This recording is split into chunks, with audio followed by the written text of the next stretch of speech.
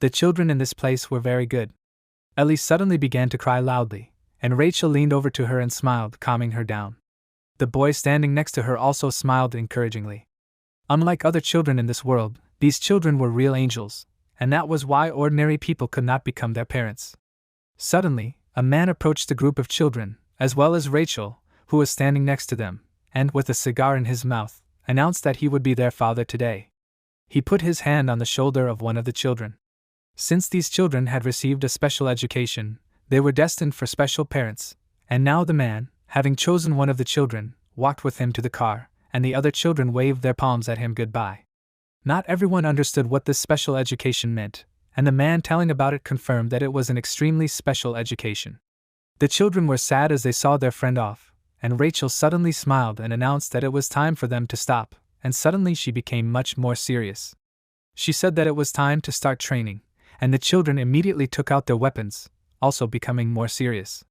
Ellie was clutching a fishing line in her hands, and several boys were holding different types of knives. Looking at Ellie, Rachel warned her that when she pretended to cry, it was not necessary to let snot come out of her nose, because parents hated stupid children. Ellie replied that she would take this into account, and blew her nose, frowning in concentration. The man watching them from the window said that for them, such an education was like a gift, because from the very first steps they were trained as living weapons. They were trained by specially selected educators, and because of this, the cost of training each child increased enormously. The person listening to this man's story became curious about the purpose for which these children were used, and the man smiled and replied that they were like computers. It was up to the buyers, that is, their parents, to decide how to use them. At this time, the man was riding in the car with the child he had chosen, and showing him a photograph, he announced that this was his target, ordering him to remember this face.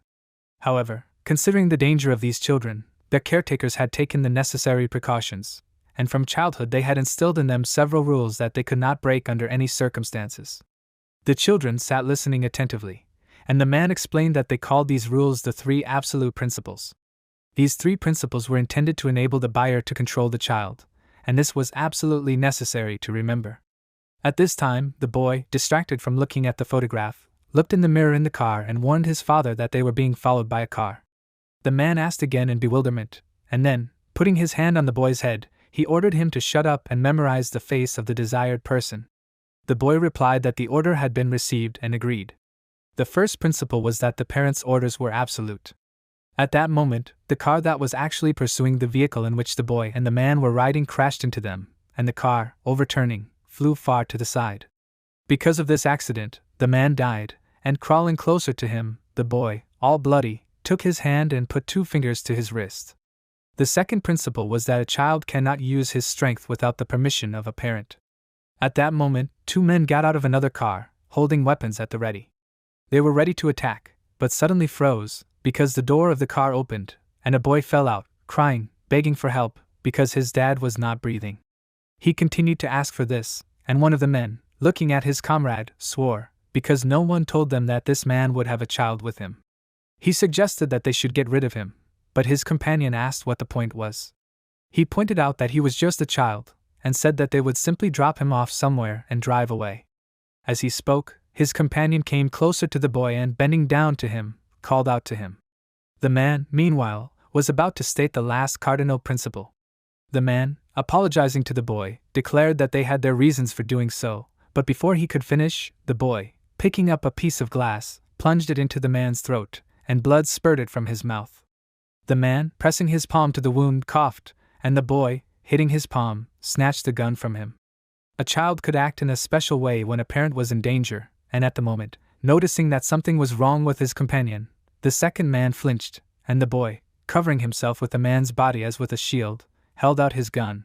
The child was then allowed to ignore the first 2 principles and act according to the situation, and taking advantage of this, the boy fired, destroying the second attacker as well. After finishing his story, the man asked if it was true that these were good children. Opening a book that showed photographs of children, he grinned and asked what his interlocutor would say about this. He wondered if he wanted to make a purchase. After his interlocutor made his choice, he took his chin with his hand and said with regret that it was impossible, because this child could be called their only shame.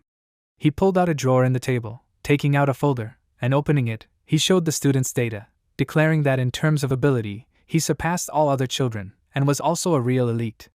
He also liked him very much, but they lost him, and the man corrected his words, deciding that it would be better to say that this child disappeared. They tried to track him down, but without his parents, he would not be able to use his powers, so he would not attract unnecessary attention. The man frowned and clenched his fist in disappointment, saying that by now he could be living the life of a completely normal child, or he could even be dead. Some time later, someone clenched their fist and struck Hwang Hyunho, and he, unable to block it, cried out. Kwon Joseph, looking at Hwang, who fell to his knees in pain, said with admiration that the last blow was just great, and asked if that was true. He tried to say something, and leaning closer to him, Joseph asked what he said. He suggested that it might be a name-calling, and Hwang froze, his eyes widening, and then, raising his head and looking at Joseph, he exclaimed that it was not so at all, and explained that he had said the word 15. He clarified that he could say that the kick was worth 15 points, and, moving closer to his comrades, Joseph cursed, asking again, and declared that this was quite generous. He hit his palm against the palm of one of his buddies, and his other comrades said that Joseph's kick was definitely worth 15 points, and chuckled. Hwang cursed as he stood up, calling these people names, and Joseph suddenly asked how many points would the kick get in that case. And suddenly Park Cheyenne ran closer, pushing Joseph aside, shouting that he wanted to do it, and moving closer to Hwang, he announced that he wanted to try too. Clenching his hand into a fist, he raised his hand and, drawing Hwang's attention, asked how many points he had. Smiling, Joseph shook his shirt but said nothing, and Hwang suddenly called Cheyenne names and sent him away. Pretending not to have heard anything, he asked if he really had 52 points. However, Hwang denied it and repeated what he had said. Another person, hearing this, said that Hwang had just sent Cheyenne away and asked if Hwang's damage scale was that strict. But the protagonist exclaimed that it was not so, suggesting that Hwang had some kind of malfunction. Watching him, Hwang cursed in his mind again, realizing that he was getting into his own again, and thought that he could easily beat him up. Joseph came closer to Cheyenne and called his name several times, then asked what he was doing. He waved his palm, hitting the protagonist, and ordered him to stop showing off, as he was about to hit Hwang, and he asked if Cheyenne didn't see that. He smirked, looking at him, and asked if that was true, that he understood everything? Cheyenne clenched his fist in anger, noting that this was serious, and then suddenly showed an approving gesture, smiling, and exclaimed with admiration that this punch was worth a whole 150,000 points. He was sure that this should be expected from a man who studied abroad, because his strength was on a completely different level. He was curious about how much Joseph could bench press, and he assumed that the weight he lifted was 500 kilograms, but he asked if it was really necessary to talk in pounds if we were talking about the United States of America. Watching him, Joseph smirked, and then, calling him names, turned around, walking away, and told Cheyenne to buy him cigarettes later. The protagonist agreed, remembering that Joseph liked menthol cigarettes. When Joseph left, he straightened up, fixed his hair, and promised that next time Joseph would definitely get some from him. However, he also noted that he seemed really cool when he spoke with an American accent. Coming closer to Hwang, he offered his hand on his shoulder, and Hwang, frowning, asked himself, was he serious? He really thought he could beat him up, and Cheyenne, meanwhile, called up to him and, frowning more and more displeasedly, asked if he didn't think it was necessary to send him? He asked if it was true that he wanted to say 52. Hwang also frowned in displeasure when Cheyenne pretended to choke him, and asked himself irritably, how much more is too much? Cheyenne threateningly announced that Hwang would go with him, since today he had signed his own death warrant. He asked if he understood him? Some time later, Hwang looked at Cheyenne with displeasure, and Cheyenne, eating the food he bought, shouted that he would buy him all the tekbaki here. He explained that he had no money left after shopping for Joseph, and Hwang agreed with this, and in his mind he called Cheyenne a bad name. The protagonist asked Hwang not to say that he thought it was a waste of money, and asked if he thought Joseph was better than him. He explained that it was not that, and wanted to say that it was both, and Cheyenne, understanding what he wanted to say, said that this store, that is, Hyunho's snack shop, has the same name as Hwang's, and asked if that was cool. Hwang said that it was his mother's store, and the woman smiled, placed a plate of food on the counter in front of them, and asked if Cheyenne was Hwang's friend. She told him to choose what he wanted, and offered him a fish cake. While tasting the dish, the protagonist asked if Hwang's mother was the owner of this store. He realized why the name of this was similar to Hwang's last name, and Huang confirmed that it was indeed his mother's store. He thought that he had managed to hide the existence of this before, but out of all the people he knew, he couldn't believe that Cheyenne was the one who caught him. He licked his lips while chewing a piece of food and asked, "Was that really the case?" He smirked, realizing that he couldn't act like an outsider in that case. His behavior made Huang wonder what he was thinking of doing to his mother. He clicked the pen in his fist and mentally exclaimed that if he did something, he wouldn't be responsible for himself. Cheyenne called out to the woman, and Huang, frowning in concentration, swung his arm, about to strike, but the protagonist suddenly bowed, apologizing to the woman for not introducing himself properly. He mentioned that he was Huang's friend and gave his name, admitting that he didn't find it surprising that the store's name sounded familiar. Huang froze when he heard this, and the woman asked, smiling, if that was true. She noted that Huang had always asked her not to advertise this, and Cheyenne looked at Huang, smiling, and said that it was very rude of him, since his mother worked hard for his own good. Huang, denying this, thought that it was impossible for Cheyenne to stay there any longer, since no one knew what they could do.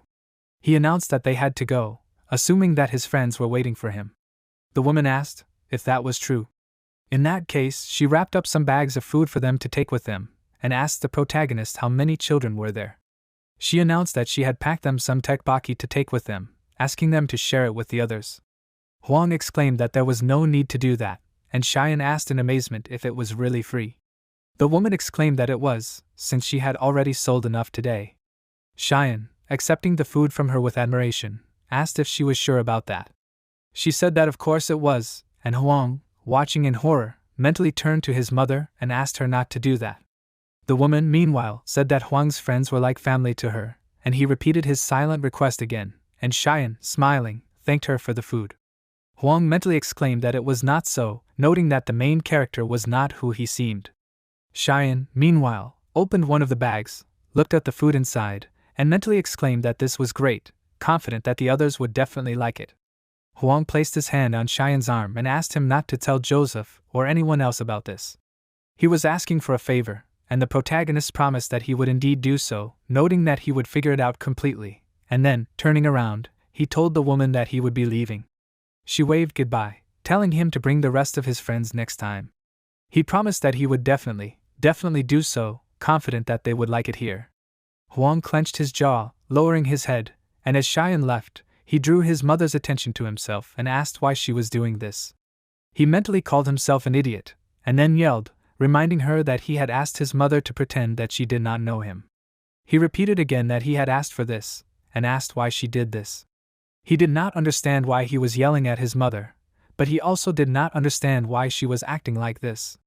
The woman lowered her head and said sadly that she was just very happy to see Huang with a friend for the first time. She apologized to him, and he asked what she was apologizing for. The woman then added that she just wanted him to get along with his friends and, apologizing again, she asked that he not be mad at her. Clenching his hands into fists, Huang mentally asked her to stop apologizing because if this continued, he didn't know what he would do, and he continued to clench his hands tighter and tighter, causing his palms to tremble. Some time later, someone cursed and threw a rag into a plate and then, picking it up, asked what kind of nonsense was this? Huang watched silently and Joseph asked if it was true that his mother sold tteokbokki. He said that he bought one from her and asked what he saw. He didn't understand what that rag was doing in his tteokbokki, and as he started to rub the dirty rag all over Huang's face, he said that he refused to eat it and asked what about a refund? He asked if he really needed to go to Huang's mother and tell her that he was his friend. Mentally addressing Cheyenne, Huang remembered him begging him, and then asked out loud if he and Joseph were friends. He assumed that he was angry and asked if he was serious. He confirmed that they were friends, that it was just a joke. As he dumped the food on Huang's head, he said that he wouldn't eat it, and noted that he would have to tell Huang's mother. He remained silent and just bowed his head, looking at the food dripping from his head and clothes. He clutched his pen in his hand, and Joseph suddenly froze. Huang swung his hand sharply, pointing the pen towards Joseph's neck, but suddenly remembered how his mother admitted that she just wanted him to get along with his friends. Her apology and request for him not to be mad at her sounded in his head again, and at the last moment Huang stopped the pen, and Joseph looked at his trembling palm in confusion. Huang clenched his teeth, lowering his head, and then removed his hand, and Joseph asked what he was doing. He leaned towards him, threateningly asking what he was just trying to do. Some time later, Cheyenne entered the classroom, which attracted Huang's attention and asked what he was doing. But suddenly he froze, raising an eyebrow in confusion, and noticed that all the students were sitting motionless with their heads down, and there were several police officers and a man with his head down in the room. Behind them, there was a broken window stained with blood, and on the floor next to it were broken glasses with blood splatters next to them. Cheyenne froze, looking at it carefully. That day, other people beat Huang for 15 minutes. He passed out several times due to pain shock and came back to his senses, and each time he apologized and begged for forgiveness, but no one stopped the violence. While Joseph was beating Huang and blood was flying around, all the students turned away, pretending not to notice. No one dared to intervene, and in the end, Huang personally put an end to it. He looked at the window next to which he was being beaten and noticed an inscription on a stone saying that he would succeed. Some time later, in the old building, someone said that he had an idea. It was Joseph, who, with his eyes closed and a smile, explained that he was talking about Huang, and suggested that they say that other people pushed him during the game. He asked if they understood everything. One of the guys pointed out that they did nothing, but Joseph told them to forget about it, then explained that he talked to his father and it turns out that there is one good law in Korea, asking if they heard anything about juvenile justice. He noted that he was repeating a year, so this law does not apply to him, and that is why he asked his comrades to bail him out. He announced that they need to turn themselves in red-handed and say that it was their doing, and he asked if they understood him. The guy exclaimed that he heard about it, and also heard that he could be sued for damages. However, Joseph said that they do not need to worry, since there is a way to avoid it. He explained the problem and smirked and said that if there was no one to file a lawsuit, that meant there was no problem, and he asked if that was true. He said that even if these guys were caught, they would be protected by the Juvenile Act. The guys still tried to object, but without listening to them, Joseph announced that he was not asking them to do this for free, and opening the suitcase from which wads of money fell out, he announced that he would give 10 million won for each of them and asked if they agreed. After that, he asked if any of them knew where Huang's mother lived. The woman was sitting in her apartment at the time, crying and barely moving. Some time later, walking towards the house, Joseph, slightly lowering the mask that covered his face, asked one of his comrades to tell him again what floor the woman lived on. The guy announced that she lived on the 5th floor, and they approached the elevator. However, it was stuck on the 5th floor and the guys were amazed. But Joseph told them to forget about it, offering to go on foot. Gradually climbing up, he hurried his comrades, saying that they were almost there. Finding themselves on the 5th floor, he noticed a fire extinguisher preventing the doors from closing, and this was the reason the elevator could not go further. Looking at it more closely, Joseph asked what kind of nonsense was this. The guy sitting on the stairs a little higher suddenly asked why they were taking so long. Turning around, Joseph took a closer look at this man, and he seriously announced that Joseph made him wait. Recognizing Cheyenne, Joseph asked in bewilderment what he was doing here. The other guy exclaimed that he was just in time, offering him to go with them. As he climbed up, the protagonist said that he would only ask 2 questions and asked how Joseph knew about the diner. The thing was, this was his secret place, and Joseph lowered his mask and asked if he was really talking about that. He explained that he was curious why Cheyenne was eating lunch with the neighborhood kids instead of bringing him cigarettes. Then he asked what the protagonist was thinking. Their dear Huang was just arguing with his mother right outside the store, and Cheyenne realized that it was all because of him, and then decided that he would ask the second question, and warned that he needed Joseph to answer this very carefully. He asked what they were doing here. Showing the rebar he was holding, Joseph asked if it wasn't obvious. He explained that they had come to see Huang's mother, who was sleeping soundly after filing a lawsuit against them. The other guys also prepared the weapons they had brought with them, and Joseph added that Cheyenne was just in time, admitting that he had been annoying him all this time. He asked if the protagonist thought that he wouldn't notice him pretending to bully Huang. He realized that he was actually just helping him out and exclaimed that he really thought he was an idiot. He put the rebar forward and suddenly Cheyenne announced that he had had enough and picked up the fire extinguisher, and Joseph swung the iron and ran forward, telling Cheyenne to come to him. The protagonist pulled the ring out of the fire extinguisher and then thanked Joseph for confirming his thoughts. He admitted that he expected this and just wanted to make sure, and pointed the extinguisher at Joseph and his comrades. Covering his face with his hand, he asked what kind of nonsense was this. He didn't understand why his comrades stood up and ordered them to take Cheyenne. The protagonist swung the fire extinguisher, hitting the first guy, and the force of it sent him flying backwards, knocking Joseph down the stairs as well. He threw his body off of him, ordering him to get off of him, and called him names. Cheyenne, meanwhile, had already gotten into a fight with another guy who called him names. Running closer to him, Joseph struck, but the protagonist held out a fire extinguisher in defense, and turning it sharply, he hit Joseph's leg with it with all his might, and he frowned, and then fell down and screamed that Cheyenne had broken his leg. He repeated this several times, noting that he heard it crunch. He called the protagonist names, and he, going down a few steps, said that he had broken Joseph's metatarsal bones, which are located above the cuneiform bones, warning that he would not be able to walk again. Joseph looked at his bloody leg in horror and asked why Cheyenne was doing this. He did not understand why he was being treated like this, and the protagonist announced that children were taught several principles, and the first principle was that a parent's orders were absolute. After that, swinging his fist to strike, he announced the second principle, and the force of his attack was so great that Joseph flew back, hitting the asphalt. Cheyenne said that a child cannot use his power without a parent's permission. The guys, watching them in fear, asked in bewilderment what he was saying. The protagonist, taking Joseph by the collar of his clothes, said that the most important principle is the third, and grabbed Joseph's finger with his hand. He, folding his palms together, begged Cheyenne to spare him, and asked for forgiveness, and also asked him to stop doing this. The protagonist, sharply tugging his finger, said that when a parent is in danger, the child is allowed to ignore the first two principles and act according to the situation. Finally letting go of Joseph, who had fallen to the floor, looking at his broken finger in horror, Cheyenne said that Huang's mother had said that Huang's friends were like family to her, which meant that they had decided to threaten his mother too.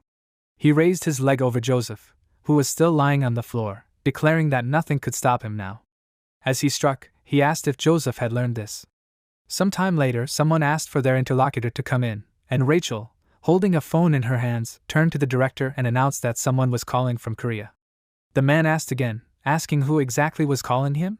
She replied that it was the employees of the White Tiger, and holding out his palm, the man asked her to give the phone here. He took the device, declaring that it was the director, and his interlocutor admitted that he thought they had found the very person, specifying that it was the lost legend of the Mansion of the Dead. At this time, Cheyenne stood there, looking seriously at the guys he had defeated, and the interlocutor told the director that this was an object codenamed Cheyenne, who was currently in Korea. Cheyenne belonged to the Mansion of the Dead and had undergone special training, was a multifunctional and weapon related to the Good Child Project, and had the codename Cheyenne. The child codenamed Cheyenne was the best masterpiece among all those created in the Mansion of the Dead. He had stealth, weapon skills, and the ability to kill key figures. It was a product of exceptional quality in all respects, and so there were plans to hand it over to the Japanese Yakuza organization, that is, the best clients of this organization. However, something happened to the delivery along the way, and instead of Japan, Cheyenne was sent to Korea. Cheyenne then extended his palms to a man passing by, attracting his attention, looking quite excited. The director now, intertwining his palms with each other, lowered his head, covering his eyes, and said that 5 years had already passed. They resigned themselves to the idea that the protagonist had died, and he turned to God with a wide smile, and tears of joy welled up in his eyes, as he had not even hoped that God would allow them to find Cheyenne alive. Turning to Rachel, he asked her to bring the protagonist back at any cost, asking if she understood this. She took off the scarf on her head, agreeing to this, and promised that she would begin the restoration procedure immediately. Throwing off her nun's robe, she added that in an emergency, she would use force, and showed the weapon that was attached to her feet, and also appeared in her hands. She was the disciplinary officer of the Mansion of the Dead, and her tasks and specialty were unknown. Looking at her seriously, the director asked if she really understood him correctly. He specified that she should return Cheyenne safe and sound, warning her not to use her toys, as it was too dangerous.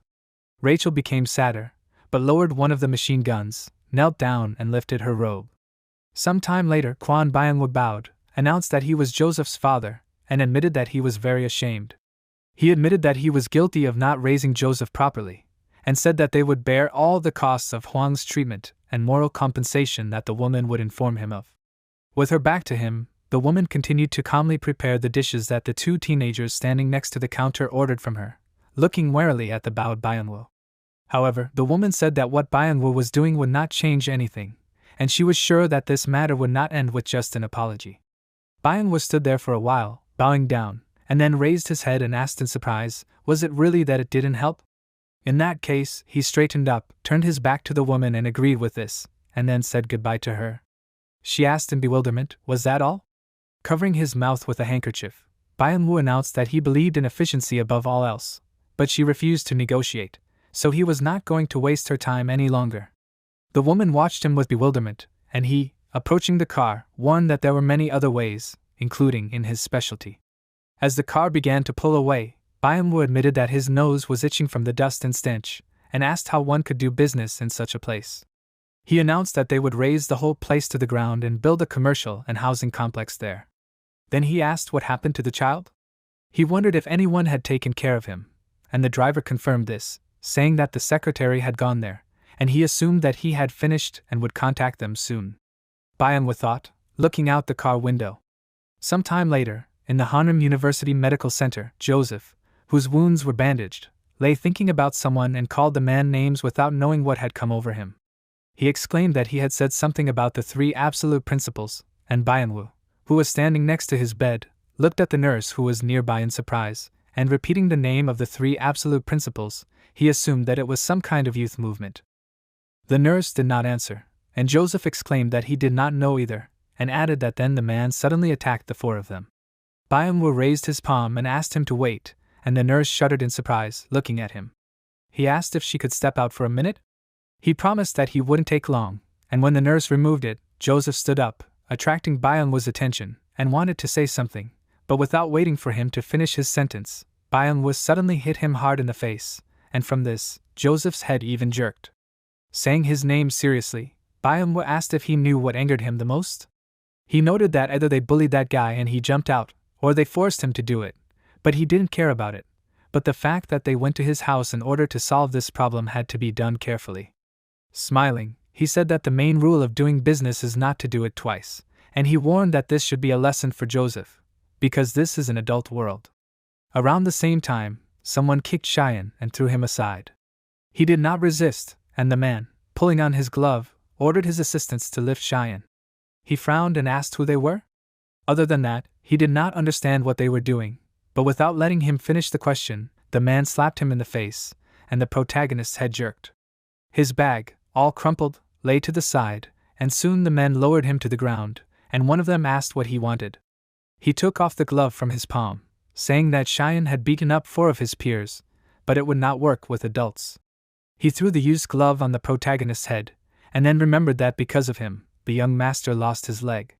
One of the men raised Cheyenne's hand, fixing it in a raised position, and he flinched, and the man asked if he should respond in kind. He put his foot on the protagonist's hand, then pressed down, and his eyes widened, and then he screamed, unable to hold back. The man warned that this was an adult world and turned around. A little while later, as he stood up, Cheyenne repeated that this was an adult world and called the man names, then twitched his hand, flexing it, and called all of these people names, then pointed out that a missing limb and a broken limb were not the same thing. He noted that they were a long way from punishing Rachel, then looked at his shaking palm and thought that it was annoying anyway. He couldn't use his powers without orders because of those stupid 3 principles, and as he picked up his bag, he decided that he needed to lay low for a while. He figured that if that didn't help, a new idea would come in handy, and that was what was really annoying. He continued walking, but was suddenly distracted from his thoughts, as someone caught his attention. It was Huang's mother, who asked if it was true that it was Cheyenne. She looked at him worriedly and asked what was wrong with him. He greeted her, thinking that it was another problem. Some time later, he was already sitting at the table, stirring the food on his plate with a fork, and thoughtfully lowered his head. Putting a few more plates in front of him, the woman asked him not to feel burdened, and reminding him that she said that everything was fine, she told him to eat a lot. The protagonist suddenly froze, thinking that she ordered him to eat a lot, and mentally noting that he clearly recognized Mama Huang as his parent, he began to eat the food offered to him. Watching him, the woman cried out worriedly, noting that this could cause indigestion, and told him to drink water. Instantly agreeing, Cheyenne did so, and soon put the empty bottle on the table. When he ate everything, he leaned back in his chair, thanking the woman for the food. She, cutting the prepared rolls, confessed that she was very glad that the protagonist visited her after a long time. He sat a little more straight, bowing his head, and asked if Huang was okay. The woman asked if he was talking about her Huang. She exclaimed that he was okay, and remembered that other people had told her that the operation was successful, and now all that was left was to observe the condition. She asked if it was true that her Huang was very brave. She explained that this was why, although it was hard now, they would get through it. But suddenly her hand began to shake, and she confessed that she was not like that at all. Squeezing her eyes shut, she burst into tears, declaring that such a horror had happened to her son, and she could not do anything. She really wanted to destroy everyone, as well as tear apart that man and everything he held dear, so that he, like her, would eat himself from the inside, shedding tears. She slammed her hands on the board, and the carefully rolled rolls fell apart. Cheyenne listened attentively to the woman, watching her, and after a while, having calmed down, she apologized to him, as she was sure that she should not have put this on him. She turned around, but suddenly froze in surprise, noticing that the table was empty, and tried to call out to Cheyenne, but no one answered. Some time later, in a high-rise building, someone announced that this was the end of Manhwa Construction's performance report. Manhwa, raising a glass filled with alcohol, announced that everyone had done a good job in the third quarter. Thanks to the efforts of his employees, Manhwa Construction was able to achieve success and be where they are now. He also began to talk about their unwavering determination despite the bankruptcy of the parent company, Juyong Construction. Suddenly, a waiter approached one of the employees, asking if he wanted more wine. The man was thinking about drinking more wine, but suddenly the waiter hit him hard in the face with the bottle, and the man was thrown to the side from this blow. It was Cheyenne who confirmed this, asking the man not to refuse himself. He angrily called him names, and the protagonist took 2 mugs that were on the tray and threw it towards the man, who tried to hit him, but it did not hit Cheyenne, and preparing to attack again, the man suggested that he try to dodge it. And suddenly he froze in bewilderment, looking at his palms, on which the mugs were put. He did not understand how this happened, and in the meantime the protagonist swung his leg, delivering a powerful blow, from which the mugs cracked, and the man himself was thrown to the side. After that, Cheyenne took forks and a small knife, which were also nearby, and threw them at the people standing nearby.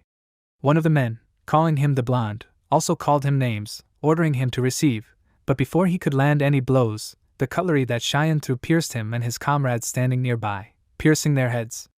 The other employees began to look around, and one of them asked what the noise was about. Another man ordered the others to grab the protagonist, ordering them to shoot, and while looking around in confusion, they asked each other where Cheyenne was. One of the men ordered the other employees to find him, since he couldn't have gone far, so he had to be somewhere here. Watching the commotion below, Manhwa thought about the blonde guy, while Cheyenne, who was hiding under one of the tables, crawled out from under it, clutching a small table knife in his hands. He thought of the good children of the mansion of the dead, repeating to himself the first principle, that a parent's orders are absolute. He ran between several men, cutting their legs, and frowned in concentration. He remembered the woman talking about wanting to tear the other man and everything he held dear, so that he, like her, would eat himself from the inside out, crying. The men behind him screamed, because their legs hurt, and the protagonist repeated the woman's words, but was suddenly distracted, because the men noticed him and began to run up to attack. Cheyenne pulled the tablecloth off one of the tables and threw it, and whatever was on the tablecloth towards the men, and while they were distracted by it, he picked up the table and jumped up towards the men with it to strengthen his blow. One of the men managed to curse, but the next moment the protagonist pinned him and his comrades to the floor with the table, and the men screamed. Cheyenne suddenly noticed that someone had thrown a knife at him, and he managed to dodge it, so that the weapon pierced the head of another man running closer. Pulling on a glove, someone admitted that it was a good blow, but remembered that he had definitely broken the protagonist's hand. This time he was going to do something different, but before he could finish, Cheyenne ran closer, intercepting his hand, and delivered a blow, and then, grabbing the man's hand again, he ordered him to watch, explaining that this is how to break. He yanked his hand and the man fell to his knees, screaming loudly. Cheyenne left him lying there, and suddenly a bullet flew very close to him, grazing his cheek. He turned, noticing Manhwa was standing on the balcony, holding a gun in his outstretched hand. He thoughtfully admitted that he thought he was a better shot, and the protagonist noted that unless he was a professional, it was difficult to hit from such a distance. Manhwa began to descend, asking if this was really true. He assumed that he was well informed, and asked who he was, a child or a professional. He had heard that there was an organization called Crew in Korea, and asked if Cheyenne was one of them. He came closer and closer to him, and the protagonist admitted that he did not know who they were. He noted that if he belonged to anyone, it was only to the Hayenho snack bar. Manhwa tilted his head slightly to the side and asked again, realizing that it was that junk food stall in the stinking alley. Now he understood everything and, placing the barrel of the gun against the forehead of the calmly standing Cheyenne, he asked what exactly the woman said. He assumed that she told him to kill him, but the protagonist replied that this was not so and clarified that she said he had to tear Byung-woo and everything dear to him apart. He asked again in confusion, and Cheyenne swung his arms sharply, knocking the gun away from him and simultaneously striking him. Byung-woo grabbed him by the collar of his clothes, keeping himself from falling, and called him names, asking if this was some old woman from a snack bar taking revenge. The protagonist said that it was neither revenge nor retribution, and then struck again, repeating the first principle. Blood spurted out of Byung-woo's mouth and nose, one of his teeth flew out, and Cheyenne declared that a parent's orders were absolute. Turning around, he began to walk away, and Byung-woo said that efficiency was important in work, so as not to do it twice. Smiling despite the fact that he was badly beaten, he noted that he should have dealt with Cheyenne and that woman right away too. He promised that next time he would kill everyone, and picking up his gun from the ground, the protagonist declared that he was talking nonsense, and remembered the third principle, after which he fired without looking, hitting the base of a large chandelier that hung just above Byung-woo. When a parent was in danger, one could act according to the situation, and the heavy chandelier fell down, crushing Byung-woo, and Cheyenne, leaving, said that their family, that is, both son and father, are the same. Soon, at the hospital, someone asked the patient if he felt any discomfort. Joseph, covering his face with his hand, asked if he couldn't see it. He cursed, and the nurse exclaimed that school violence was very scary these days. Joseph looked at her thoughtfully, and she admitted that it was the first time she had seen such serious injuries. She assumed that the child who did it was good at fighting, but added that this did not excuse it. Joseph replied that he did not know, but admitted that it was very painful. The nurse who took out the medicine reminded him of what had happened earlier, and asked what Joseph had spoken to Byung-woo with. She asked again about the 3 absolute principles and asked if that was really what the child had said. She injected the medicine with a syringe into the 4, and noticing this, Joseph asked what the nurse had added to the 4. He noted that it had a strange color, but she sighed and told him not to worry about it, since in small doses it did not lead to death. She smiled, closing her eyes good-naturedly, and sat down on the bed next to Joseph, and he asked again. The nurse asked if he would answer her question. She repeated the 3 absolute principles and leaned her elbows on Joseph's body, causing him to painfully clench his jaw, covering one eye. Leaning closer to him, the girl asked if he knew what it was. He looked at her in horror, exclaiming that he did not know, and asked what she was talking about. The nurse reminded him of what Joseph had told Byung-woo on the first day, and as she removed her wig from her head, she decided that she would ask the question differently, and saying about a child named Sean, she asked if Joseph meant anything by that name. She was the disciplinary officer of the mansion of the dead Rachel, and her tasks and specialty were disguise, infiltration, interrogation, and torture. Some time later, Rachel contacted the director on the phone and announced that they had a problem. She looked around the hall where there were badly injured people lying on the floor and announced that a child with the code name Cheyenne had used force. The director, standing up from his chair, asked excitedly, not understanding what Rachel was talking about. She explained that they had tracked Cheyenne and arrived at the right place, but he was no longer there. As she walked through the hall, she stepped on one of the men, but did not pay attention to it, and then, squatting down next to another person, she added that, in addition, there were many badly injured men here. Even if it was Cheyenne's doing, it was contrary to the 3 absolute principles, and the director, biting his finger, frowned, saying that something did not add up, because such a thing had never happened in the history of the Mansion of the Dead. That was why it was called the 3 absolute principles. Walking over to the bookcase, the director opened the doors of it, and drawing Rachel's attention, he said that if Cheyenne had violated the 3 absolute principles, then something had gone wrong. Several books fell off the shelf, and looking at the picture of the children covered by the seal, he assumed that the weapons they were selling in the Mansion of the Dead were capable of ignoring orders and could target them. Taking one of the books in his hands, he warned Rachel that they were changing the target, and opening the book to the page that had the picture of little Cheyenne, he ordered her to examine it first.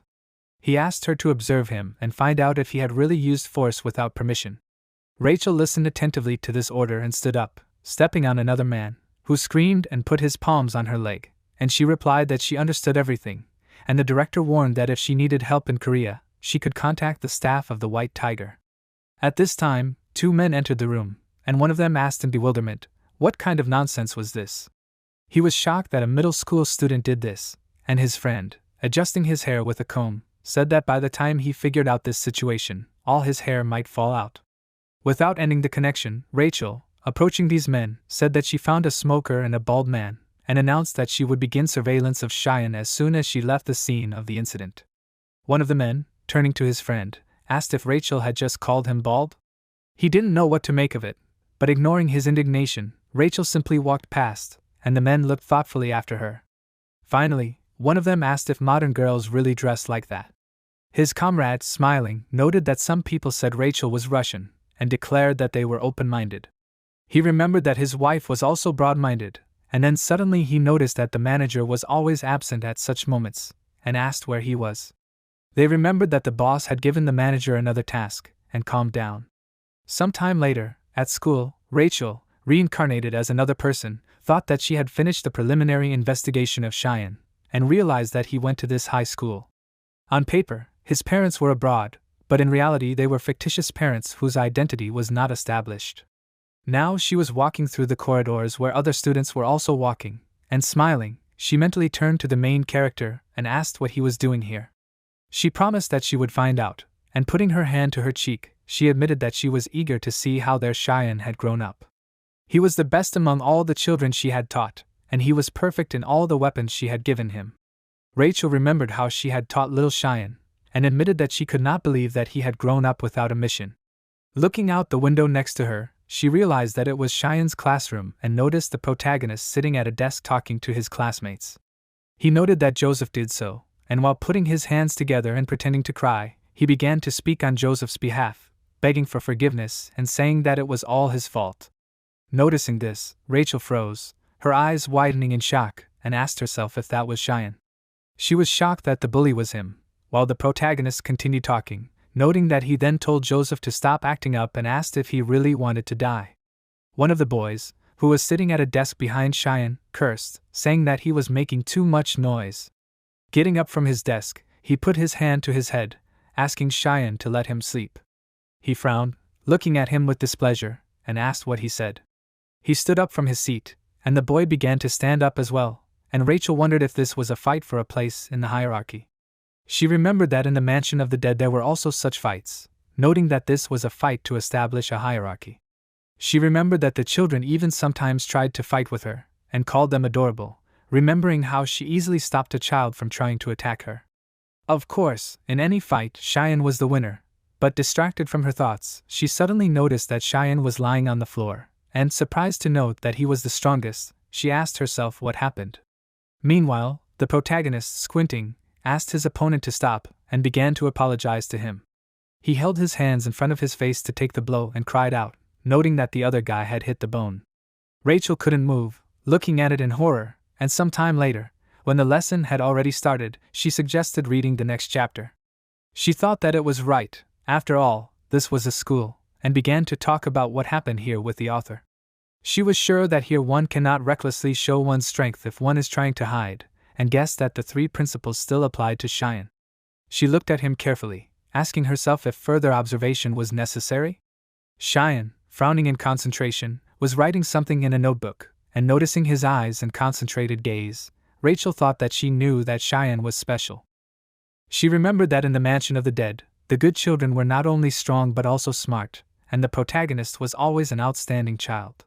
She thought that even though Cheyenne was hiding his powers, he couldn't hide his genius, and she moved closer to the desk where the protagonist was sitting, wanting to tell him what was happening in that case. She smiled, thinking that it was a hassle, since Cheyenne had to hide so much in order to blend in with the community. She decided that she would have to teach him when she had the chance, but suddenly froze, noticing that instead of writing down the lesson, the protagonist had drawn a small comic strip in his notebook.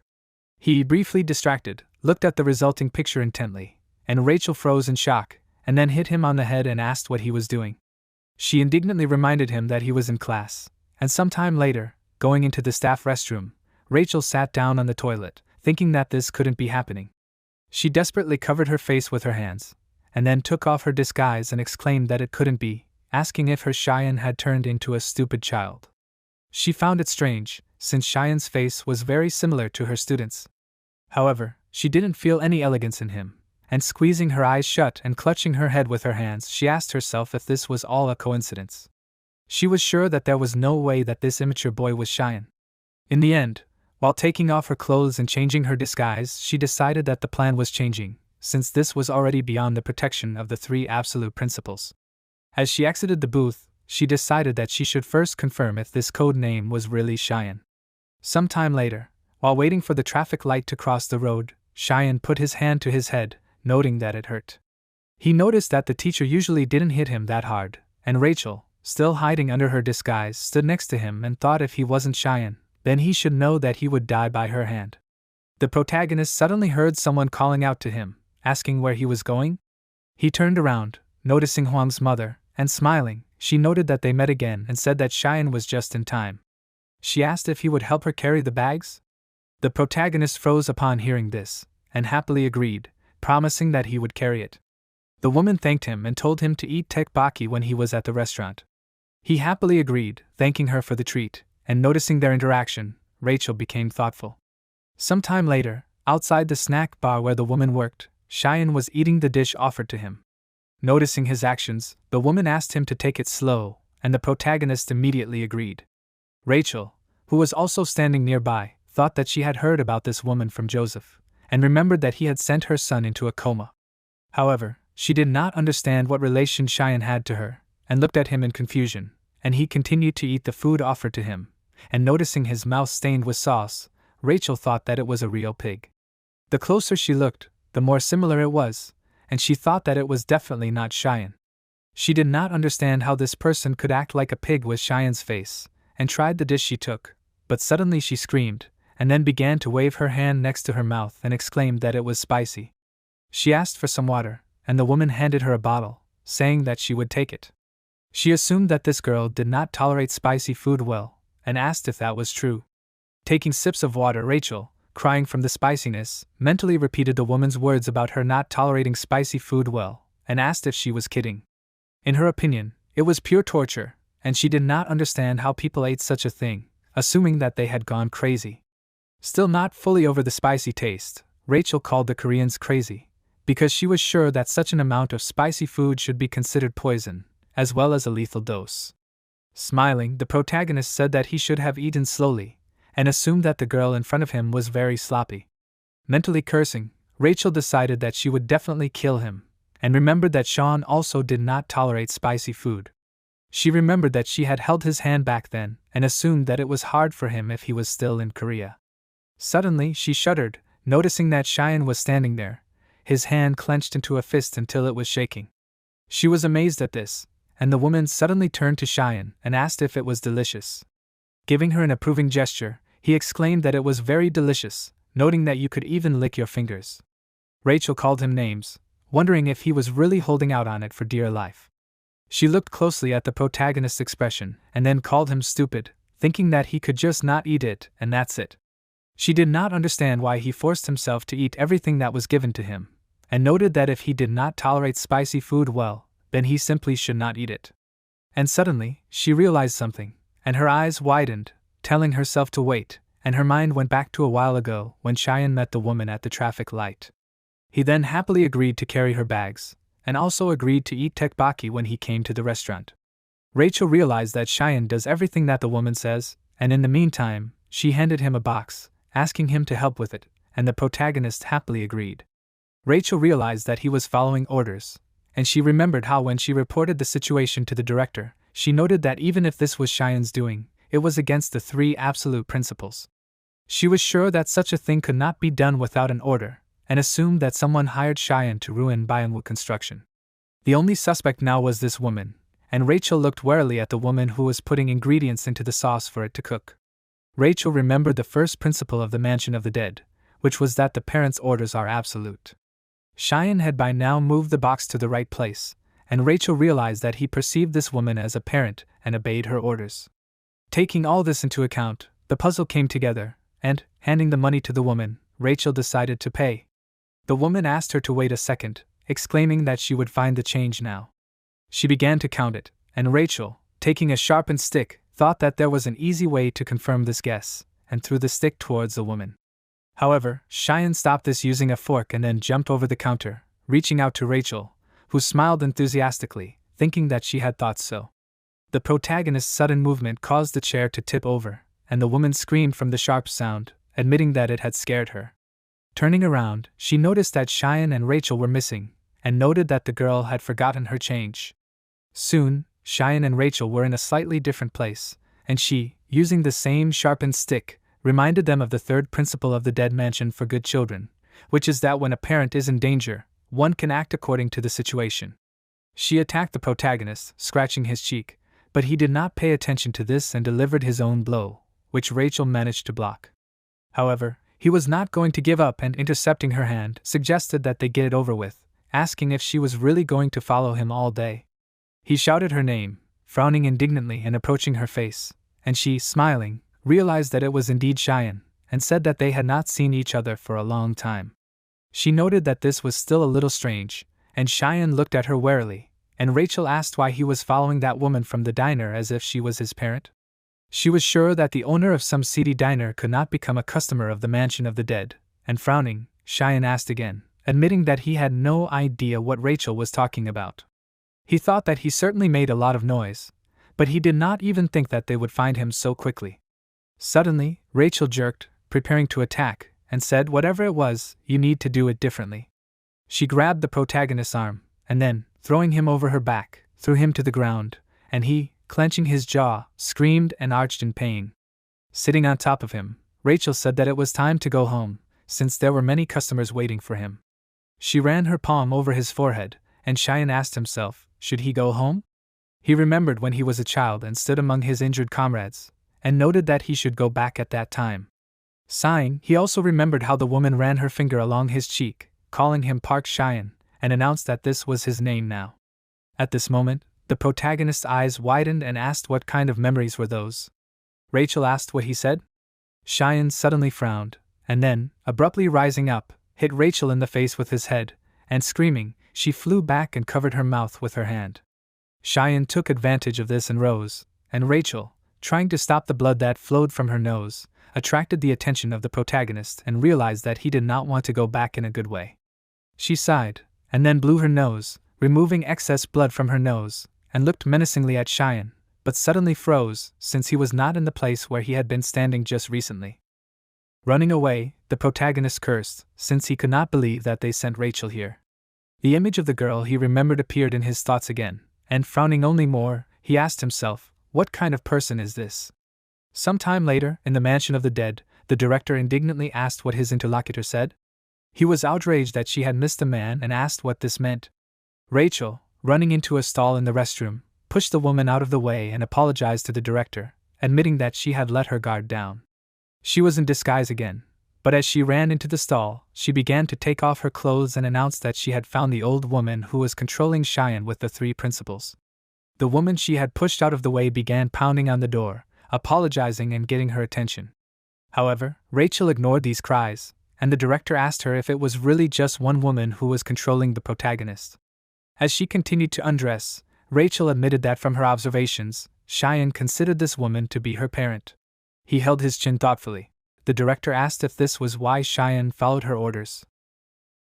He did not understand how this was even possible and asked if Rachel thought that the woman was doing this on purpose. Changing her disguise, she replied that she could not say for sure yet, but she did not think so. The director said that in this case, Rachel should first follow the woman, and without answering, she ended the call, and then opened the booth, and the woman, frowning indignantly, asked if she was not ashamed to cut in line. Without answering her, Rachel, who had already changed her appearance, walked to the side, and, looking at her in bewilderment, the woman asked where the girl was. Sitting in his office, the director noted that there were two ways to take their child away from the parent, and thought about the first method. At this time, the woman, sighing in surprise, asked what her interlocutor said. Rachel announced that she asked the woman to stay away from Cheyenne. She sat there, stirring the food on her plate with her fork, and said that she couldn't pay enough attention to him because of her constant business trips, and the fact that the protagonist had to eat such low-quality food broke her mother's heart, and he wasn't even allowed to eat spicy food. Lowering her head, the woman said that she understood everything, and asked if Cheyenne couldn't eat spicy food. The first way to take their child away from their parent was to force the parents to voluntarily give up the child. Noticing the woman's state, Rachel noted that this was true, mentally exclaiming that it was time for her to feel guilty, and asked how she dared to become Cheyenne's parents. Standing up, she said that she knew Cheyenne listened to her, but as an adult, she also had to take some responsibility. The woman stood there with her head down in shame, and Rachel, putting her hand on her shoulder, said that for this very reason, if the protagonist showed up here again, the woman should tell him to go home and never come back here again, warning that she should sound confident. A parent had to order a child to return to the mansion of the dead, and remembering this, Rachel began to leave, declaring that she would consider that they understood each other, since it was time for her to go. However, the woman suddenly refused, declaring that she would not do this, and she reminded him that Rachel had told her that she was often absent due to business trips, and asked if it was true that this was so. Rachel looked at her with displeasure, asking if she was really picky about words. The woman asked if she had even once looked at his face and his clothes. She also wondered if Rachel knew anything about his school life and looked at her with confusion, and the woman said that Cheyenne's face and clothes were always dirty, and when she asked him, he said that he just fell. She really thought that was true and thought that he was a boy after all, and that something like that always happened to them. She clutched the fabric of her apron in her hand and, unable to hold back the tears that ran down her cheek, she remembered that her Huang also always said that he just fell, and she couldn't let the same thing happen to Cheyenne. She remembered how she met him and explained that this was why, even without being able to realize it, she began to look after him as much as she could. She exclaimed that right now he needed a parent to look after him and cried even harder, confessing that she didn't want Cheyenne to end up like Huang. She clenched her fist and her palm began to shake, and then she announced that if Rachel was busy, she would be looking out for Shura herself. Rachel turned to her with displeasure, asking who she thought she was, a question mark she did not understand. Who was she anyway to be looking out for Cheyenne? And bowing, the woman apologized. However, she noted that she would not be able to fulfill it. Roselle elevation and again jaws, more expensive than my hand in a fist, and said nothing. Some time later, contacting the director, she said that the first method had failed, and noted that the woman had turned out to be much more correct than she thought, and she stood by her right of ownership. She threw off the clothes she had used for camouflage, and the director realized that in this case nothing could be done, and admitted that he wanted to resolve this issue peacefully. And he ordered Russell to proceed to the second method, and she answered that she understood everything, and taking off the rest of her clothes, the antivirus, that she was already starting.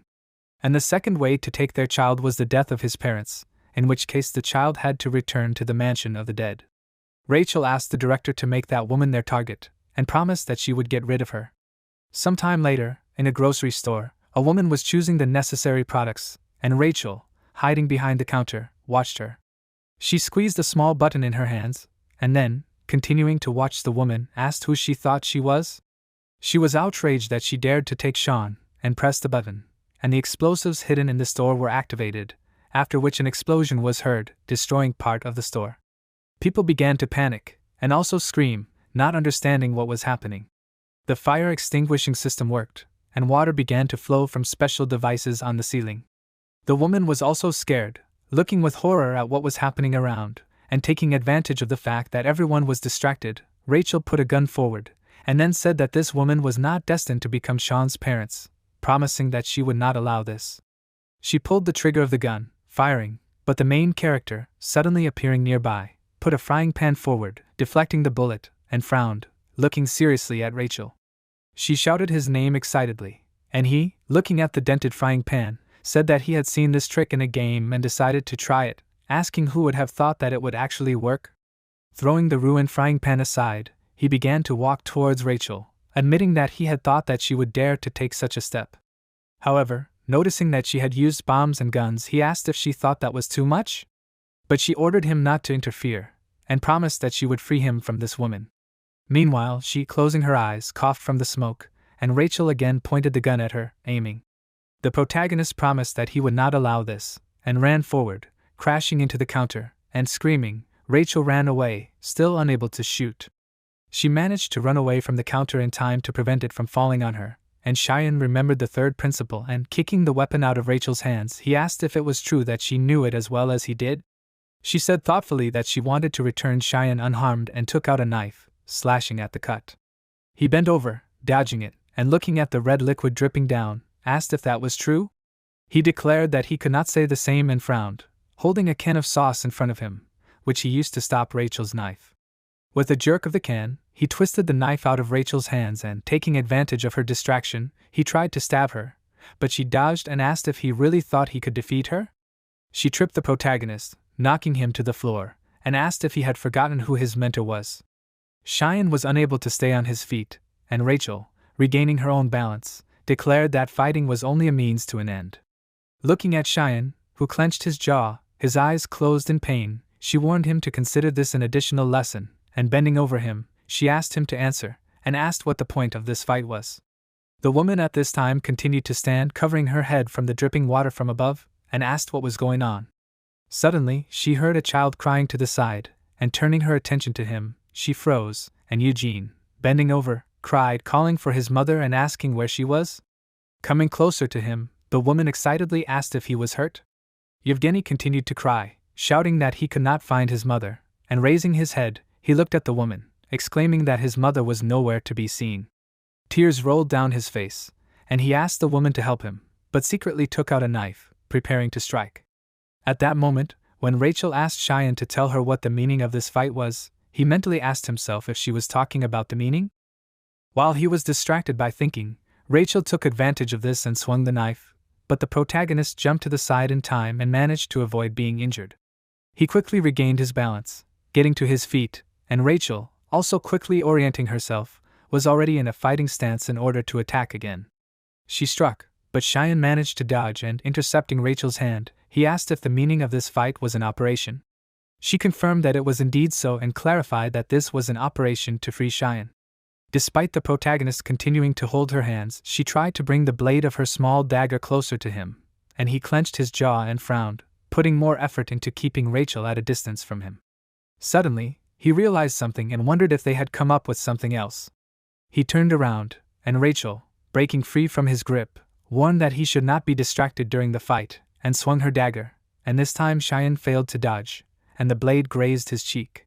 He lost his balance, but quickly regained it, and grabbing a few cans of food from the shelf, he noted that, as expected, fighting with bare hands was too much.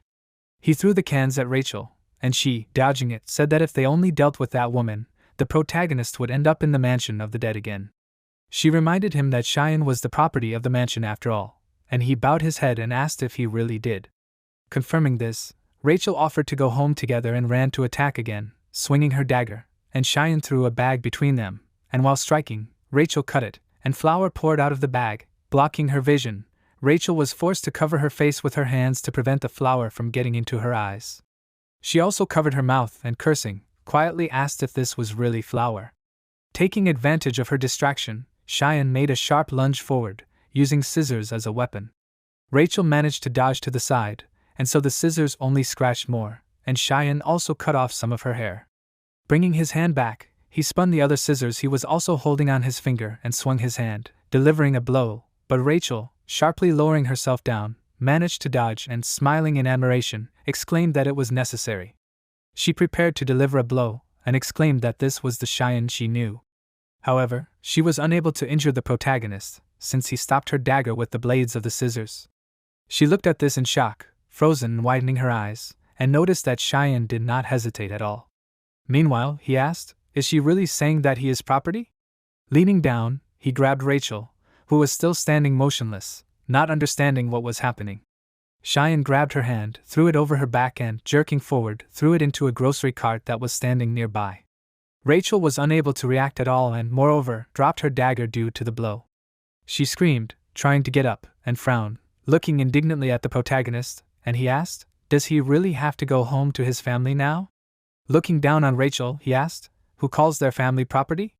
She did not answer, and Cheyenne, pushing the cart she was in, declared, "If so, then there is something else." The cart Rachel was in was stuck into another similar grocery cart, and Cheyenne, coming closer, connected them with a special lock, after which, stepping aside, asked if it was true that now Rachel was more like a thing. She tried to call out to him, shouting his name over and over again and looking desperately after him. However, ignoring her, Cheyenne continued to walk away. At this time, Yevgeny continued to cry, and the woman leaned over to him and asked if he was okay. Putting her hand on his shoulder, she began to look around, asking where his parents were.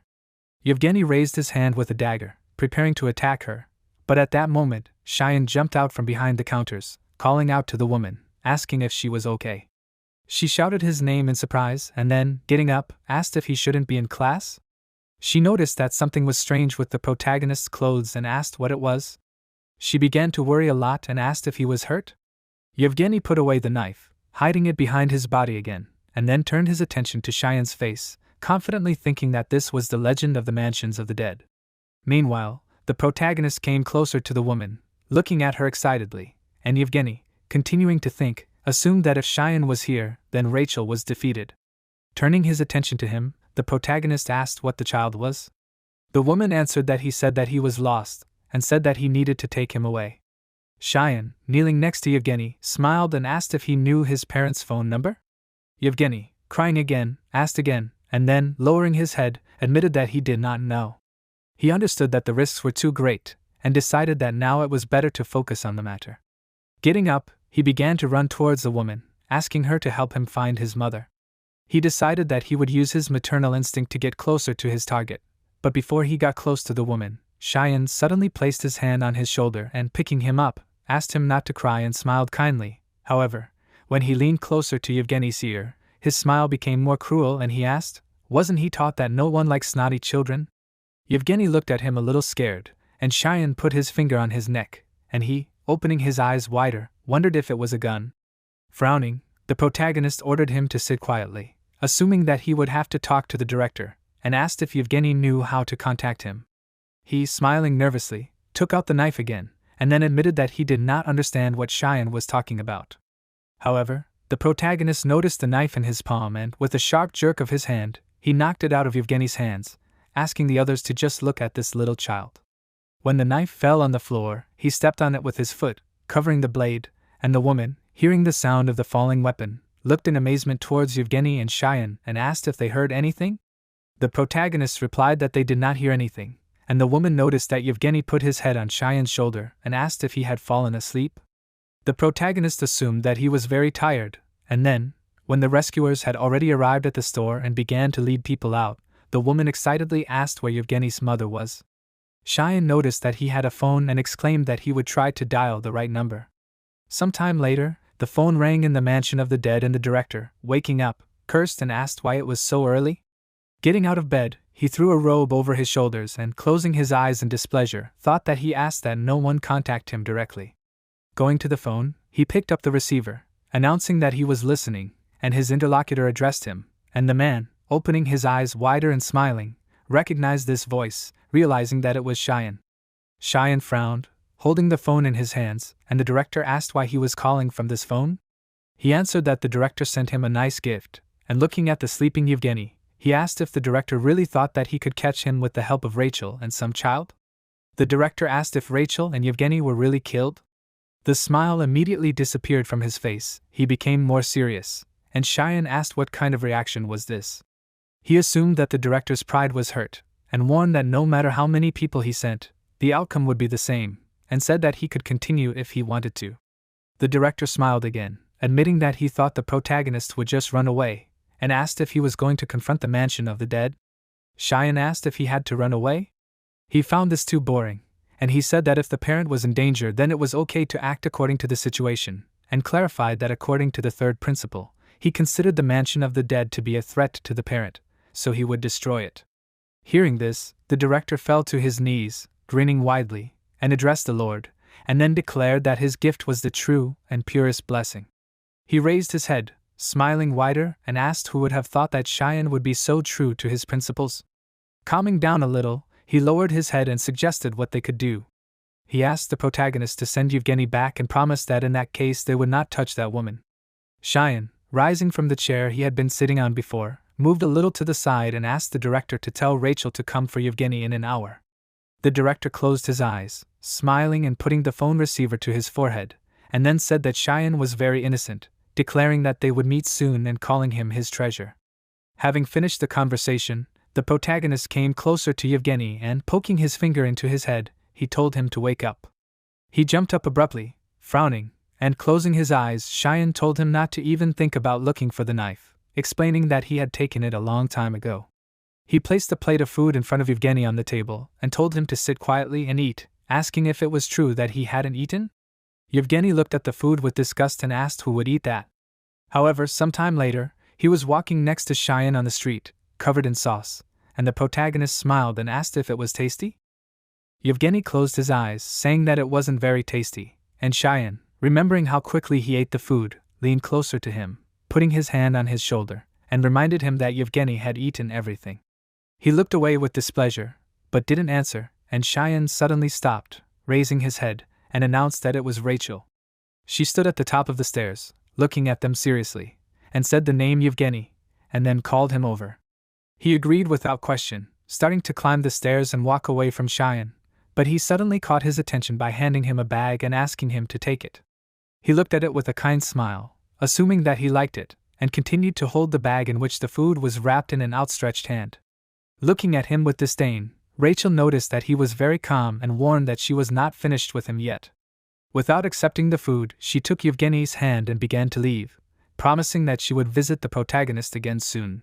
He did not pay attention to her threat, but focused more on the fact that they did not take the food, and said that at Yevgeny's age, he must eat a lot. Rachel didn't answer him, and Cheyenne turned to leave, and she, turning to Yevgeny, said that everything would be so much easier if he dealt with that woman. He lowered his head, wanting to justify himself, but before he finished, Rachel warned that they would get rid of him yet. Hearing this, Cheyenne froze, and Rachel said that it was high time to get rid of useless children. Yevgeny froze, his eyes widened in horror, and then trembled, lowering his head, and, almost crying, admitted that he was sorry. Cheyenne suddenly returned, climbing the stairs after them, and called out to them too, and then, smiling, handed over a bag of food and said that he would ask Yevgeny again, after which he asked if it was true that he did not like the food. He turned to look at him, and then, crying even harder, exclaimed that it was delicious. The protagonist asked if it was true that it was really so. He declared that everything in the Haeunho diner was delicious, and suggested that they return to the diner. The ownership of a child in the mansion of the dead belonged to the buyers, that is, the parents. However, if the parent died, the ownership returned to the mansion of the dead. One day, a woman approached Eugene, who, attracting his attention, announced that from that day on she would be his mother. He agreed with this, because after the child returned to the mansion, new parents were found for him, and then sent to a new family. However, some time later it turned out that this woman was dead, and this meant that Eugene was forced to return to the mansion again. After the death of one buyer, the child was again found a parent, and again sent to a new family. Several times it happened that the customers died, and when Yevgeny followed the director, he attracted his attention and asked how many times this was already. Yevgeny answered that it was the 4th time, but the director warned him that it was a rhetorical question and said that of course they could continue to send him to new families, but he had already failed to protect his parents 4 times. Putting his hand on Yevgeny's shoulder, he warned that this was the greatest disgrace in the history of the mansion of the dead, and if this continued, they would have to get rid of Yevgeny. Hearing this, he froze in horror, and the director asked if he knew what happened to such children. He looked at the small tombstones standing a little to the side, and also glancing sideways at these slabs. Yevgeny did not answer, and the director warned him that he should become more useful, and straightening up, looked at him seriously, deciding that he would give him a chance, and ordered him to go to Korea and help Rachel get Cheyenne back, adding that if he did not want to be gotten rid of, then he must prove his usefulness. At this moment, when Rachel said that they would get rid of him, Yevgeny asked himself, would they really get rid of him and he was useless? He decided that he had to prove his usefulness, and quietly asked Rachel to give him another chance. She asked again seriously, and he, lowering his head, admitted that he was sorry, and at that moment Cheyenne came closer, who asked if it was true that Yevgeny did not like the food. Smirking, Rachel said that she would give Eugene one last chance, and he turned around, looking at the protagonist, and Rachel ordered him to kill Cheyenne's parent, that is, that woman. The protagonist leaned over a little at this point, putting the bag of food on the ground, and Eugene thought that this was his last chance to prove his usefulness, after which he said that the food was delicious. He promised himself that he would kill Cheyenne's mother. The protagonist, kneading his palms, frowned, confidently declaring that he would take the child back. Rachel realized that Cheyenne still saw her as a threat, suggesting that the 3rd principle was in place.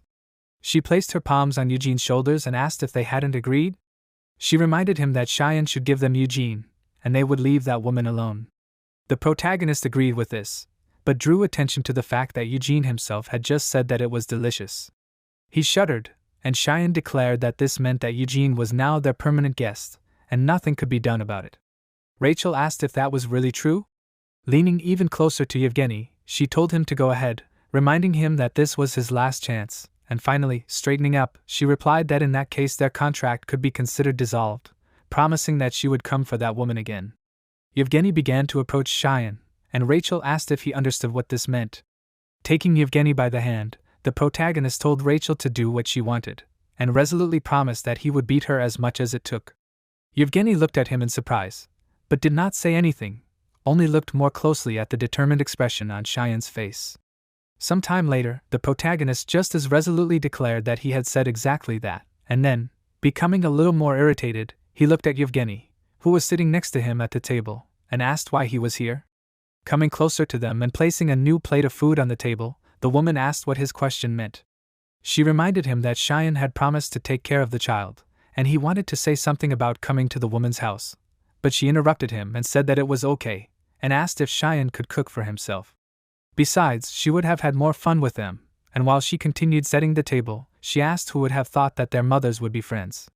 Cheyenne agreed with this, and imagined the two forms of Rachel that she had appeared in front of them, and thought that both of these women were Rachel. He was eventually distracted from his thoughts, as the woman said that he could stay too, asking if it was true that he had no one at home.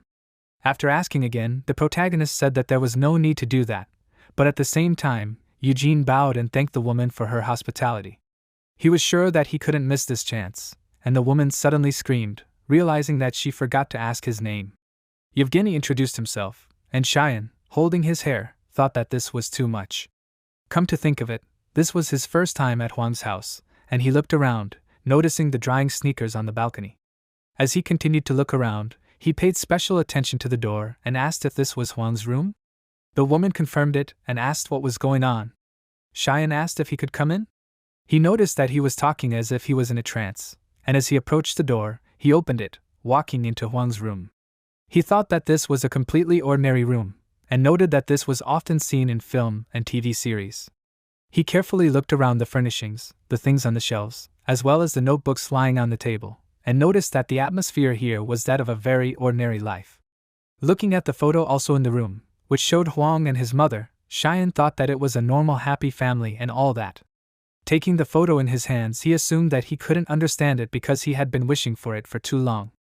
It was a completely normal family, and imagining Huang sitting on a chair in this room, he thought with certainty that he should be in this room. He imagined his mother bringing him food to the room, smiling, and assumed that Huang could be happy living his normal life. He stared at the photo, unhappy that he had gotten involved in all this. At this time, Eugene, wiping his mouth with a napkin, closed his eye and said that it was delicious, thanking the woman for the food. He thought that Cheyenne was in the other room, so this was his chance, and noted that it was the best omelette he had ever eaten. The woman asked again, puzzled, and then suggested that Yevgeny was talking about the egg roll. He suddenly asked if he could ask her a few questions. She allowed him to do so, and he asked if she had anyone besides her son. He put his hand under her jacket to get a gun and suggested that this woman might have a husband. She hesitated a little, not immediately understanding how to answer this question, and finally said that someone was waiting for Huang's father in heaven. She smiled, saying that unfortunately they had to let him go. Lowering his head, Yevgeny repeated her words about someone waiting for that man, and realized that he had found a family there. Putting her palms together, the woman exclaimed that this was indeed so, suggesting that it would be impossible to say it better. Yevgeny said that in that case it turns out that Huang never found a family anywhere, and, looking at him in bewilderment, the woman asked again, and he, becoming a little more serious, declared that a useless weakling cannot become part of a family. These words shocked the woman even more, and she asked what Yevgeny was talking about. He declared that in a family a person must constantly prove his usefulness and the value of his presence, specifying that this must be done for each member of the family, because otherwise the person would become a burden, sucking out resources, and he wanted to say something else about such a family, but the woman suddenly stood up, sharply slamming her palm on the table, and shouted that this was not so, and then declared that this was not the point of a family. Yevgeny raised his head, looking at her in bewilderment, and asked what the point of a family was. The woman asked again, but before she could answer, Cheyenne suddenly appeared in the room, grabbed Eugene, lifted him up and asked if he had already eaten. He asked if the woman would mind if they took a nap in the living room. Still holding Eugene in his arms, he swung him in the air a little, and the woman said that Huang's room was free, asking why they didn't sleep there. However, ignoring this question, the protagonist walked over to the sofa with Eugene and exclaimed that it was great. He warned that Eugene would be sleeping on the floor, and watching Eugene's indignation, the woman smiled. When night fell, Eugene frowned in displeasure as he lay on the floor, and admitted to himself that he didn't think Cheyenne would actually put him on the floor. The protagonist was sprawled out on the couch, sleeping, and Eugene, getting up, noticed that light was visible from one of the rooms. He looked closely at it, and then opened the door, approaching this room, and noticed that the woman, sitting on a chair in Huang's room, lay down right on the table, touching the frame with a photo with her hand. Eugene thought that this was very strange, mentally noting that this woman was incomprehensible. She called the useless offspring part of her family, and also smiled at strangers. He remembered how she, smiling good-naturedly, put plates of food in front of them, and thought that he had not even proven anything yet. He mentally returned some time ago to the moment when the director, leaning over him, warned that he should become more useful, since a useless child would never find a family. The next memory that appeared in his mind was the woman exclaiming that this was not the point of a family. Paying special attention to this, Yevgeny asked himself, what was the point of a family then? Taking out a gun from the waistband of his pants, he thought that he had to prove his usefulness, and putting his hands forward, he pointed the gun at the woman. However, his hands suddenly began to tremble, and trying to ignore it, Yevgeny exclaimed that he had to prove that he deserved to have a family. But suddenly, the beam of light that partially illuminated him from the room disappeared, and Cheyenne, who had closed the door, looked at Yevgeny seriously, understanding what his decision was. Yevgeny looked up, looking at Cheyenne with horror, and Cheyenne, frowning, looked at him with displeasure. Yevgeny's hands only trembled more. He slightly lowered the gun, but said that he was simply following orders. Pointing the gun at the protagonist, he ordered him not to interfere and frowned. However, when he pulled the trigger, nothing happened, and for a while, he and Cheyenne were silent, and then, frowning in confusion, Yevgeny looked at the gun and asked why the bullets did not work. Cheyenne, clutching the pulled-out bullets in his hand, asked if it was true that Yevgeny took the gun from Rachel. Throwing the bullets on the floor, he explained that he pulled it out while Yevgeny was sleeping and asked if he was too careless. He announced that it was a 9mm parabellum, which held 15 rounds, or 112.5 grams. He was sure that Yevgeny must have noticed that the magazine was empty, and asked if it was true that he was just an amateur. Yevgeny cursed, frowning furiously and clenching his jaw, and then took out a knife and lunging, tried to hit Cheyenne, but he easily dodged, intercepting his hand, and slammed Yevgeny into the door. This only made him angrier, and he pressed the handle, opening the door. They fell into the room and both briefly lost their balance. Yevgeny quickly got into a fighting position, looking intently at Cheyenne, and the woman at this time continued to sleep, lying on the table. Noticing this, the protagonist put his finger to his lips and, attracting Yevgeny's attention, suggested that he calm down for a minute and asked if he agreed with this. He hissed at him, hinting that he needed to be quieter, and Yevgeny looked at the sleeping woman, and then ran towards her. Cheyenne called him a little rascal and ran after him, while taking a tie from the hanger, which was there before. He used the loop of the tie to stop Yevgeny, and threw it over his leg, and then yanked, tightening the loop, and because of this, Yevgeny fell to the floor. Turning around, he looked displeasedly at the tie holding him, and, waving his hand, cut it. Cheyenne frowned, and Yevgeny, gradually getting up, said his name, and the protagonist, looking at him, noticed that he was looking very menacing. Yevgeny, jumping onto the bed, pushed off from this, using the mattress to make the jump higher. In midair, he swung his arm, intending to attack Cheyenne. However, he got into position in time, and used the remaining piece of his tie to stop Yevgeny's palms. Twisting the tie, he flipped it in midair, throwing it to the side, and managing to regroup and land on his feet. Yevgeny asked what was wrong. He assumed that the protagonist was giving in to him, and running to attack, he ordered him to fight with all his might. Cheyenne easily dodged his attack and, snatching one of the knives from his hand, he said that he would do as Yevgeny said. His eyes widened in shock, amazed at how easily Cheyenne managed to disarm him, but he was not going to give in and launched the remaining knife towards the woman. However, after making a dash forward, the protagonist swung his hand, knocking the knife out of the air, and at the same time, he made a sweep, causing Eugene to lose his balance and start to fall. However, before he hit the floor, the protagonist grabbed him by the collar of his shirt, stopping him, and Eugene clenched his jaw, and Cheyenne ordered him to be quiet, after which, looking at him seriously and continuing to hold him, warned him to get up now, since they haven't even started yet. Eugene pressed his lips together, looking at him a little scared, and wondered if this was the legendary Cheyenne from the dead mansion. He made no attempt to get up, and the protagonist again ordered him to get up, noting that his attacks were too obvious. But the next moment, he cursed, closing his eyes and pressing his lips together, as someone hit him on the head with a rolled-up notebook. It was Huang's mother, who, frowning in displeasure, asked indignantly what they were doing. She did not understand why they were fighting, and, letting go of Eugene, Cheyenne exclaimed that it was not what she thought. She repeated his words, still indignant, and Eugene, taking the knife, thought that this was his chance. However, anticipating his actions, Cheyenne sternly looked at him, ordering him to stop, and smiling, he good-naturedly closed his eyes, placing his palms on Eugene's shoulders, and exclaimed that they were not arguing, explaining that this was morning exercise. Eugene agreed with this and, showing the knife, which he deftly began to twirl in his hands, he declared that it was a toy. Looking at Cheyenne's smiling expression, he realized that he would not be able to win, and admitted to himself that he did not have enough confidence to kill this woman in front of the protagonist. Realizing this, he frowned in displeasure, and the woman meanwhile asked if Cheyenne was really not making fun of him. Laughing, he put his hand to his head, noting that this was not the case, and explained that they were just playing. Meanwhile, Yevgeny continued to think, realizing that a frontal attack would not work, and the woman, leaning towards him, also attracted his attention, and he responded, and she warned that he should not joke around with his brother so much. She declared that he was part of the family, and upon hearing this, Yevgeny's eyes widened, and also opened his mouth in amazement, after which he lowered his head, paying attention to the fact that this woman again called him family. He repeated her words about family and asked if he was really part of it. Placing her hand on his head, the woman bowed down, confirming that this was indeed the case, and explained that they ate together and slept in the same house, and so they were practically family, and she asked if this was true. Yevgeny continued to stand with his head down, and Cheyenne watched him carefully. At this time, someone came to the doorbell, and the next moment a sound was heard, and someone asked if there was no one here. As the woman left the room, she asked in surprise, "Who came at such an early hour?" She went to the door and, opening it, looked out into the hallway, asking who was there. Marie, greeting her, bowed, apologizing for coming so early.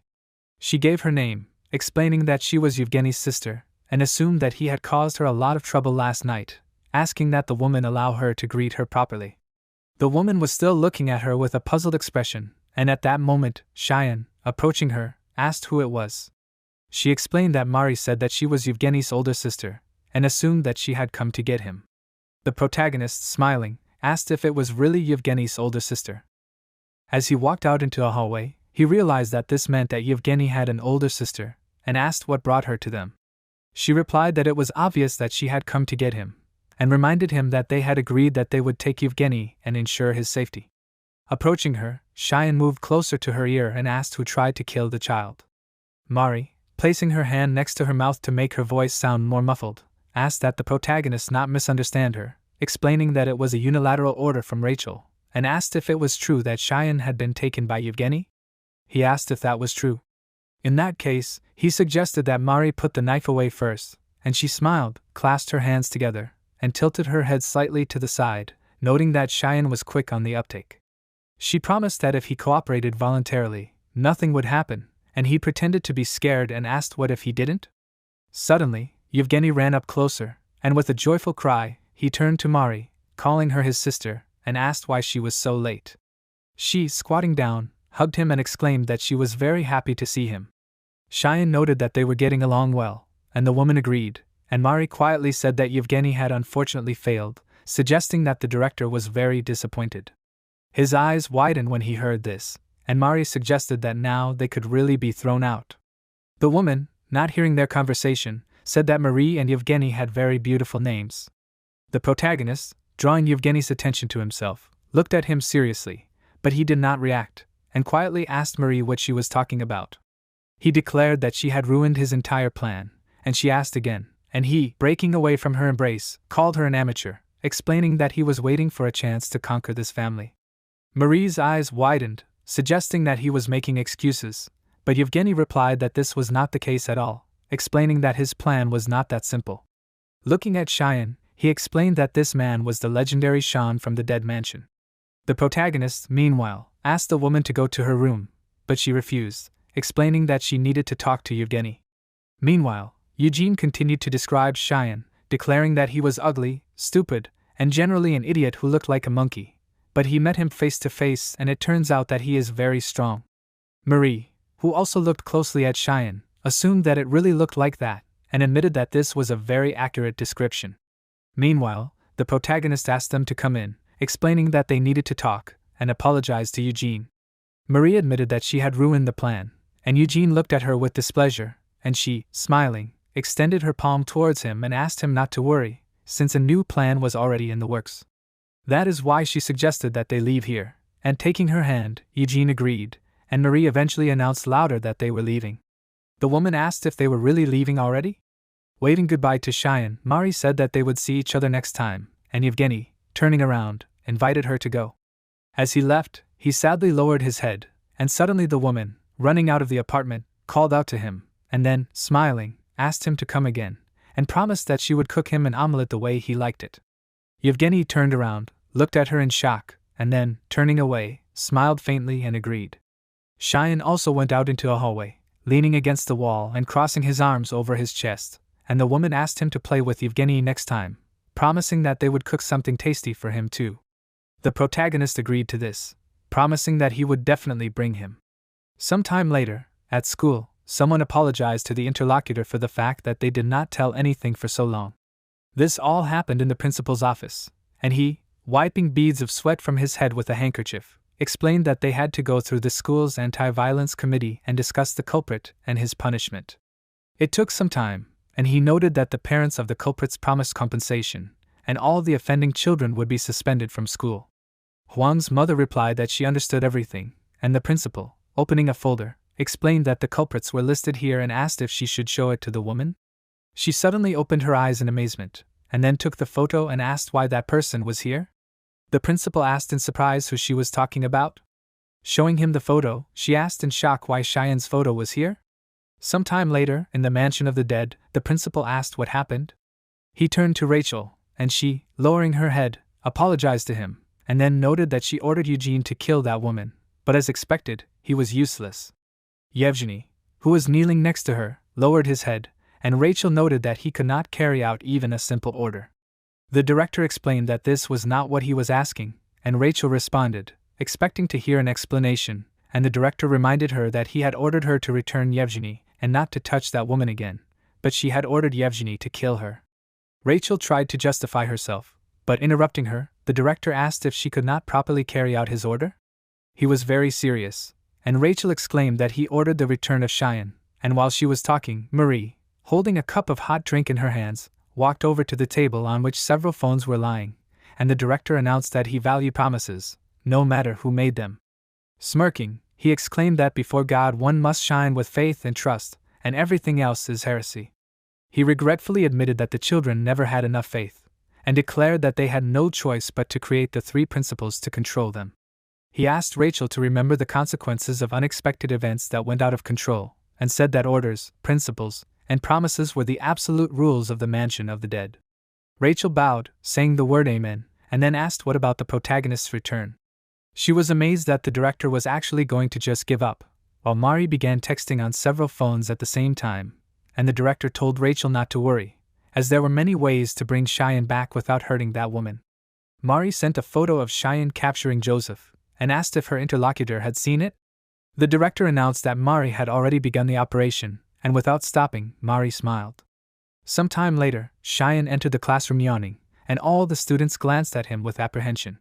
Sitting down on his seat next to another student, the protagonist asked what happened. He didn't understand what was happening to the other students, and assumed that there was a test today. The guy sitting next to him continued writing something down, ignoring him, and asked again why no one was answering. He frowned in confusion, and the guy sitting behind him caught his attention and asked if this was true.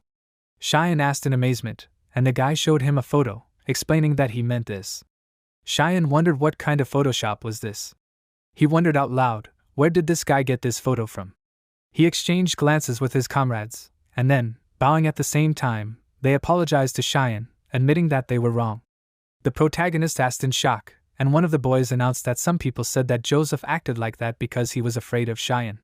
The protagonist still didn't understand anything and asked again with a raised eyebrow, and the boy, showing him the picture again, confirmed it, exclaiming that everyone at school said that and noted that Joseph was afraid of Cheyenne and trembled in front of him. The protagonist asked himself, did this guy really believe that? He was shocked that it was seriously so, and the boy showed him another picture where Cheyenne was shown smiling and standing behind two men. The boy exclaimed that some people also said that Cheyenne was friends with bandits, and he asked if that wasn't too much?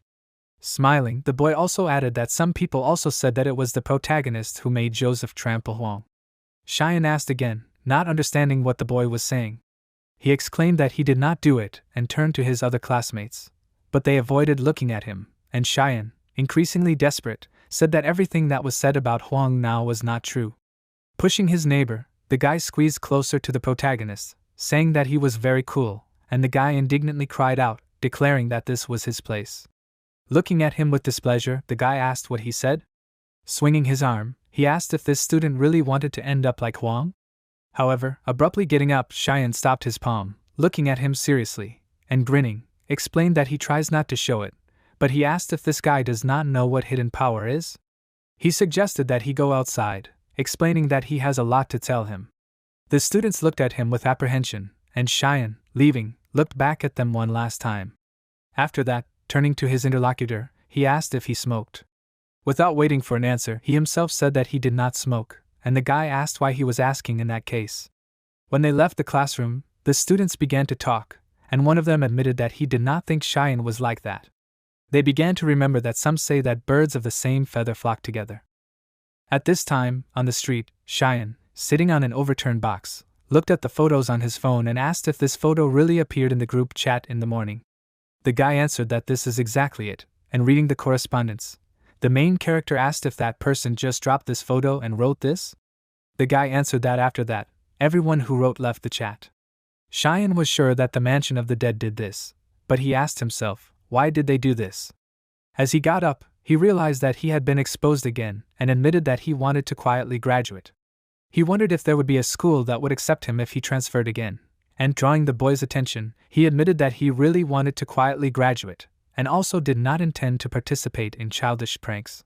Stepping aside, he announced that he had no time for them, because he was already looking at the adult world. The boys looked at him in bewilderment, and he suggested keeping it all a secret, and calling them his team, asked if they agreed. The boys were amazed that they and Cheyenne were one team, and asked that he not worry, but simply tell them what they need to do. At this time, Huang's mother passed by and, noticing the main character in the company of these hooligans, she froze, shockingly pronouncing his name. She recalled how in the principal's office she had exclaimed that Cheyenne was not like that, and had noted that he was a friend of Huang's, suggesting that it was a misunderstanding. However, the principal had announced that there was another photo and showed it to the woman, noting that Cheyenne was already famous among the students. There was also evidence that he had been in contact with a boy named Joseph, and although he hated to say it, he thought that the protagonist might be the leader. The woman said that this could not be, and the principal announced that from what he had heard, Cheyenne's parents were difficult to contact, and noted that such children often had poor upbringing. Based on his experience as a teacher, he could tell that such children often went astray, which was why he had warned the woman not to trust Cheyenne too much. After finishing talking to the boys, the protagonist stepped aside, expressing hope that this would quiet the rumors a little. He thought that these guys were more trusting than he thought. He asked himself, did they really believe him? Stopping for a moment, he suddenly cried out in surprise and turning his head to the side, noticed a person peeking out from around the corner, and asked if it was true that her name was Marie. She came out with a yelp and admitted that she thought she had hidden well, but guessed that she hadn't. She smiled, and Cheyenne, looking at her with displeasure, warned that if she was planning on hiding, she should get rid of the coffee smell first, since he had smelled it last time in front of Hyunho's house. Mari was surprised, asking if he even noticed that. She admitted that she felt a little uneasy about it, and the protagonist asked what she wanted. He didn't understand why she was causing trouble, and Mari guessed that he liked it, and while fixing her hair, she parroted him by saying that she wasn't going to get involved in childish pranks. She smirked and asked if that was true. Cheyenne smiled in response, but didn't say anything, and Mari asked if he liked it. She said that she made him the biggest bully in school, and when asked again, the protagonist exclaimed that he didn't want that, since he was already popular. But Mari said that wasn't true, and declared that she meant the cold and indifferent eyes of the boys. They were also eyes full of the pain of betrayal and contempt, and Cheyenne looked at her in shock, widening his eyes, and Mari asked if he liked it. The protagonist, calming down, put his hand to his head and assumed that the photo was Mari's doing. She asked how he liked it. She was sure that it turned out well, but Cheyenne asked again and admitted that he was surprised at how poorly it turned out. He was sure that it could only deceive fools, and Mari smiled, admitting that it could be so, but declared that this time there was little time, and also limited resources. Cheyenne, covering his eyes, warned that this was a bad excuse and asked if it was a click. He smirked, and Mari, sharply thrusting her hand into the bag, fired straight through the fabric, and the protagonist, placing the bag on the spot where he had just been standing in order to take the bullets, jumped to the side, and hiding around the corner, asked if Mari had gone crazy. He asked if she and Rachel carried guns with them everywhere. Mari continued to shoot, and Cheyenne asked if she shouldn't take it away. He noted that she could shoot him and he would die, and Mari, smiling, said that it was a joke, explaining that she expected him to dodge and also foresaw this. She ordered him to die, admitting that it would be better if he was simply disposed of. Walking towards the alley where Cheyenne was hiding, she turned to shoot and stopped, and the protagonist walked further, continuing to hide around corners. Taking out a gun from her bag, Mari threw it aside, and then walked to the corner, and Cheyenne, abruptly jumping out from behind the wall, grabbed the gun, trying to snatch it from Mari's hands, but she, grasping the weapon with both hands, held it, and taking advantage of the fact that the protagonist was distracted by holding her gun up, Mari tried to kick him, but Cheyenne intercepted her knee and slammed her into the wall. She, not going to give up, freed one hand and took a knife, narrowed her eyes and tried to hit Cheyenne, but he stopped her hand, which is why Mari was forced to redirect the blow and hit the wall, not him. The protagonist asked, "Is that all?" He assumed that the mansion of the dead was finished, and throwing the gun aside, he pushed Marie to the ground, and clenching his hand into a fist, he towered over her and asked, "Did she not expect this?" She suddenly laughed, noting that this could not be, and suddenly someone, attracting Cheyenne's attention, asked what he was doing. He flinched, his eyes widening, and Huang's mother, frozen in the middle of the alley, asked what he was doing. She declared that he should not do this, since he was Huang's friend. Marie continued to smile, and the woman asked, "Did Cheyenne really do this to Huang?"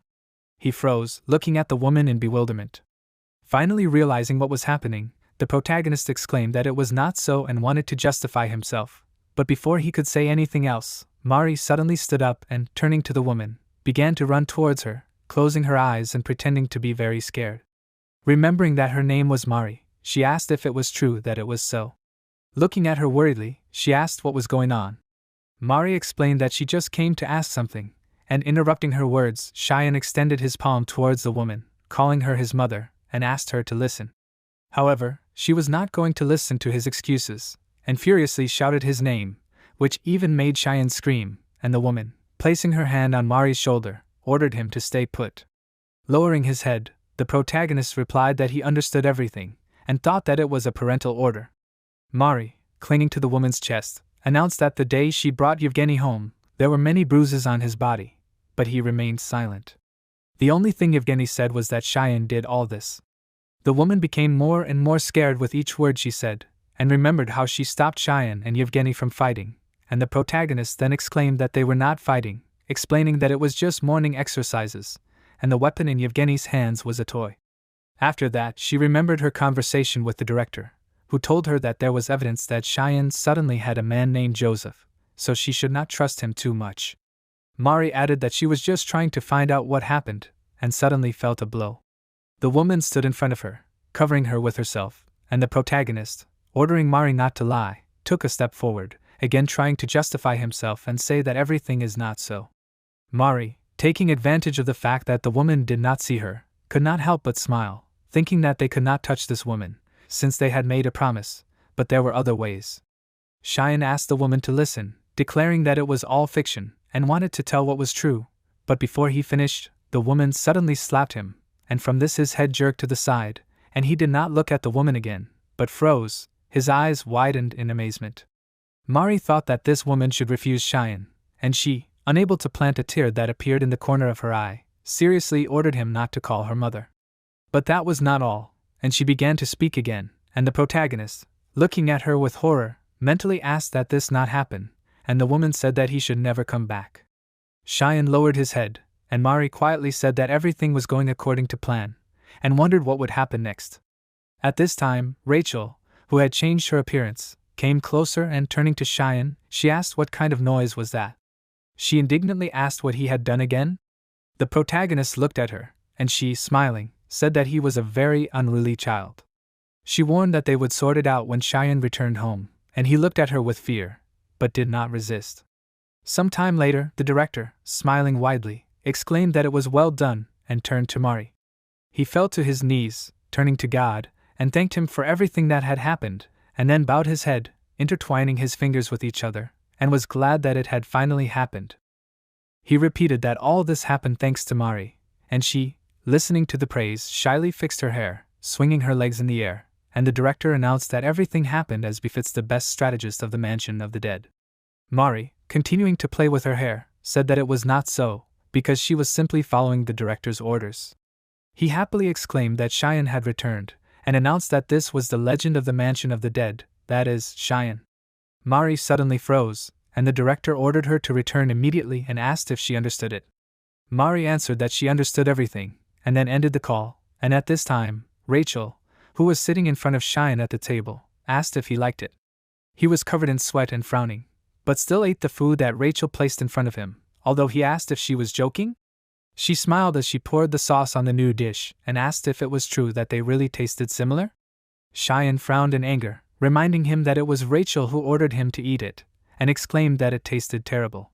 He hung his head and grabbed his hair with his hand, screaming, and thought that Rachel ordered him to eat mint and pineapple.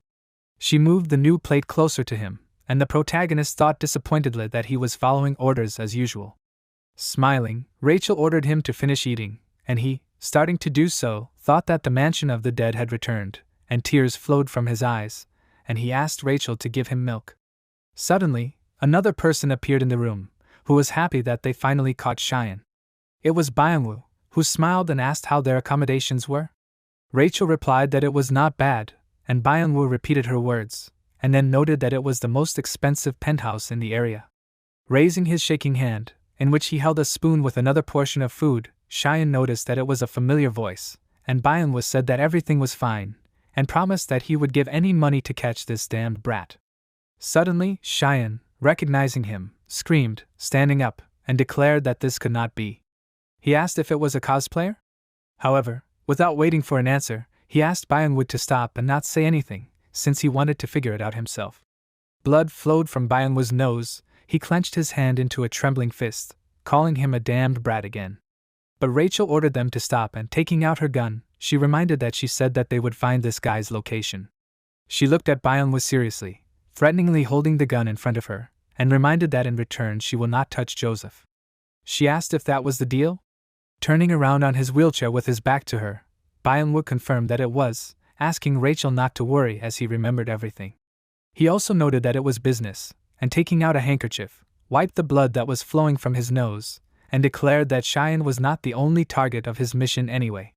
Rachel, standing up, gave him permission to do as he wished. However, sitting down on the edge of the table, she warned that it should not have anything to do with the Mansion of the Dead.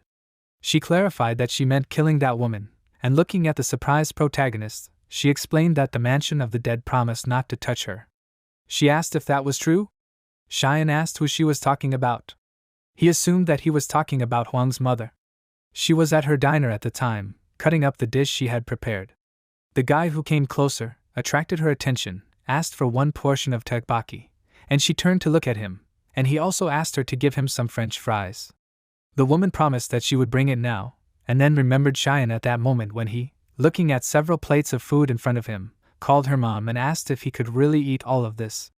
Watching the portion of food that the woman was preparing, the guy suddenly exclaimed that it looked very appetizing, and asked her to give him some kimbap as well. She agreed to this, asking him to wait a minute, but suddenly lowered her head sadly, remembering Cheyenne. After that, a memory of the photo that the director showed her appeared in her mind, and closing her eyes, she exclaimed that Cheyenne was a very bad boy, outraged by how he treated her Huang.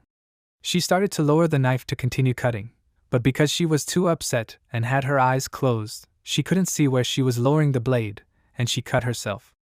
Feeling the pain, she screamed, dropping the knife, and bent over, and the guy, noticing this, became worried and screamed in fear. He ran into the diner, passing through the open door to the kitchen, and noticed that the woman had blood on her hand. But she said that everything was fine, and repeating that everything was fine, she also added that it would end soon. However, despite such words, she burst into tears, and the guy, putting his hand in his pocket, took out a knife and asked if this was true. He seemed relieved, and he gripped the handle of the knife tighter, remembering how Byung-woo told him not to worry about cleaning up, because the appropriate agency would take care of it. He raised the knife up, raising it with the back of the bent woman, and was already preparing to strike, but suddenly she, hearing the phone ring, picked up the receiver and answered the call. Suddenly, her eyes widened, shocked, asking, "Is it really true?"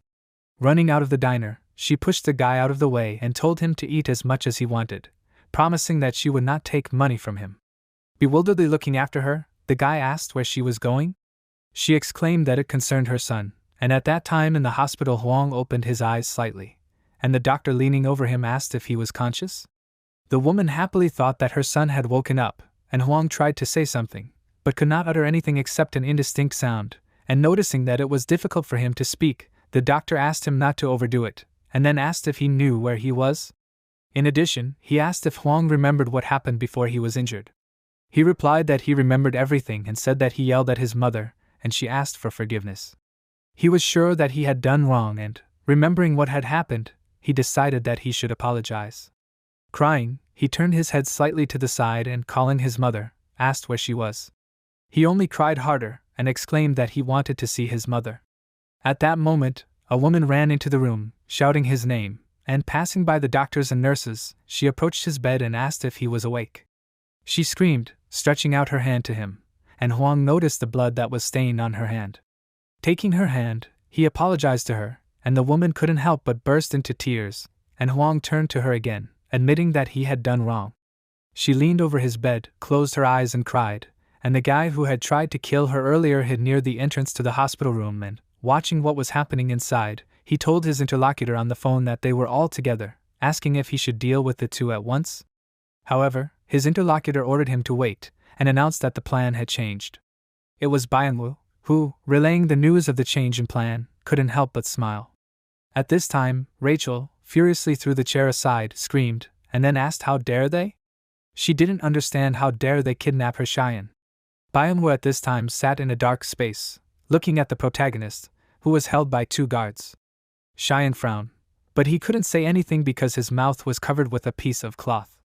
Byung-woo, meanwhile, continued to smirk, promised that he would deal with those people himself, and hearing this, Cheyenne froze desperately, and Byung-woo added that he would do it in front of the protagonist.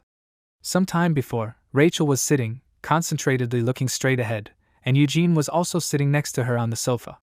A girl came closer to them, who, closing her eyes, smiled kindly and brought him a small tray with cups of drinks on it, asking how long they had been waiting. She also asked if they were drinking coffee. Rachel confirmed that this girl was right, noting that those people were very slow, and asked why they had to wait for so long. Laughing, the girl apologized, put the glass in front of Rachel on the table, and then reminded them that they had destroyed the market and the Byung-woo construction headquarters, and because of them, there were many accidents, so there was a lot of work. Putting the cup in front of Yevgeny, she said that it was hot chocolate for her little friend, advising him to drink it slowly. He thanked her for this and took the mug, and Rachel, also taking her glass with a drink, drew attention to who these people were pretending to be, and asked if they weren't paid to do these things. She suggested that they handle things in a professional manner, and sitting down opposite, the girl agreed, admitting that Rachel was right. She took her cup with a drink and admitted that she was curious about something, and asked if reckless harm to health was also professional. That was what she was thinking, and Rachel asked in confusion, and the girl said that she just said it like that, and covered her mouth with her hand, laughing. Eugene thought that he should have stayed home, and the girl meanwhile said that in any case, she processed that person according to the bill, so she asked them to check it. Rachel suddenly asked for attention to something else and asked why that girl gave her a paper cup. Ignoring this question, the girl remembered that Byung-woo Construction said that they did not need compensation for the damage, and asked how they managed to silence them. Taking a sip from her glass, Rachel said that there were areas where they were useful to each other, and explained that this was the essence of professional business. The girl said that in this case, even if there were problems from Byung-woo Construction, they would not have to worry. Suddenly, Rachel looked at the drink in her cup with a puzzled expression, but said nothing about it, instead agreeing with the girl's words, saying that there was no need to worry. The girl suddenly warned them to be careful anyway, and Rachel asked what she meant. Putting her cup aside, she warned her interlocutor that professional affairs should be conducted by professionals, not bandits, and asked if that was true. She wondered if Manhwa Construction was a reliable partner, and she doubted that it was possible to build a business with them. Rachel's eyes widened as she thought about it. Now she grabbed the second chair and, turning to God, threw it aside, calling those people names, and asked how they dared to take her Cheyenne. At this time, the truck was driving along a dark road, and Manhwa, slightly tilting his head to the side, admitted that he could not believe it, and declared that Cheyenne was completely powerless without orders. Driving closer to him, he grabbed his hair and realized that he was connected to the mansion of the dead, and also asked if it was true that he could not do anything without orders. This principle seemed very strange to him, and he asked if this was some kind of brainwashing. He thoughtfully put his hand on his chin, and the protagonist frowned furiously, looking at him. Letting go of him, Manhwa turned around, laughing, and declared that this gave him an interesting idea. He explained that he imagined that he had bought Cheyenne and ordered him to kill the clerk at the diner. The protagonist froze, a bead of sweat appeared on his face, and Manhwa laughed, noting that it would be a sight to behold. Noticing Cheyenne's expression, he said that he couldn't make that face yet, since he hadn't even started yet. Leaning closer to him again, he explained that from now on, he would be tearing that woman and her son apart in front of the protagonist, and he wouldn't be able to do anything, since he couldn't use his power without orders. His nose started bleeding again, and he took a handkerchief to wipe it away, and then ordered Cheyenne to just watch silently and wait for his turn. His frown only deepened, and Manhwa asked, didn't he say that next time he would kill them all? Some time later in the hospital, a woman was sitting peeling an apple and, noticing a cut on her finger, Huang asked if she had cut herself. She waved her hand, smiled and said it was just a small scratch, declaring it was nothing serious. Huang noticed that she always said that and, standing up, offered to put a bandage on it. However, as she stood up from her seat, the woman told him not to move, but he replied that everything was fine, even though the doctor had said he should not move too much. His mother promised that she would get a bandage and asked Huang to stay there. As she walked out of the room into the hallway, she closed her eyes, quietly remarking that he was very stubborn, just like his father. And suddenly, she asked in amazement, why was it so dark? Walking to the counter where the nurse was supposed to be on duty, she asked if anyone was there. A man appeared behind her, but without noticing him, the woman asked where everyone had gone. The man slapped her hard and she fell unconscious, and he declared that she would go first. He ordered his assistants to take her to the car first, and looked to the side where the other two men were still holding down Cheyenne, who was frowning furiously. The man himself declared that it was hilarious, and asked if it was true that the protagonist could not move. A little later, the door to the hospital room where Huang was opened, and he asked if it had taken a long time. However, instead of his mother, Manhwa was there, who confirmed that it had taken a long time. He was happy that he would finally see Huang's face, and he put a handkerchief to his nose, then asked if it was true that he was Huang. Huang, stuttering in fear, asked who he was. Manhwa replied that he was Joseph's father and rode further into the room, closer to Huang's bed, followed by many guards. After examining the injuries on Huang's body, Manhwa admitted that Joseph had treated him terribly and said that he was very sorry. Tapping his finger on Huang's casts, he suggested that it was very painful and explained that this was why he always said that efficiency was important in work, and if you leave someone half dead, you have to do the job twice. Looking at the frightened Huang, he asked if this was true.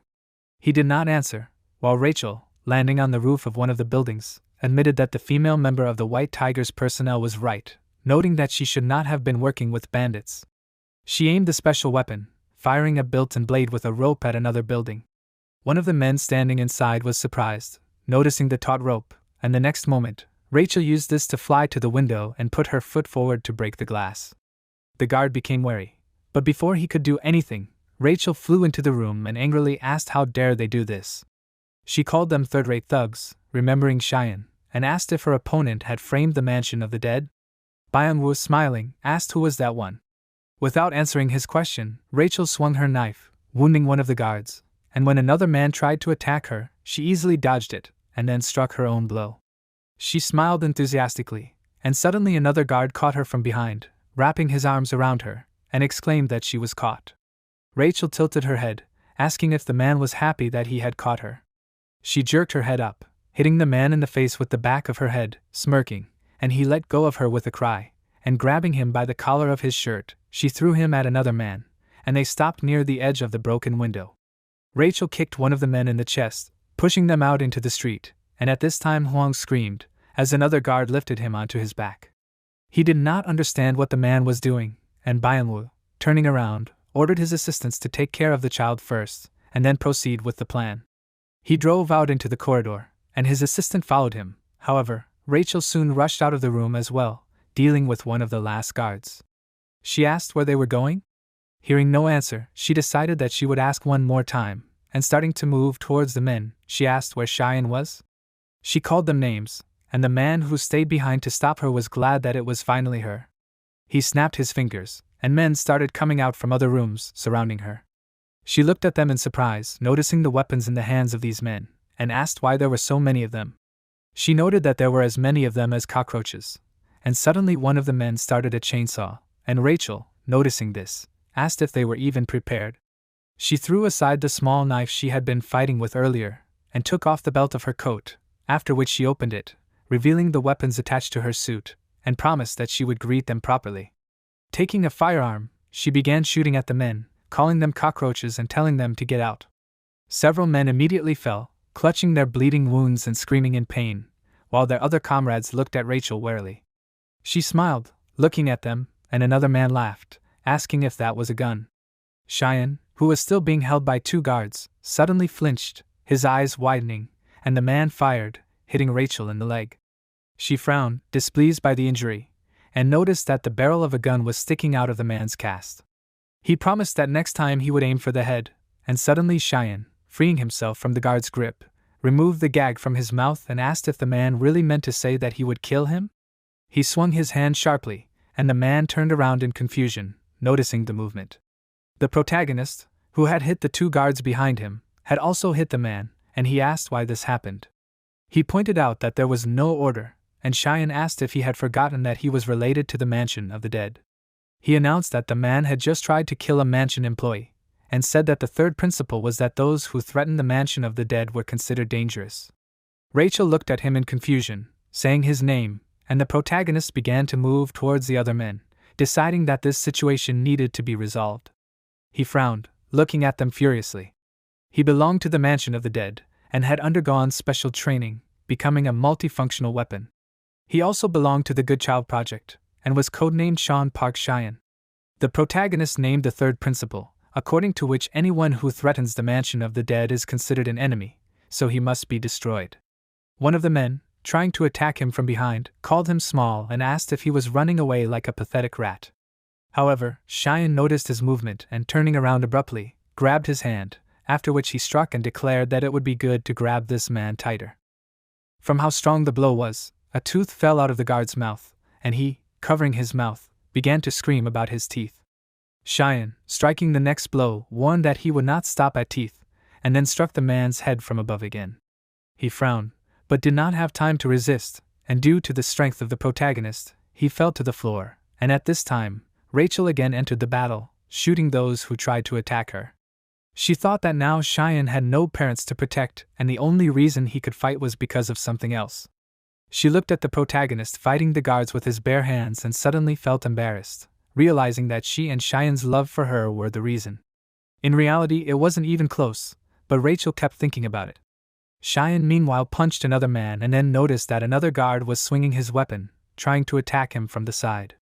The protagonist reacted in time, dodging onto the table behind him, and thanks to this, he was able to avoid the blow. While kicking the man, he asked if there weren't too many of them. He decided that he needed to find a weapon and noticed syringes lying near the table.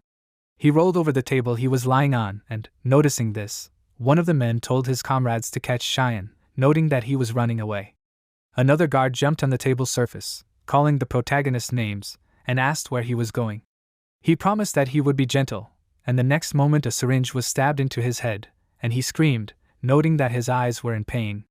The other men became wary upon hearing this, and Cheyenne, removing the protective caps from the syringes, asked the men to take their time, and then smirked and promised that he would be careful with them. Climbing onto the table surface, he jumped up, scattering the syringes, and announced that it was time for the vaccination.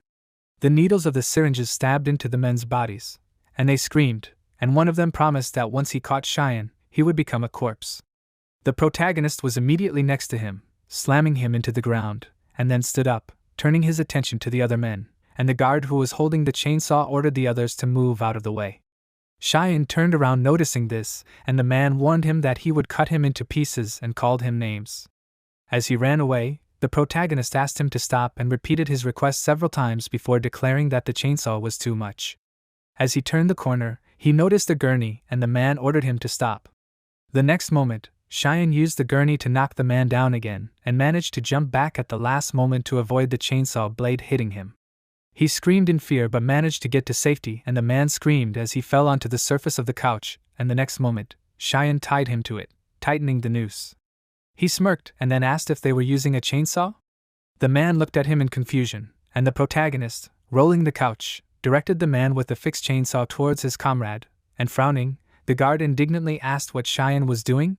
Smiling only more, the protagonist warned him not to let go of it, and moved the cart forward, and the man began to scream, and some time later Cheyenne suddenly screamed desperately, asking for the chainsaw to work. He did not understand what happened, but the man tied to the couch did not answer anything, but only quietly said that there was blood everywhere. Cheyenne asked him to wake up, admitting that he had questions, and then asked where they took Huang's mother. He took the syringe, putting the needle to the man's face and leaving him a scratch. The man did not have time to answer, as Rachel came closer, attracting Cheyenne's attention, noted that he was done here. The protagonist admitted that he had gotten too carried away and announced in a displeased voice that those people dared to take Huang's mother, and warned that he would go after her, so he told Rachel to get ready. She asked in confusion, not understanding why Cheyenne wanted to go after that woman, and she suggested that he was mistaken, and then threw away the empty magazine of the gun, reminding him that they were fighting with those people not because of that woman. She announced that those people kidnapped Cheyenne from the mansion of the dead, and explained that she had come for him. Covering her eyes, she asked if Cheyenne, as a child of the mansion, was not fighting to protect her. The protagonist bent down and picked up the bandage from the floor, and Rachel noted that the situation had been resolved and there were no more enemies, so now they needed to return to the mansion. Cheyenne suddenly asked if she thought that she was mistaken. She looked at him in confusion, and he, kneeling before her, declared that it was all for her sake. Rachel asked in confusion, and Cheyenne, closing his eyes, noted that, as Rachel had said, he had used force to protect her, not others. She asked if it was really for her sake. Beginning to bandage her wound, the protagonist said that these bad people had touched his mentor, and declared that he could not do nothing. In his opinion, such a thing could not be ignored, and tearing off the unnecessary part of the bandage, he smirked, warning that they must destroy every single one of these people. He suggested to Rachel that they show them what would happen if they encroached on their mansion. She became embarrassed, covering her mouth with her hand, and said Cheyenne's name, and he, standing up, exclaimed that they must hurry. Rachel thought he was the best, and the protagonist looked at her and asked himself if it worked. He assumed it should have worked, and noticing that Rachel had her weapon ready, he remarked that it was good, and suggested that in that case they should smash the place. He frowned, flexing his fists, and Rachel followed him. Around that time, the woman opened her eyes, waking up, and Manhwa, leaning over her, asked if she was awake. She shuddered in fear, looking at him, and then jumped up, asking who he was. Manhwa apologized if he had scared her, and the woman, starting to look around, asked what kind of place this was. She remembered that she had just been in the hospital, and Manhwa, closing his eyes, warned that the situation did not allow him to crucify himself, and admitted that he was the one who brought her here. She asked in confusion, what did that mean?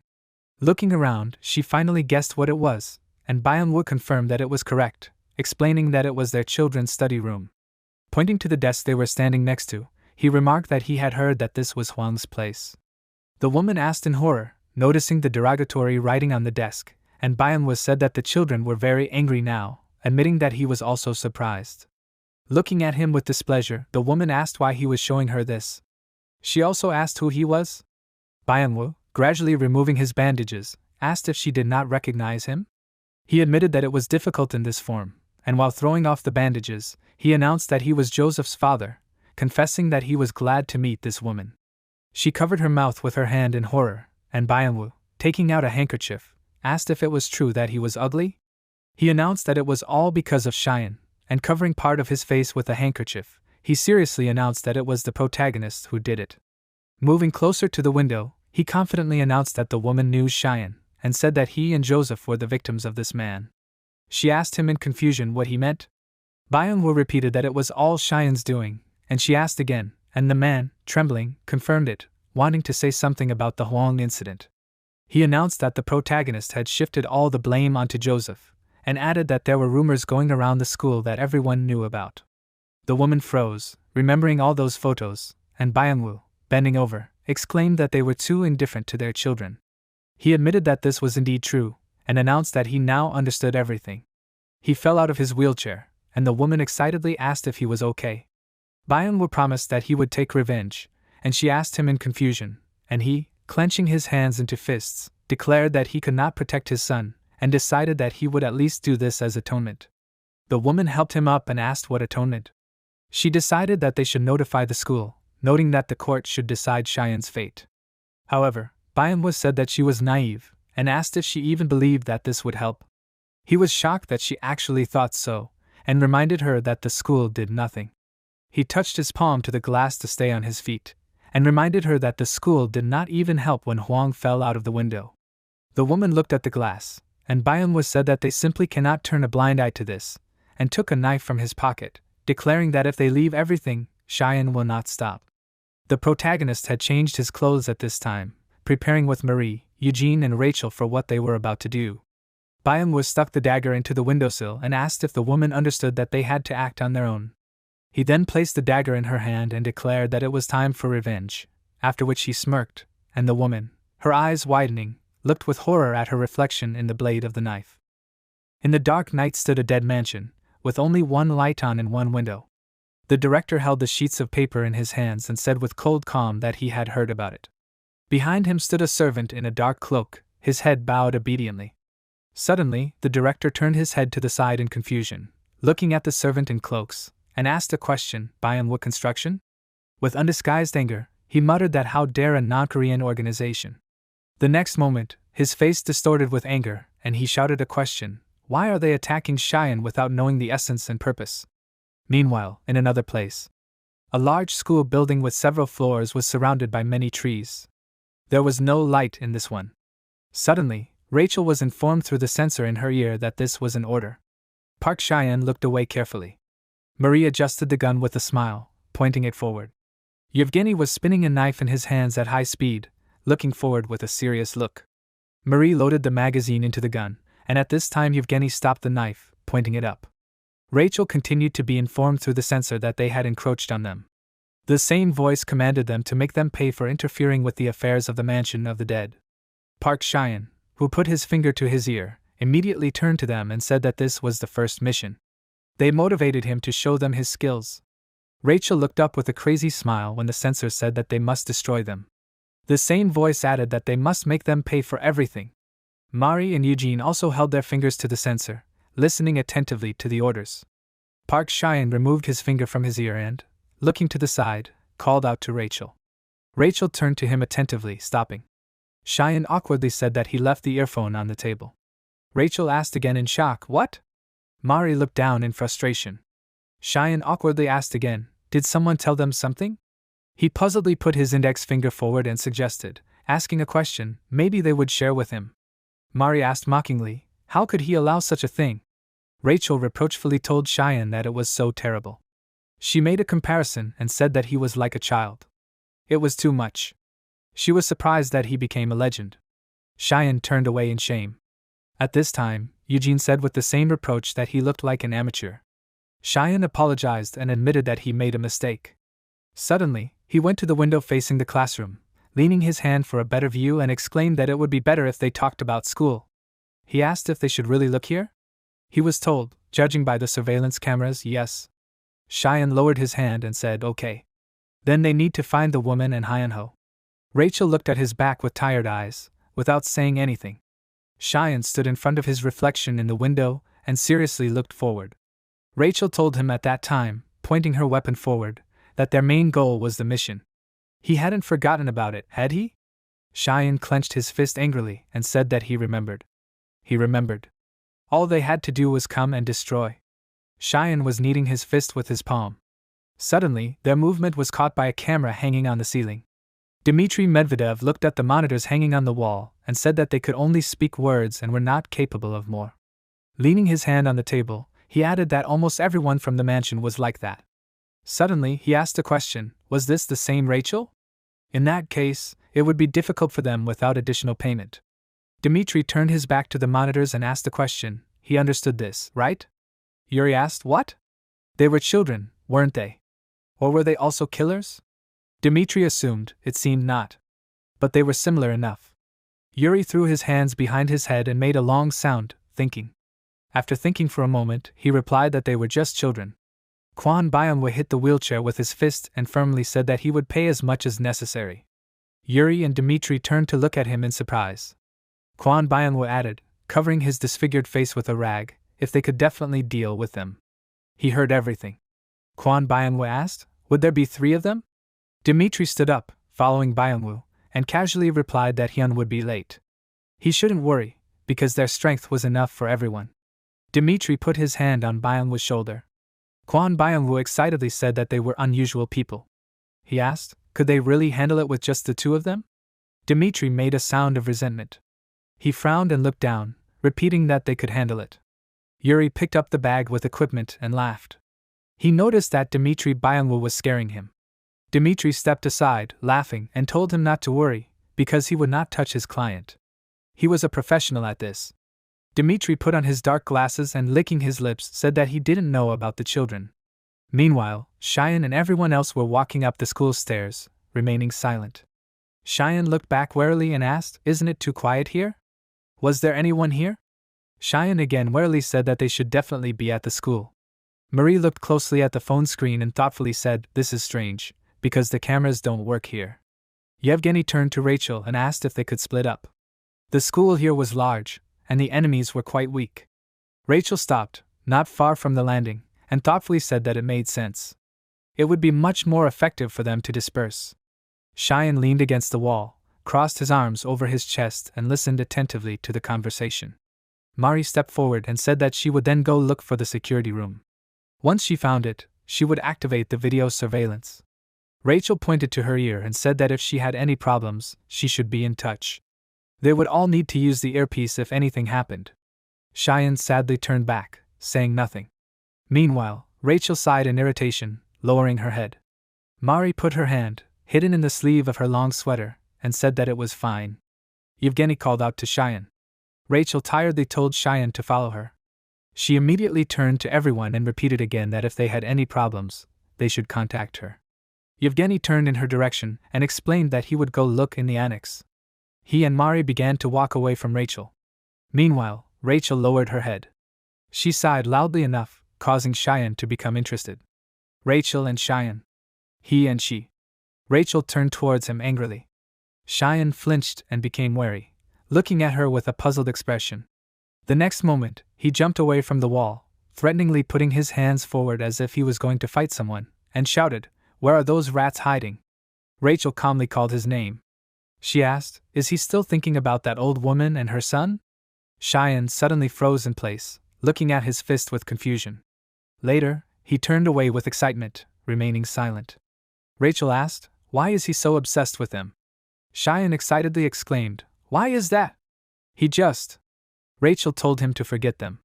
If he continues, they will be in great danger. Cheyenne excitedly remained silent. After a while, he asked, "What could this mean?"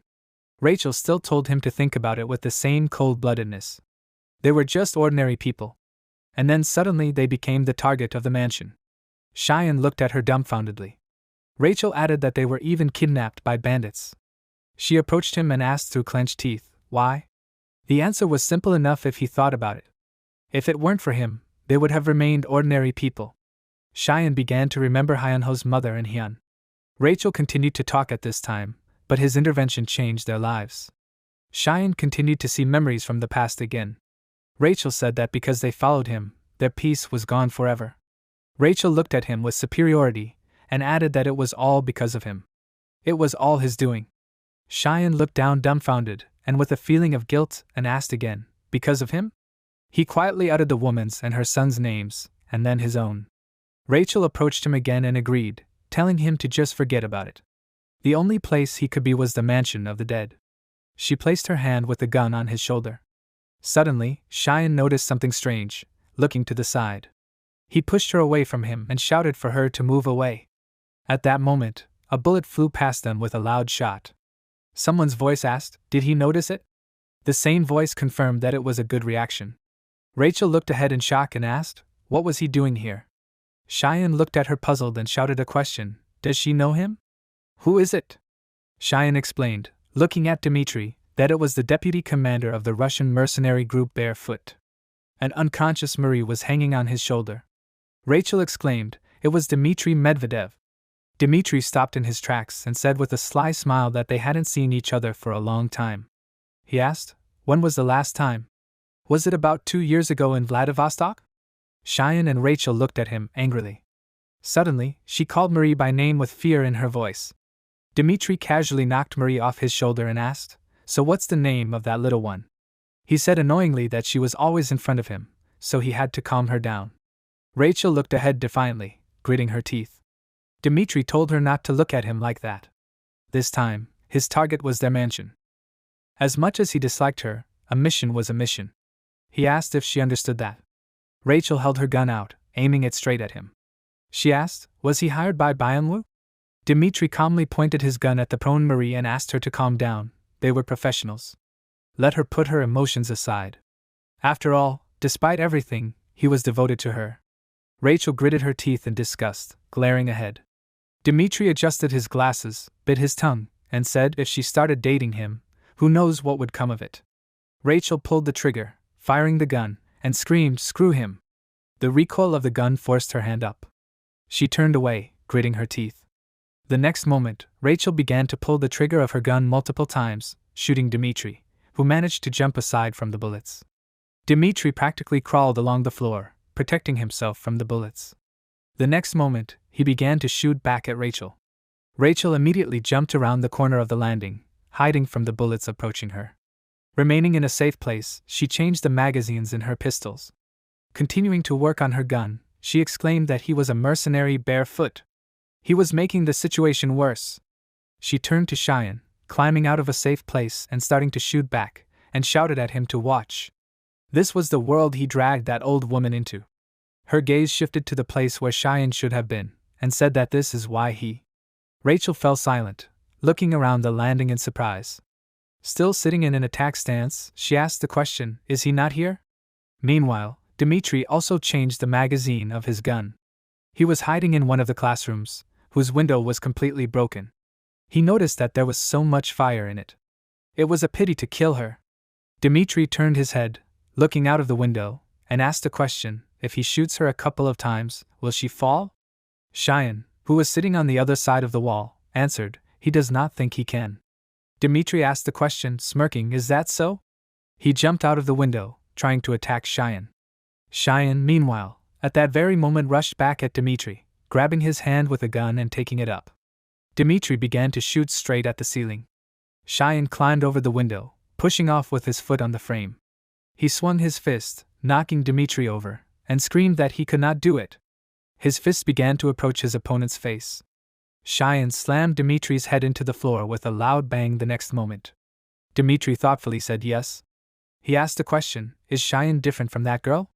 He licked his lips, which were covered in blood from his broken nose, and grinned, noting that he was a little stronger. Dmitri began to remember. A Russian mercenary group called Barefoot. Their group was in the middle of a snowstorm with bare feet and a bare chest. They had such a tough initiation rite. A large group stood right in front of a stern brown bear. They had to enter the Siberian tundra barefoot in order to catch something there and return. The bear with a loud roar opened its mouth, which was covered in viscous saliva and blood. It was because of this tradition that they were called that. Dmitri remembered how he plunged a dagger into the bear's throat. His entire body was in open wounds, covered in blood. That's why they were called Barefoot. Dmitri grinned triumphantly in his memories. Returning from the memories of the past, Dmitri asked with a grin, "Was it a blow or what?" Cheyenne continued to hold his hand with a gun. The next moment, Dmitri punched him in the face with all his might.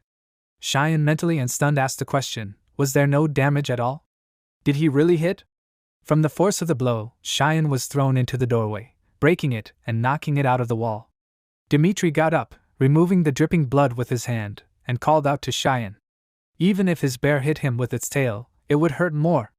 Dimitri carefully examined the gun and asked the question, what was this? Another part was missing from the gun.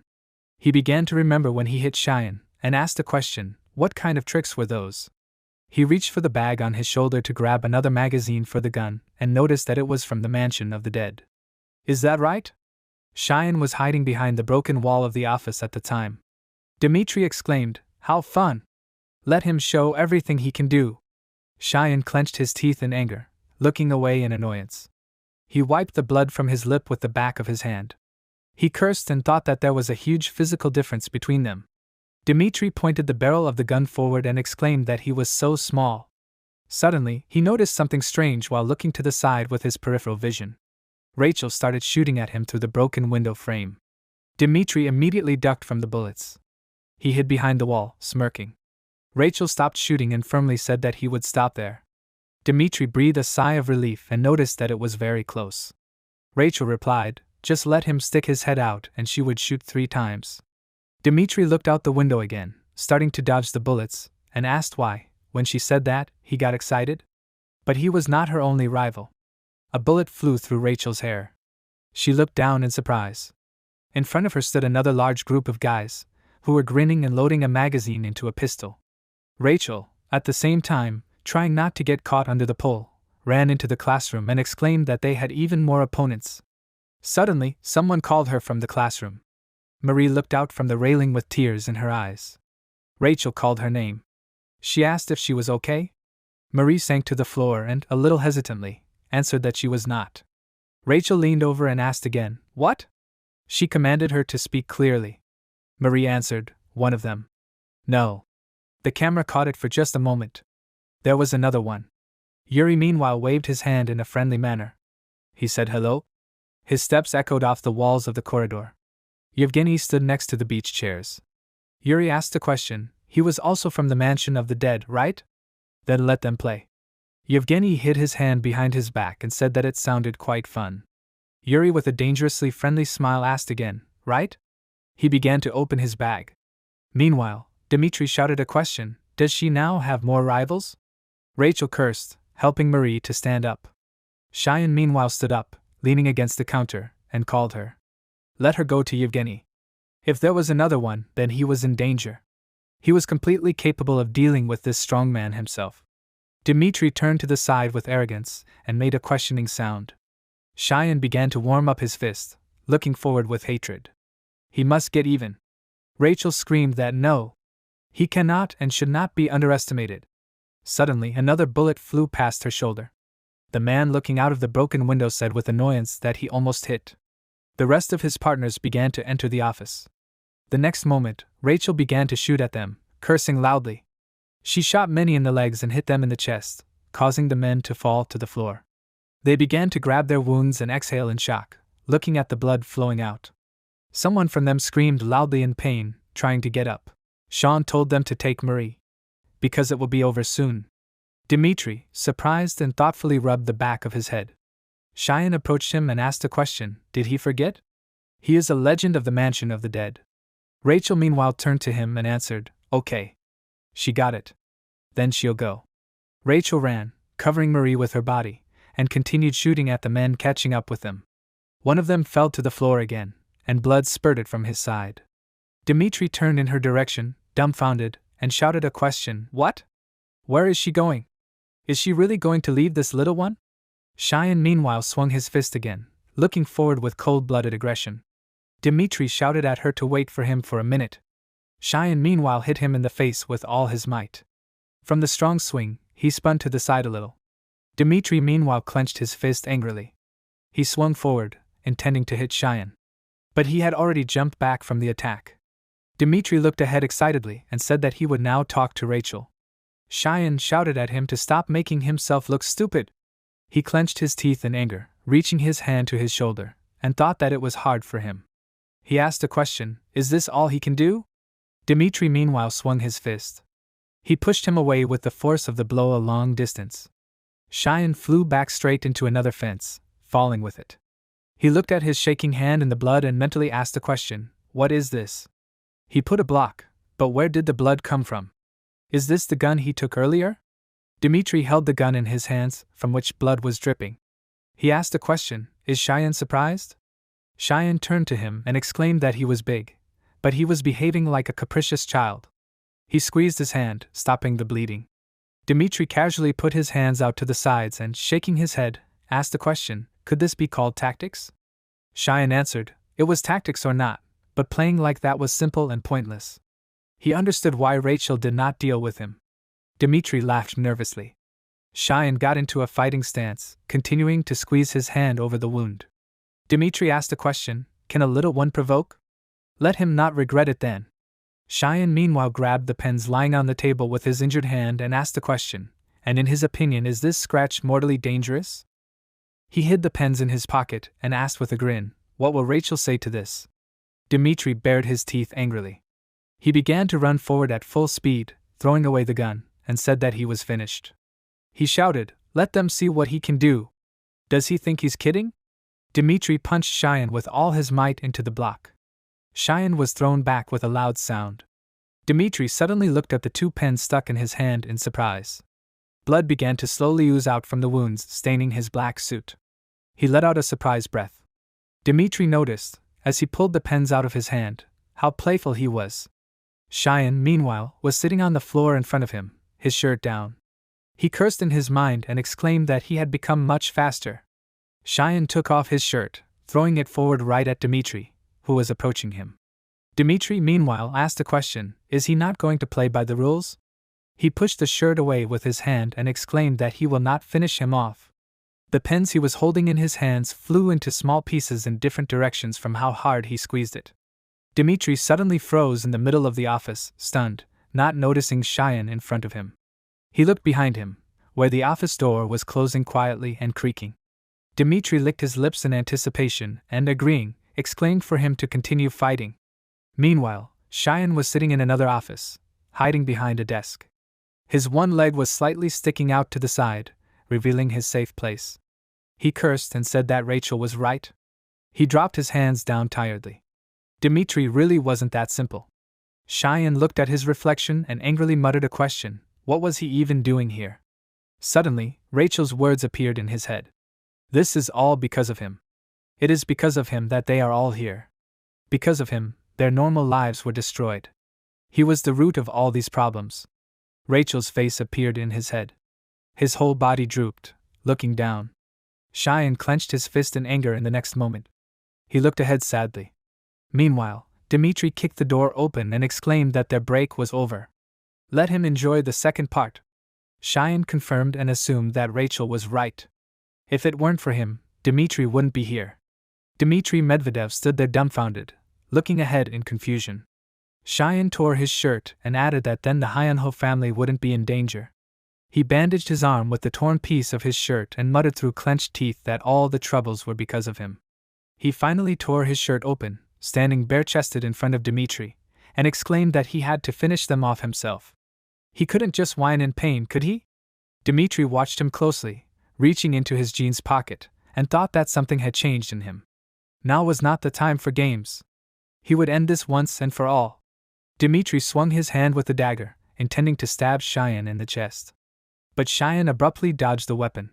The next moment, he held Dmitri's hand with the dagger and hit him in the forearm with all his might. Dmitri looked at his lifeless arm hanging down the next moment and thought, this can't be. He didn't notice. Cheyenne meanwhile stood on his leg. Later, with one light leap, he jumped high, hitting his knee right in Dmitri's face. Pushing back from him, he asked the question, is he surprised? Dmitri angrily called him, little one. Blood spurted from his nose and mouth from the strong blow. He thought he was just a child. Dmitri abruptly stopped his foot, sliding some more distance on the floor. He kept looking up and asked the question, did he say his name was Sean? This time, he could forgive it. Dmitri licked his lips again, near which there was a lot of blood. Cheyenne stood in place, clenched his fists, and looked forward menacingly. Meanwhile, Dmitri repeated his name again, Sean. 2 years ago in Vladivostok. Dmitri stood among the dark streets of the city next to a high-rise building. Leaning against the car, he took a cigarette out of the pack with his teeth. Exhaling tiredly, he asked a question, "What is this?" Putting the pack of cigarettes in his pocket, he said, "This is the best mission they could come up with." Dmitri lit the cigarette, covering it with his hand from the wind, threatening to extinguish the flame. From under the bridge, a female figure surrounded by small children began to approach him. Dmitri asked the question, "What? She wants him to take some children?" Rachel stopped in front of him a few steps and, stamping her heel, answered that they were not just children. Dmitri made a questioning sound. Rachel explained, looking at him coldly, that they were good children from the mansion of the dead. They were excellent products. She asked, "Is he Dmitri from the mercenary group Barefoot?" He is much younger than she thought. Dmitri looked at her with disdain, raising one eyebrow, and asked, "What? He is younger? Is she kidding?" Rachel opened the door of the car, letting the children in, and told them to get in. It was going to explode soon. One of the children asked the question, "Will it explode?" Dmitri continued to light a cigarette and thoughtfully looked down. Suddenly he asked the question, what was going to explode? At that very second, a multi-story building exploded behind him. Brick fragments began to fly in all directions. Dmitri turned around. What was that? Rachel opened the door of the car in front of her and asked, "What is he doing?" They were leaving. "Let him get behind the wheel."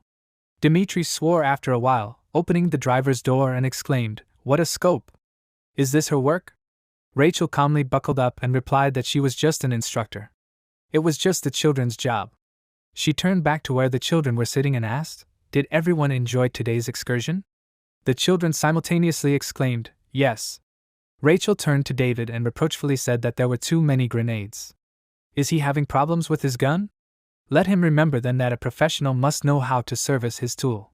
David refilled the gun and said, addressing Rachel's instructor, that it was good. Rachel turned to Amy and advised her to remain calm. Otherwise, her speech would be distorted. Amy looked ahead, worried.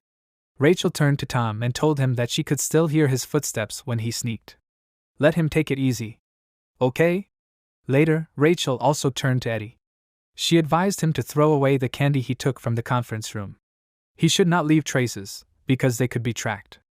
Eddie looked at the handful of candies in his hands with undisguised frustration, his lips pressed tightly together. Dmitri laughed, still smoking a cigarette in the car. He asked the question, "Really? She means that these children tried?" Rachel answered calmly. She had been saying for a long time that these were not just children. These were good children from the mansion of the dead. Rachel reached her hand for the cigarette between Dmitri's teeth. He looked at her with a worried look from the corner of his eye and exclaimed, "Why? Why? Why is she approaching?" Rachel, breaking it into two parts, asked the question, "Can he put it out?" Dmitri continued to look at her in fear. Rachel explained that it was harmful to children. Lowering her head down and hiding the cigarette in a black scarf, she explained, "Many say that he is the brother of Bare Fist, the leader of Barefoot. But he seems to know nothing." Dmitri indignantly asked the question, "What did she say?" "She's kidding." Rachel threw off the fabric that half covered her head, freeing her hair. She had an elastic band bitten between her teeth. Dmitri looked at her, embarrassed and excited, his mouth slightly open. A moment later, Rachel noticed his gaze and asked, "What was it?" Dmitri awkwardly scratched his nose and exclaimed, "No. Nothing." Rachel looked at him tiredly and guessed that it was a scar on his forehead. "Did he see it?" Dmitri asked her, "How did it happen?" He looked back, pointing his thumb at the children, and asked, "Did they really work here too?" She answered, "That's not quite it. She got it when she was raising Sean." The legend of the mansion of the dead. Rachel put her hand to her forehead with the scar. Dmitri asked again, "A legend?" Rachel proudly turned to the open window and, confirming, said that he was a genius. She remembered little Sean. After all, it was then that the mansion gave him another name. But they lost him. Rachel looked down with regret and said sadly, "They all wonder if he is alive. So, if he ever sees him, let him know." Dmitri turned towards her. Stuttering a little, he asked what she meant. Rachel explained, "A child with a tattoo alone on his back." Dmitri returned from his memories. He looked at Cheyenne's back and said in shock that Rachel had finally found him. He continued to grab his broken arm with his good hand and looked forward with a strange grin. Dmitri, setting his arm back, said, "Yes. He is not just small. He admits it." Cheyenne asked in surprise, "What?" Dmitri in the next moment began to run forward, swinging his hand with a dagger. With his other hand, he tore his turtleneck into small pieces of fabric. Removing the remains from his body, he exclaimed that they should resolve the conflict like men. Dmitry Medvedev. He was the second in the barefoot group, and his nickname was Grizzly. Cheyenne looked stunned a moment later at the blade of the dagger approaching him. With a quick movement, he ducked down. Dmitry missed, slightly cutting Cheyenne's hair. The next moment, he grabbed Cheyenne by the neck, pulling him towards himself. Then he bent his whole body right onto his knee, hitting Cheyenne's torso with all his strength. Cheyenne grabbed Dmitry's hand, frowning angrily. The next moment, he hit him right on the chin with the top of his head. Dmitry threw him away, stabbing him in the chest. Cheyenne looked at the bleeding wound on his body in shock, lightly resting his palm on it. He sighed painfully. Cheyenne cursed in his mind. He asked a question, did it crack? Dmitry got into a fighting stance again and exclaimed, this is not the end. Let him continue. Cheyenne turned around at him, stunned. Dmitry began to wave his arms, intending to attack with a dagger. Cheyenne tried to jump back with great speed to dodge. He watched every blow Dmitry made and thought that he had struck him 3 times on the chin. What kind of guy was he? Dmitry tried to attack Cheyenne in the head with a dagger. Cheyenne ducked away in shock. The dagger slammed into the cabinet with a loud bang. Dmitry immediately began to pull it out of the cabinet with both hands. Later, he tried to attack Cheyenne again, causing him to fall to the floor. Dmitry swung the weapon again and angrily shouted a question, how much longer is he going to duck? Cheyenne, stunned, put his hand forward, as if trying to defend himself from the blow. Dmitry began to lower his hand at high speed and shouted for him to attack. Cheyenne blocked, thereby holding the blade of the dagger. He asked, did he receive any awards as a child? Dmitry froze in surprise. Cheyenne admitted that he did not. The dagger was stuck into a large gold medal, which was almost broken into 2 parts. Cheyenne attacked Dmitry right in the stomach with his foot. With his hands, he twisted the medal to the side, thereby twisting the opponent's arm. Dmitry angrily clenched his teeth and asked what he was saying. Suddenly, something began to approach his throat at high speed. The next moment, something similar to a book hit him in the throat. Dmitry made a sound, and blood flowed from his mouth. He said that he would get him 1 award. Dmitry looked at the iron certificate in surprise and coughed loudly. Cheyenne continued to press it to his throat and said that he should consider it a souvenir from Korea. Cheyenne swung his other hand and punched Dmitry right in the chest. Dmitry began to cough in pain. Blood flew out of his mouth in drops in all directions. Cheyenne lowered his head and exhaled tiredly, making a sound. Later, he straightened up, shaking his palm in different directions, and said that he could add this to his resume. Dmitry lay on the floor without strength. Cheyenne turned his back to him, stretching his shoulders, and said that he would now join Rachel. Suddenly, his gaze fell on the photo folder. Later, he made an incomprehensible sound and said in surprise, this. Meanwhile, Dmitry reached for the hockey stick. Cheyenne meanwhile picked up the photo and said in a daze, this photo. Dmitry stood up and swung the hockey stick with all his might. Cheyenne suddenly jumped to the side. Dmitry hit it straight on the director's desk, breaking it into small pieces. The computer, folders, calendar, and photos began to fly in different directions. Cheyenne looked at it in a daze. Dmitry cursed, looking forward with hatred. Suddenly, he coughed. Cheyenne jumped on his bent leg again. He grabbed him from behind, pressing his palm to his neck, and said that he was stubborn. Even with a broken cartilage, he continues to move? Cheyenne wrapped his arms around his neck. He said thoughtfully that Rachel would not like his persistence.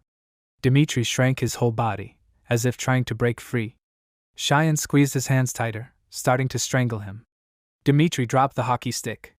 His body weakened. He fell to his knees. Cheyenne continued to strangle him. After a moment, he let go of Dmitry, who fell lifelessly to the floor. Cheyenne remained standing, looking at the folder with his photo. There were several photos in it, which depicted not only him. Cheyenne asked the question, is this his photo? And is this the director? He was holding a photo in his hands. Cheyenne asked in shock, what? What is this? Meanwhile, in the building attached to the school, Yevgeny was walking next to the fence that prevented him from falling into the pool. Yevgeny quietly said that this is a pool. He is not in the water? Right. Yuri asked the question, what? What? What is he looking for? Yevgeny abruptly jumped to the side, looking at him in shock. He thought he hadn't even felt anyone approaching. But suddenly, Yevgeny looked ahead excitedly. He knew this was no ordinary person. Yuri stood in front of him with a smile, holding the bag in his hands. He apologized several times. He asked a question, did he scare him? Yevgeny thought, putting his finger to the sensor in his ear, that he needed to tell Rachel about this. He asked her aloud, could she hear him? Yevgeny asked the question, Rachel? Yuri awkwardly waved his finger in a circle and explained that he had installed a jamming device, so there was no signal here. He smiled amiably and asked why he didn't play with it. Would they finally have some fun? He began to open the bag. Yevgeny reached into his pocket for a knife and thought that he was a professional. He would better avoid a direct confrontation. In that case, Yevgeny slightly raised his head up, taking a deep breath. He began to cry loudly and desperately, screaming so that his voice would carry over a long distance. Yevgeny started screaming apologies desperately. He kept on and on screaming loudly. Yuri called out to him in fear. He asked a question, is he crying? Yevgeny kept screaming that he was just. He followed him, that's all. Yuri asked him not to cry. He asked why he was crying. Yevgeny kept crying, watching carefully, and admitted that he was scared. He wanted to go home. He thought that Yuri had let his guard down enough. Yevgeny opened his eyes, from which tears continued to flow, and looked stunned at the bat approaching him. Yuri hit him in the torso, throwing him a long way. Evgeny slid even further on his back, hitting his head. He landed down, frowning, and thought about hitting a crying child. After a moment, he added, hit without the slightest hesitation. Yuri, meanwhile, put the bat on his shoulders. He asked a question, what did he do to make him cry so soon? He adjusted his hair with his hand and exclaimed, it was so funny that he was going crazy. He asked a question, was it a good hit? Yuri Smirnov was a newcomer to the barefoot group. His nickname was a bandit. Yevgeny repeated in his mind, a bandit. Yuri asked a question, would he cry like that from every hit? A noticeable blush appeared on his cheeks. To put it simply, he was a simple Russian hooligan. Yevgeny began to remember how he cried very loudly, wiping away tears with clenched fists. He was a good child from the mansion of the dead. Even as a child, he had undergone special training. He attracted the attention of the guards, who looked at him arrogantly. Yevgeny continued to follow them and cry loudly. This training was special, to be ready to carry out an order in any situation. One of the guards turned in his direction and asked a question, who is this? A child? He called out to Yevgeny, asking a question, how did he get here? Yevgeny looked up in surprise, stopped crying a little, and made a sound. The guard put his finger to the sensor in his ear and asked how he got in here. What are the guys at the main gate doing? Meanwhile, in another place, the guard's face was covered in blood. A voice was heard from the sensor calling the gatekeepers. The same voice reported that some child had gotten in. What was going on there? The guys standing near the gate were lying dead. The building's guard asked if they could hear him. What was going on? He exclaimed that he was serious. Meanwhile, another guard approached Yevgeny and asked what happened. How did he get in here? Yevgeny began to wipe away his tears and quietly said that he came with his dad. He needed to go to the toilet. The guard concluded that his father was inside. Yevgeny thought that the children were weak. Another guard approached Yevgeny, typing something on his phone, and asked, is it true? And what is his father's name? Another guard objected to him, saying that Yevgeny was crying. Let him not be so heartless. That is why children need adult care. The guard asked, he doesn't suspect him, does he? Meanwhile, Yevgeny pulled a knife from behind his back and swung it straight at the guard. He mentally reasoned that children's tears only stimulated the maternal instinct. The other guard, still looking at his phone, objected that this was suspicious. There were definitely no guests with children on the list. Suddenly, he noticed his partner fall lifelessly to the floor. His weapon fell with a loud thud. The first guard made a sound of surprise. He asked, what happened to him? He looked closely at his partner's body and noticed that a large scarlet puddle had begun to form next to his head. He pressed his fingers to his neck, trying to feel his pulse, and cursed. How is this? What is going on here? Is this the work of that child? The guard raised his face, looking around, and asked, where did he disappear to? Yevgeny appeared behind him and swung his dagger. He stuck it into the guard's chest. Yevgeny, however, was an unusual child. He was a specially trained agent from the mansion of the dead. Yevgeny sat in front of the dead guards and reported to the censor that he had done everything according to the instructions. He could carry out an order in any situation. Yevgeny stopped remembering past moments and mentally asked a question, but what is this? He looked at the bag next to Yuri. Yuri meanwhile opened the bag and put something in it, stretching out some thoughtful sound. Yevgeny leaned on his hands, trying to get up, and thought that his childish tears and communication did not help. Yuri took out the next weapon, biting his lower lip with anticipation. He exclaimed, "This will be good." Yevgeny mentally objected that no. On the contrary, he seemed to enjoy it. Yuri asked, "What? He is not crying anymore?" This was not good. Yuri swung the bat in a circle and asked, if he hit him a couple more times, will he roar?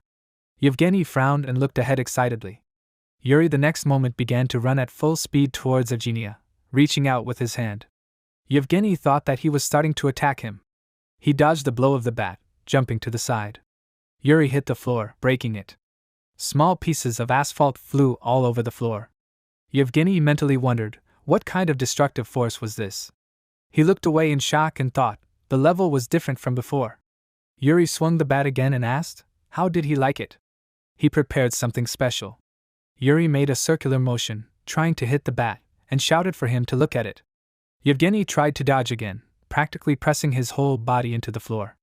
Suddenly, his hand cracked painfully. Yuri continued to follow him and asked if he was going to run away like that. Yevgeny started to fall down, hitting his arm and leg. He made a painful sound. Yuri turned the bat around and said with a grin that they would do it like this then. He hit Yevgeny's leg with it with all his might. Blood started to squirt in all directions. Yevgeny started to cry desperately, starting to scream loudly in pain. With his other hand, he reached for the knife in his pants, turning it sharply. Yuri got close enough to him. Yevgeny swung the knife, trying to wound his opponent's leg. The next moment, he caught his hand on the iron railing, jumping over it. He started to fall from the landing with a loud sound, hitting his sides hard. He screamed loudly in pain again. Yuri looked down at him and said, "Okay. He'll give him 10 seconds. Yevgeny looked up at him, watching him closely. Yuri told him to try to run as far as he could on those little legs. Did he understand? Yuri put his palms forward and said with a smirk that the countdown was starting. He said the first number, 10. Yevgeny practically crawled down the stairs, trying to run as far as he could. Yuri said the next number, 9. Yevgeny rolled off the landing, hitting his side again. 8. Yevgeny thought that this was an unusual opponent. In his mind, he repeated again that only 10 seconds. He needed to run as far as he could in that time. He got to his feet, but blood began to spurt from his injured leg again. Yevgeny sighed tiredly and thought that he had a little more time left. Suddenly, Yuri jumped off the landing, swinging the bat straight at him. He hit the place where Yevgeny should have been with all his might. Yevgeny, meanwhile, jumped back. He whispered in shock that it hadn't even been 10 seconds yet. Yuri laughed maliciously and exclaimed, "Yes." He said it with pride, that expression. Swinging the bat, he asked, did he really believe it? Yevgeny put the blade of the knife forward, trying to meet the bat. Yuri said that's why he loves it. The bat began to approach Yevgeny's body. Yuri threw him straight into the pool. Yevgeny landed in the water, starting to drown. Yuri clenched his fist in triumph and exclaimed that he liked teasing innocent children. Yevgeny moved his legs in the water and thought in his mind that his hand. He was in so much pain.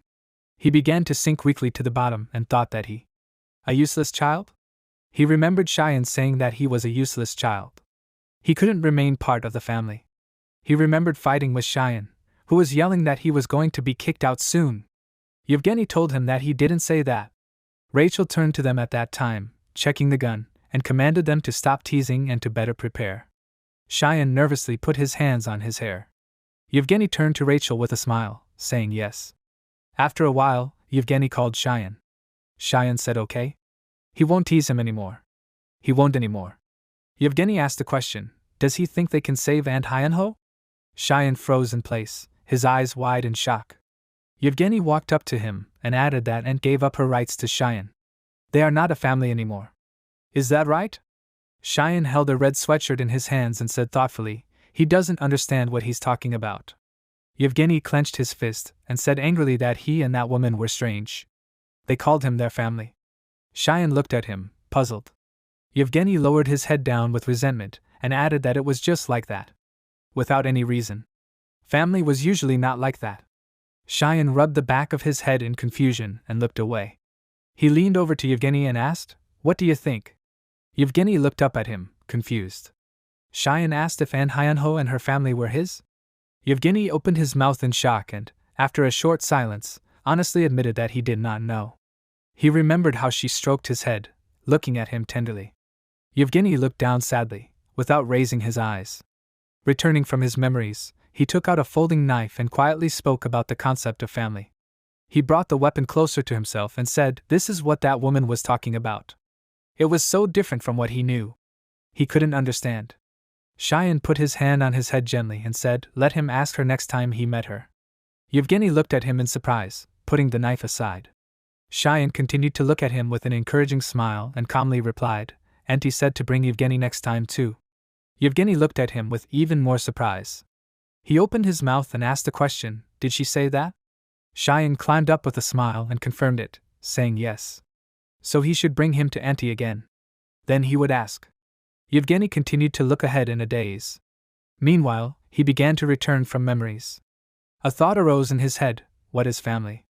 Yuri looked at him from the surface of the water and asked the question, "Is he not a can of alcoholic drink?" Yevgeny emerged from the water a moment later and began to cough loudly. Water was running from his mouth, nose, and eyes. He asked for help, almost begging. Yuri exclaimed with a victorious grin that he had finally surfaced. Yevgeny began to sink in the water, desperately waving his arms to stay on the surface. He looked up with fear in his eyes and, continuing to cough, shouted that he did not know how to swim. Yuri laughed and exclaimed, "Wow! Is he really a can of alcoholic drink?" He put his hand to his chest, as if his stomach hurt from laughing, and exclaimed that he could go crazy now. His behavior is beyond praise. Yuri handed him the bat, and with the same grin said that he should take it. Yevgeny continued to desperately wave his arms. Yuri, meanwhile, extended the bat as hard as he could and asked, "Well? Will he be able to catch this?" Yevgeny thought that he was a weak child who could play on the maternal instinct of people. He desperately reached for the bat. Starting to think further, he thought that in front of him was a lousy person who loved to torture even children. Yuri exclaimed, "Like this! Like this! If he can reach it, he will be saved." Yevgeny grabbed the end of the bat with his small hand. Yuri pulled the bat sharply towards himself, causing Yevgeny to drop it from his hands. Yuri responded with feigned regret that it was slipping. Yevgeny looked at him again with fear. Meanwhile, Yuri exclaimed with feigned concern that he was sorry. Yevgeny gradually began to go under the water, looking at him with hatred. After some time, Yevgeny's body lay on the surface of the water, having stopped moving in any way. Yuri threw the bat over his shoulders and said he would have saved him if he had held on a little longer. Turning around, he said at last that he tried hard enough. Yevgeny meanwhile emerged from the water, grabbing the leg of the retreating Yuri, and thought that he could not give up here. Yuri turned back, puzzled, making a questioning sound. Yevgeny rested his feet on the side of the pool, continuing to pull Yuri's leg into the water. He pushed off the side of the pool. Yevgeny was pulling Yuri's leg straight into the pool. He had to complete the mission in any situation. A moment later, Yuri fell into the water. Splashes of water began to fly in all directions. Yuri emerged from the water, trying to take as much air into his lungs as possible. He coughed loudly. Yuri asked angrily, "Did this crazy kid trick him?" Meanwhile, Yevgeny quickly reached for Yuri's head. He was confident in his game. Yevgeny grabbed Yuri's neck with a strong grip of his arms, starting to strangle him. It was not for nothing that he had studied so much. Yuri grabbed him by the elbow with one hand, baring his teeth.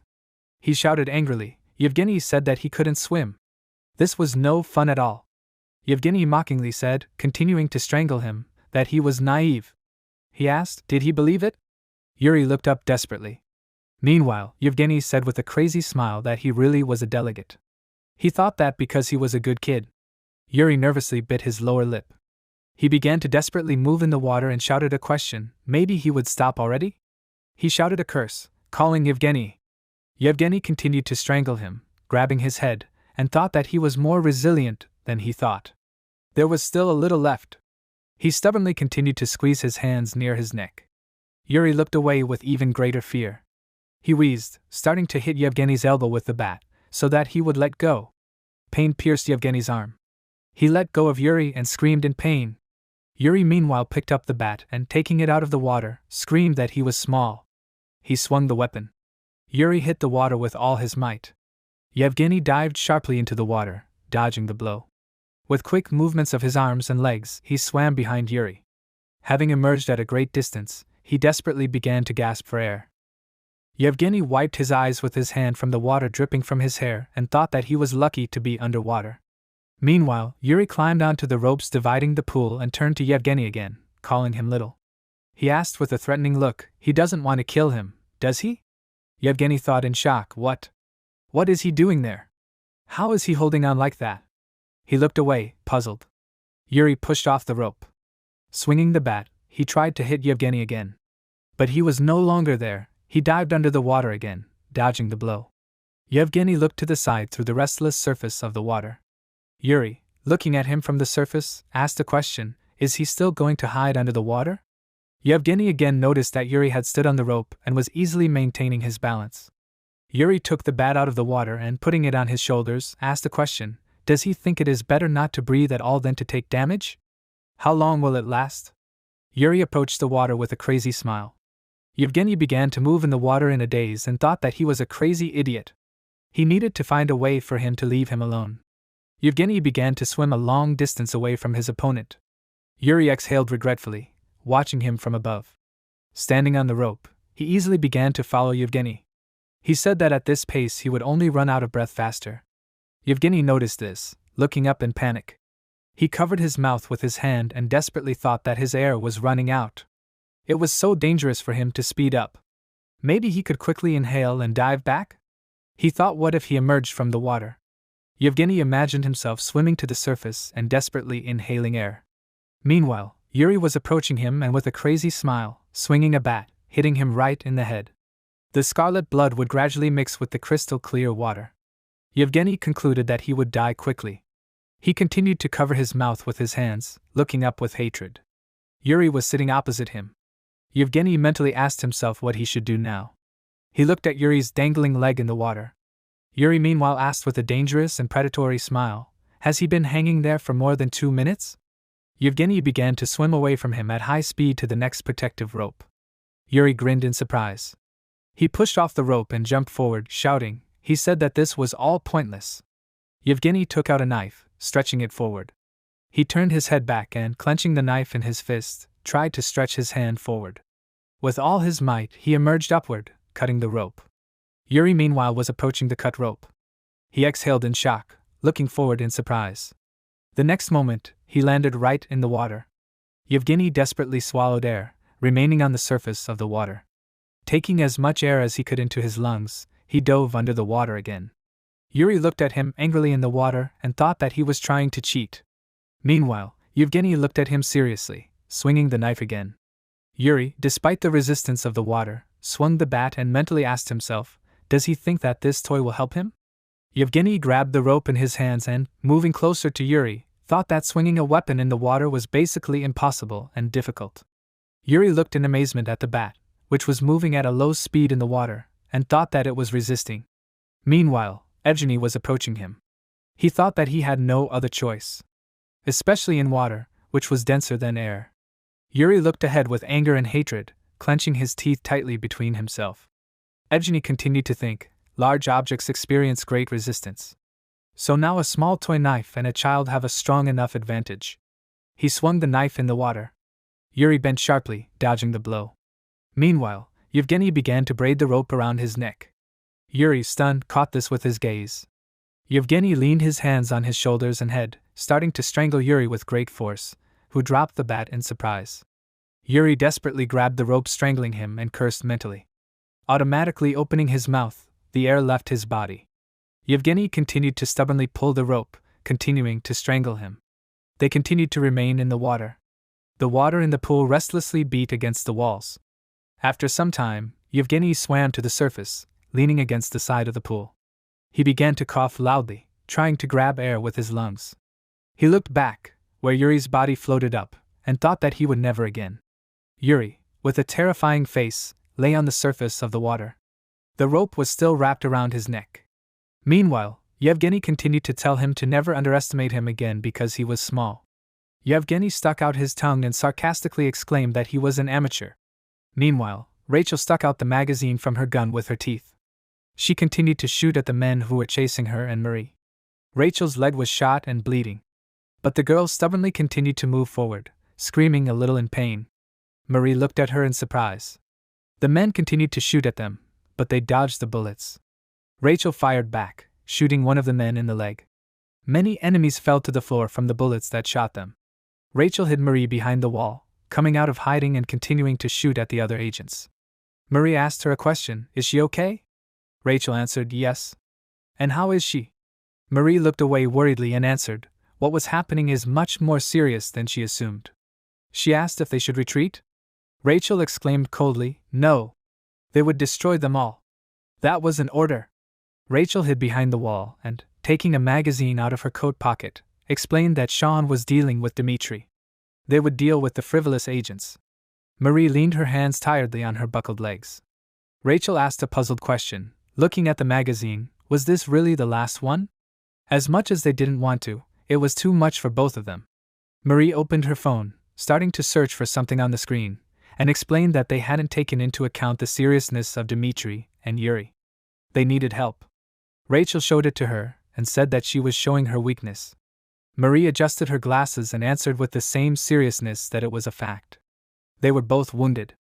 Rachel deftly loaded the magazine into the gun with a hand movement and answered suspiciously. After all, she said that she hadn't seen anything clearly. She asked the question coldly, "So how did she know that Yuri was here?" Marie froze in place. Later, she turned away with a feeling of guilt. But after a moment, a barely noticeable smile appeared on her lips, which she covered with her hand. Marie answered with embarrassment that she had made a gross mistake. If Eugene had heard, he would have ridiculed her for her amateurism. Rachel pointed the barrel of the gun at her and asked why. She asked again, "How?" Marie put the phone in her sweater pocket, calmly looking down. Rachel, meanwhile, said in disbelief, how could she betray them? She asked the question, how could this be, being under the control of the mansion? Rachel angrily shouted for her to answer. It was an order. Marie carefully picked up the necklace with the cross and said that they found.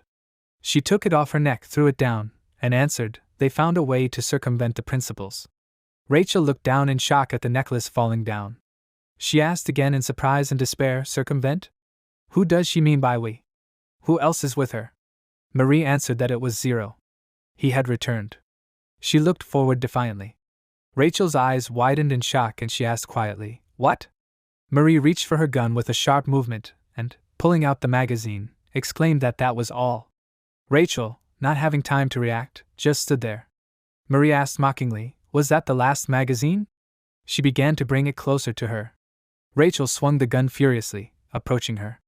Marie abruptly thrust the magazine right into Rachel's wounded leg. The girl turned on her foot stunned. Meanwhile, Marie swung her leg, intending to hit her in the head. Rachel stopped her blow with her hand and called her rudely by name. She asked her angrily, swinging her hand with the gun, how did she know that name? Marie jumped back, looking at her in panic.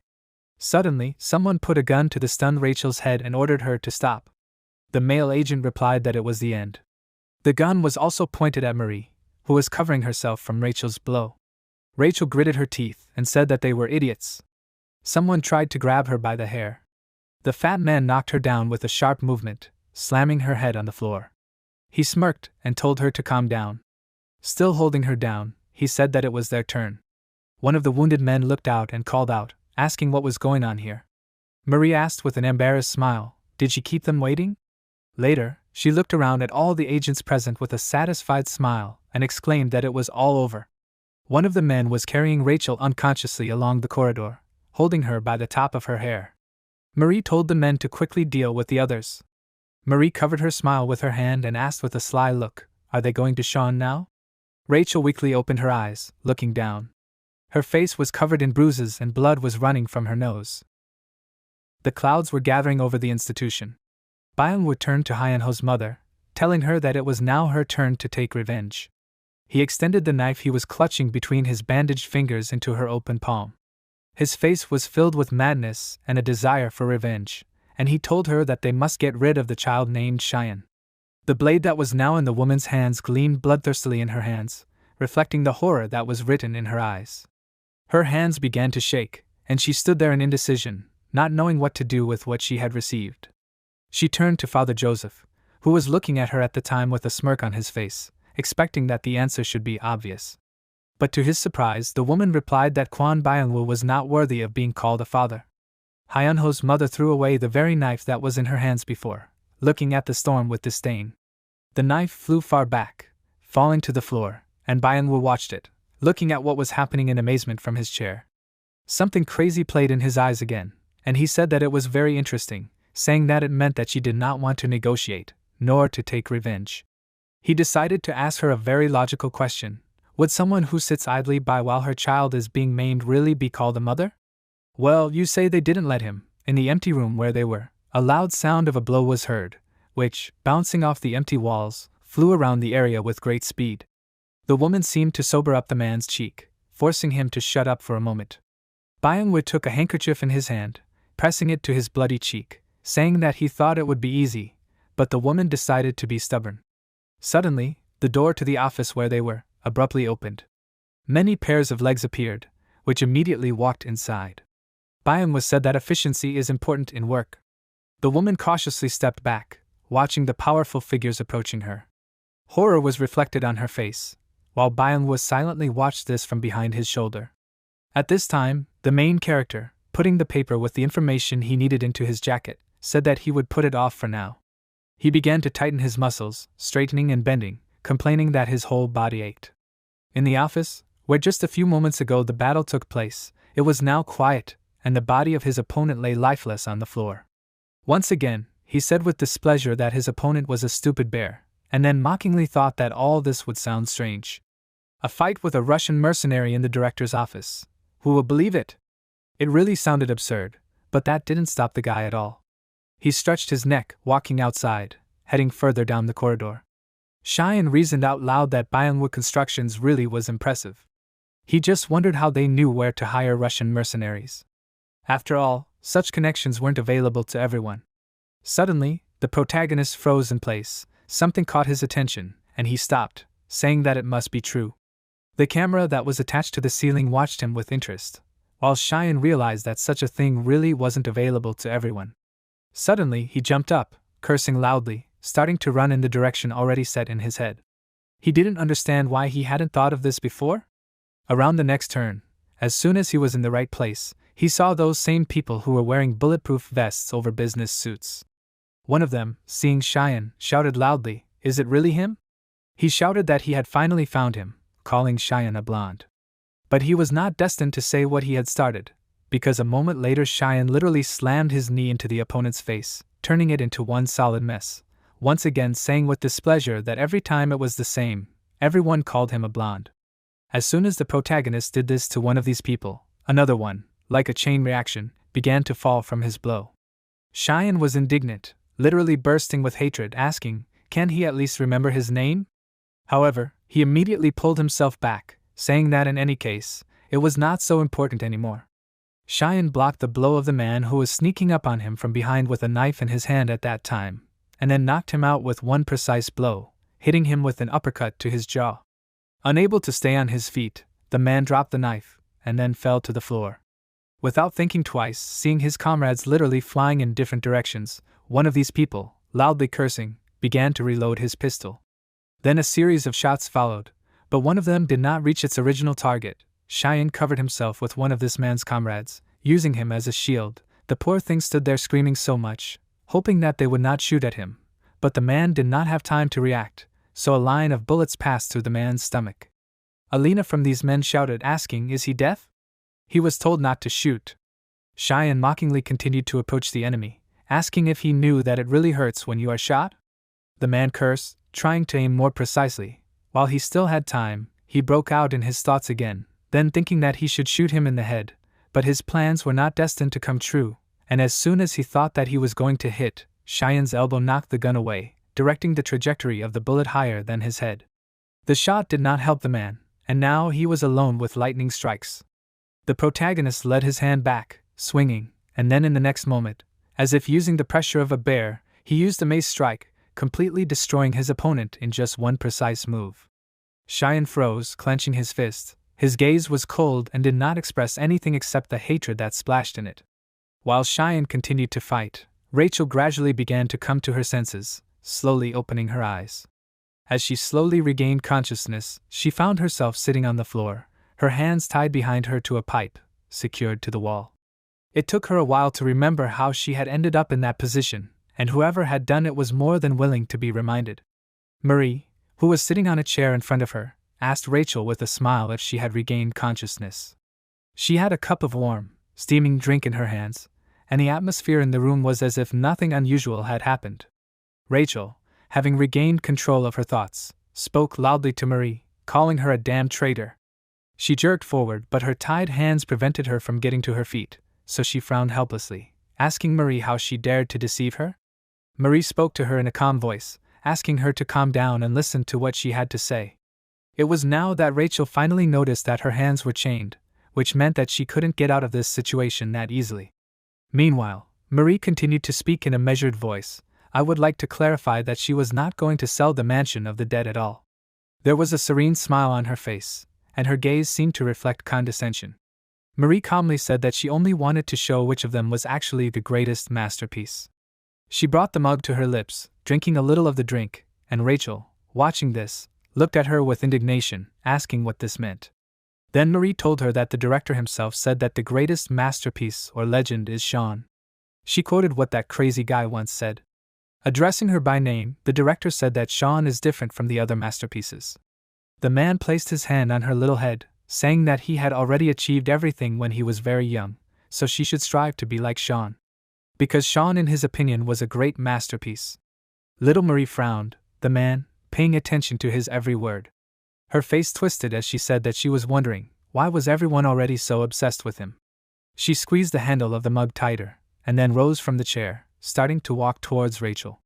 She asked what was so great about Sean. After all, when she saw him, he was just a stupid teenager. Coming almost right up to him, but so that Rachel could not reach her, Marie squatted down, with a predatory smile, saying that then she realized that the legend was just an empty illusion from the past. Marie said that the director was simply praising and idealizing Sean. She touched the scar that was on Rachel's forehead, continuing to say that the director did this to cover up his misconceptions about this little fighter. Rachel made a sudden lunge, trying to grab Marie's hand to teach the upstart a lesson. However, Marie, continuing to speak, laughed and pulled her hand back, saying that she understood, because recognizing the greatness of another person is a good way to cover up your failures. Marie started to get up again, saying that in that case, she was going to show the director herself that legends were just legends. Marie moved her sweater on her arm aside, starting to say that she was going to prove who was really the greatest masterpiece here. Not far from her wrist, there was a monstrous number inscription in large letters, which indicated that she was assigned the number 2. Her code name was Mari, and she was the masterpiece strategist of the Mansion of the Dead, masterpiece number 2. Rachel looked at this silently, and then turned her gaze to the monitors, where the broadcasts from the security cameras were visible. Seeing Cheyenne there, she froze for a moment, and meanwhile, he, having assumed a fighting pose, seemed to have eliminated the camera. Because the connection was cut off, there was no more broadcast on the screen. Rachel grinned, a smile began to spread across her face. Marie, who saw this, asked in confusion what was so funny about it. Rachel called her a little upstart, that she was just thinking too much of herself. Rachel lifted her head up, asking if she was just angry because the director was still looking for Sean. Marie did not answer, and then Rachel continued asking, was she talking about delusions, but she was so eager for his recognition? The hand that had recently been firm and determined, on which Marie thought the symbol of her pride was displayed, began to shake as Rachel continued to talk about how it was all just funny. Marie turned away, telling Rachel that she did not understand, but Rachel interrupted her, continuing to talk about how Marie would never be equal to Sean. She mockingly asked her, who was she to be such a perverted commodity, talking such absurdities about herself? Marie froze, overcome with uncertainty and anger at the same time. She clenched her jaw and then with one sharp movement pulled a gun out of the bag that was lying nearby on the table, pointing the weapon straight at Rachel and making one precise shot, tangentially, cutting the cheek of the girl who talked too much. Marie said that this was a warning for Rachel, because she could easily hurt her. Insecurity, a feeling of inferiority, heated something inside Marie, and Rachel was going to continue to play on it. Marie brought the gun to her forehead, saying that once again she called her returned goods. Rachel would not have a scar, but a hole. Rachel only smirked in response to this, and then, feigning exclamation, with the same smirk on her face, asked Marie, did she really hurt her? Their conversation was not destined to continue, because at that moment the door to the office where they were opened and Byung-woo rolled in on his wheelchair, continuing to wipe his wound with a handkerchief. He feigned nonchalance and apologized for interrupting their girly squabbles, saying that it seemed like they were already finished there. One of his escorts entered the room after him, and Byung-woo said that it seemed like they were ready too, and then asked, did he distract them from something important? Mari lowered the gun that was in her hand, and Kwon Byung-woo continued to say that if he really interrupted them, then it was a little annoying, because considering the humiliation that this woman inflicted on him, a couple of bullet holes would not be enough. He looked towards Rachel, seeing her in such an unenviable position, his face clearly showing pleasure from what was happening. Mari walked back to the table, putting her gun in her bag, while Byung-woo said that he would take care of all of this later. Mari asked half-heartedly, what happened to his face? Was he beaten up? Byung-woo, still holding the handkerchief, asked, did she mean that? Then he said that there was just a small disagreement. That disagreement was currently sitting unconscious in one of the classrooms of this institution. Byung-woo continued to say that the preparations were completed according to plan. On the roof, everything was going as planned, so the orders were carried out with pinpoint accuracy, and another very dangerous student, Hyunho, was also eliminated. Mari said that Byung-woo did a great job, since everything went smoothly thanks to him. She thanked him, and Byung-woo smiled, saying that there was no problem with that, since he was glad that he could work with a reasonable person. At that moment, his escort began to pull something out of his jacket, and while Byung-woo was saying something about the further plan, this man pressed the handkerchief with the mysterious substance directly to Kwon Byung-woo's face, covering his nose. A second, 1, 2, and Byung-woo's eyes began to roll back. He was falling deeper and deeper into himself, losing consciousness, not understanding what was happening to him. When Byung-woo finally went to the world of dreams, his escort said that the chairman should not be sad, because such was the order he had received.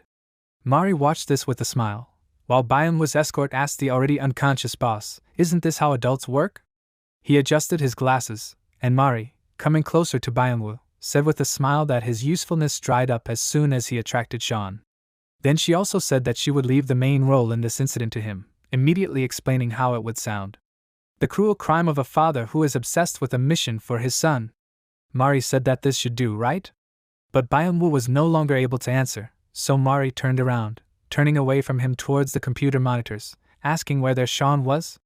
However, on each of them, the broadcast was interrupted, because he still made sure that she did not have eyes where she did not need them. Mari looked at it in surprise, asking what was this? She did not understand why the screens looked like this. Then Rachel's voice was heard, saying that among the children of the Mansion of the Dead, there were those who had exceptional talents, and they called these children masterpieces. These children were given their code names. Rachel said that in Mari's case it was 2, masterpiece strategist. Mari listened carefully to what Rachel was telling her, and then asked her what she was getting at. Rachel called her by name, that he was the greatest masterpiece for them all. The words of the director came to Marie's mind again, reminding her again that he was the greatest of all. Marie shuddered that it couldn't be. She said out loud the very words that had been tormenting her all this time, the greatest masterpiece. Seconds later, the screens not only stopped working, but also went out completely, as did all the lights that were in this room. Marie froze in place, and the man's companion took out his phone in surprise, asking, did she really turn off the lights? At that moment, the ceiling right above him began to crumble, and Marie, noticing this, shouted loudly at him to move aside. However, it was too late. Cheyenne, having broken through the ceiling, hung above the man, and then with one sharp movement hit him on the head, literally breaking his glasses.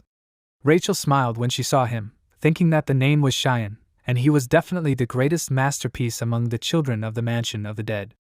The protagonist landed in a fighting pose, frowning his eyes, looking towards, finally, his main opponent appeared. The name was Cheyenne, real name Cheyenne. He was the greatest masterpiece of the Mansion of the Dead, the #1 masterpiece. All these events even made him go into a flashback for a while. When the director once again praised him, as if bashfully, he lowered his eyes to the floor, not meeting their gazes.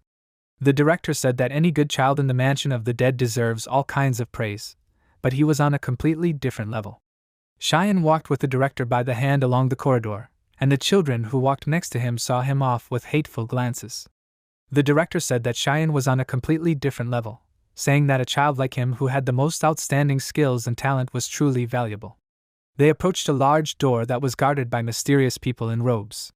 The director said that children like this were the real essence of the mansion of the dead. A terrifying smile played on his lips as he told the little child that he was a masterpiece. As the door began to open, Cheyenne saw the light that softly fell on his childish face. However, what was actually happening there had nothing to do with beauty at all. When the boy's eyes got used to the bright light, he saw what was happening in this office, and the director continued to say that this was the birth of the second, no, the first masterpiece, Cheyenne of the Mansion of the Dead. In the middle of this office stood a rather impressive man who was serenely adjusting his gloves on his hands, and tattoos were visible on his shoulders. The director congratulated Sean on what was coming up, and this man in front of Hyanho's face with a calm expression chewed gum, standing next to the treatment chair. The tattooed guy raised the same special tattoo machine in his hand, getting ready to start what the director brought the boy there for. The hands of this possessed adult clenched on the shoulders of little Cheyenne. He said again that he was the greatest masterpiece, and then leaned closer to him, looking into his face and asking, "Does he understand it?" Cheyenne clenched his fists, looking hostilely at the tattoo artist, while Mari watched from behind the open doors, her glasses flashing contemptuously. How she wanted to be in his place, like most of those who spent a long time in this terrible house. Envy intervened on her face with something that is not at all typical for a child. And now these two completely different people collided in real life again. Cheyenne shook his hand off, while Mari stared at him, and Rachel, trying to warn him, loudly called his name, trying to say something, but the main character immediately interrupted her, kneading his shoulder, saying that she does not need to say anything, after all, he already guessed what was going on there. Mari smiled slyly, while Cheyenne was talking about how he would beat all the details out of her now. Gritting his teeth, Cheyenne began to roll up the sleeves of his jacket, clenching his fist. He moved towards Mari, until she mockingly exclaimed, asking him if he was happy that he would beat up a girl. At this time, she rummaged through her pocket with her hand, looking for something, and then, abruptly taking it out, asked if Hyanho's mother approved of this. She had a blade in her hands, and she shamelessly began to wield it, using it as her main weapon, but so far, this was not Cheyenne's first battle. He quickly and skillfully dodged, asking her, is she going to talk about this too? Does she really think that all this happened because of her? Cheyenne thought that he should have guessed this, since Mari, who belonged to the mansion of the dead like him, would calmly attack him. Meanwhile, Mari made a new swing of her arm for another strike, and Cheyenne, noticing all this, inadvertently wondered, did she somehow bypass the principles? He frowned his brows, and then said that he would think about it later, making a sharp dash towards the enemy, knocking her weapon arm to the side. The next moment, he directed his elbow towards Mari's face with one sharp blow, asking her, did she ask for it, didn't she? But his blow was blocked by her arm, although the glasses on Mari's face still flew off. She said that this was typical Shan, and it would be difficult for her to overcome him in strength. Mari made one sudden sharp jerk, grabbing the protagonist's neck in her grip, and in the next instant, she threw him to the other side, causing him to lose his balance. Cheyenne, feeling this, asked in surprise, what kind of technique was this?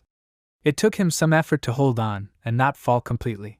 Rachel, seeing this technique, thought that this was not taught in the mansion of the dead. And in the next instant, as soon as attention was diverted, Mari ran out of the office door, leaving Cheyenne and Rachel inside.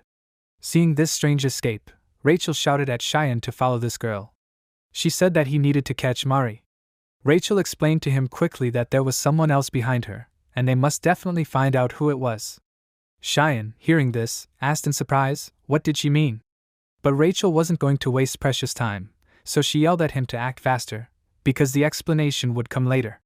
Cheyenne cursed that he understood, and then ran out of the classroom, heading down the straight corridor after the running girl. The protagonist thought with confusion, could there really be someone behind Mari?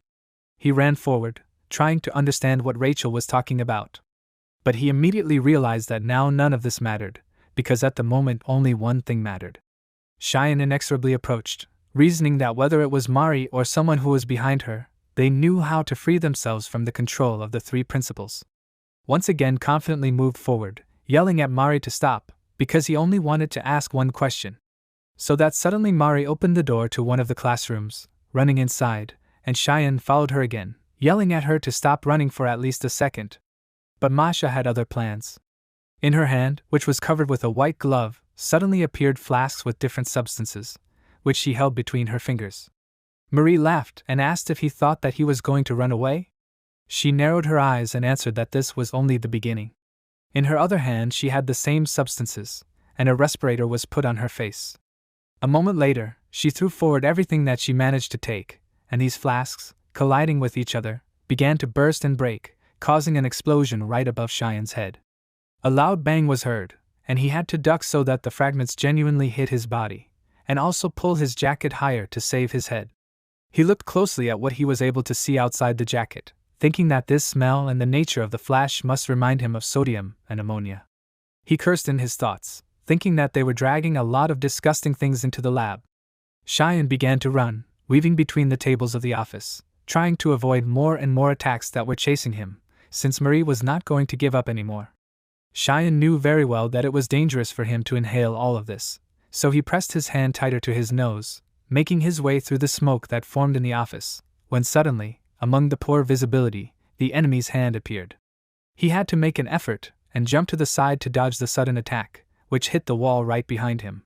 But since he was now not protecting his mucous membranes, the acrid fumes made their way into his respiratory tract, and the protagonist began to cough loudly, trying to cover his nose and mouth from it again. He cursed again, but he had no time to hesitate. As the enemy continued to advance relentlessly, Mari swung her blade, every now and then trying to hit Cheyenne, and she even succeeded. Mari cut his jacket, and also damaged his arm underneath, creating a bleeding wound. And that was still not the end. Mari swung again, and then sharply hit Cheyenne's side, Cheyenne's weak spot, because of which he had to grit his teeth harder to withstand this painful blow. Mari, who knew about this painful spot, immediately sarcastically inquired if this was where Dimitri had attacked him. Cheyenne wondered in his mind, did this mean that she had seen everything? He pressed his palm to his face, squinting one eye from the unpleasant pain and from the fact that the fumes were gradually drying out the mucous membrane. Cheyenne thought that he urgently needed something that he could use as a weapon. And when Mari made another lunge forward, the protagonist rushed to the side, intending to take at least something from the table so that he would have a chance to defend himself. However, Mari did not let him do this. Seeing the trajectory of his movement, she pushed the table to the side, pushing it with her foot, saying that she knows Cheyenne like the back of her hand. And she remembered that in an unfavorable situation, he actively uses all the objects around him. This was in the situation with Ketchup, and when he had to fight with syringes, and in other battles.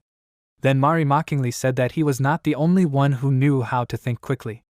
At that very moment, she grabbed a globe from one of the tables, immediately tearing off the round part with a blow to one of Cheyenne's placed hands. He was forced to retreat to the wall. Cheyenne painfully hit the rack behind him, covering his vital places with his hands. He again mentally cursed, noticing that he was early again opened. The bleeding was serious, which he immediately thought about, but he was not given time to think about it again. Another explosion of dangerous cold made him move again, dodging and running away. Then another idea came to his mind. He took off his jacket, which was already pretty worn out by time, and now it was also burning, and then threw it straight at Marie running towards him. Marie easily fought off the suddenly appeared obstacle, approaching Cheyenne, but as soon as she got closer to the rack, she noticed that he was no longer there. Marie silently looked around. Her gaze fell on the trail of blood that remained on the floor and led towards the exit from the office. Having followed what was happening, she realized that Cheyenne had already left this place. He walked further down the corridor, breathing heavily and trying to hold his bandaged hand so that it would bleed less. Cheyenne said that besides that, there was more than he expected. His whole appearance showed that he was already very tired, because he had been through quite a few battles in just the last 24 hours. He began to reason out loud that Marie was simply hitting the same place over and over again, and that was dangerous. Cursing, he leaned his hand on the table next to him, remembering that if it weren't for that bear, it would be much easier for him to cope with the current situation. Cheyenne jokingly asked where the group responsible for cleaning the library was. He said that they would all come to an end, because he had stained the floors and table with his blood. Then the protagonist froze in place, remembering Rachel's face, her smirk and heavy gaze. He clenched his hand into a fist, asking into the void to himself, was this also because of him? The library was in complete chaos, books were scattered everywhere, but finally, Marie got there. She slowly found herself among the rows of shelves, trying to call Sean by his nickname. Smiling predatory, she was still clutching that same blade in her hands, asking where he was hiding? Up the stairs, and seeing this, Marie was comically surprised, asking, "Is he still pretending not to hear her with so much blood? Is he there?" She moved the blade closer to her face, starting to climb the stairs. Marie decided to get even, so she decided to press on a sore subject, saying that, about his title of the greatest that they gave him, did he never think that something was wrong there? Park Cheyenne was hiding behind one of the shelves at this time, squeezing his hands so as to feel less pain. He felt with his whole body the approach of this crazy woman to his shelter. Mari walked up the stairs, and her steps echoed through the empty rooms. She said in a monotonous voice that children are usually called, according to their special talent, but the director just christened him with the word the greatest. Mari had already reached the second floor, now it was just a small matter. The bloody trail clearly showed her the place where her opponent was hidden. It would not be difficult to find him. Mari said that she thought the director was simply mistaken. Memories shared by both of them flashed in her head again, where a man, squeezing the boy's shoulders, tells him about his own increase. Mari said that the director was throwing around such loud nicknames too easily, because in the future there will be many outstanding children, so it would be illogical to call Cheyenne the greatest now. Mari said that, in reality, he had simply jumped to conclusions. Mari approached inexorably, following the red marks on the floor. With a sharp jerk, she turned the corner, shouting loudly, asking, how could such a talentless person be considered the best in the mansion of the dead? But as soon as she did, there was no one there. On the floor, there was a bloody cloth and a pool of blood, and next to it was a bloody stapler. Mari looked at it in surprise and squatted down next to it, asking herself, is that a stapler? A disdainful air was heard from behind her. Cheyenne parroted the chatter, asking her why she was talking so much. Mari finally realized that her opponent was behind her. She tried to quickly turn around to strike, but it did not work. The blade met the book, and he was unable to go further. Seeing Park Cheyenne in front of her, she couldn't believe what was happening. Her brain started to buzz with thoughts, because her left hand wasn't bleeding. She also asked herself, did he really staple the frame? Indeed, the answer followed right after that, because right above the wound, the staples of an ordinary office stapler were shining and imprinted right on the person. Cheyenne, ignoring her surprised look, said that before bragging about being a masterpiece and all that, she should at least learn the basics. Well, that moment Cheyenne, without much ceremony, punched Mari right in the face with his fist, sending her flying briefly along the library floor. Immediately after that, he didn't give her time to recover, grabbing her by the collar. He pulled her closer to him, holding her in place. With his free hand, he pointed to the back where there was a typical library sign. It said to keep quiet, and Cheyenne reminded her that in the library, one must remain silent. After all, this is the basis. He put his finger to his lips, continuing to tell her to be silent and only answer questions. His voice took on a threatening tone, and he grabbed Marie's cheeks, asking her if she knows a way, right? A way to bypass the three principles? His eyes showed irritation and a desire to quickly end this. After all, this question had been tormenting him for a long time. Marie thought, again remembering the words she had heard over the years. The words about Cheyenne being a legend in the mansion of the dead, the greatest masterpiece. She asked herself, is this all he can do? The protagonist towered over her, still holding her by her clothes. The question was repeated, does she know a way to break the three principles? He squatted down next to her, leveling his gaze, waiting for an answer. Suddenly, a smirk appeared on the face of the girl he was holding, and she, hearing the question, asked again about it, and then clarified if he was talking about that brainwashing that only stupid children believe in. After he heard this answer, Hyun-ho immediately perked up, asking if this meant that there was a way, right? His face darkened with anxious anticipation, and Mari laughed, asking if he was interested in this. Does he want to know the secret of the three principles? Mari was transported back to her childhood again. A large spacious house, as well as her parents who looked at her with admiration, watching her study with books. Little Mari turned to her mother, saying that everything was ready. She put down her pen. In front of her was a sheet of paper with what she had already written. Marie turned to the woman, telling her that there was a small theoretical error in her work, and she had corrected it.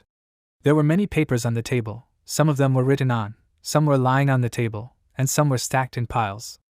Marie turned to her parents, explaining all this, and then added that, however, there were many questions that required expert knowledge, so she could not give an exact judgment. But she was interrupted by her mother's gestures. The mother pinched the child on the cheek, and then called her a treasure and thanked her for helping with the work. The woman smiled, playfully squeezing her daughter's cheeks, and Marie smiled back. A few moments later, little Marie came downstairs with a tray on which stood a cup of drink.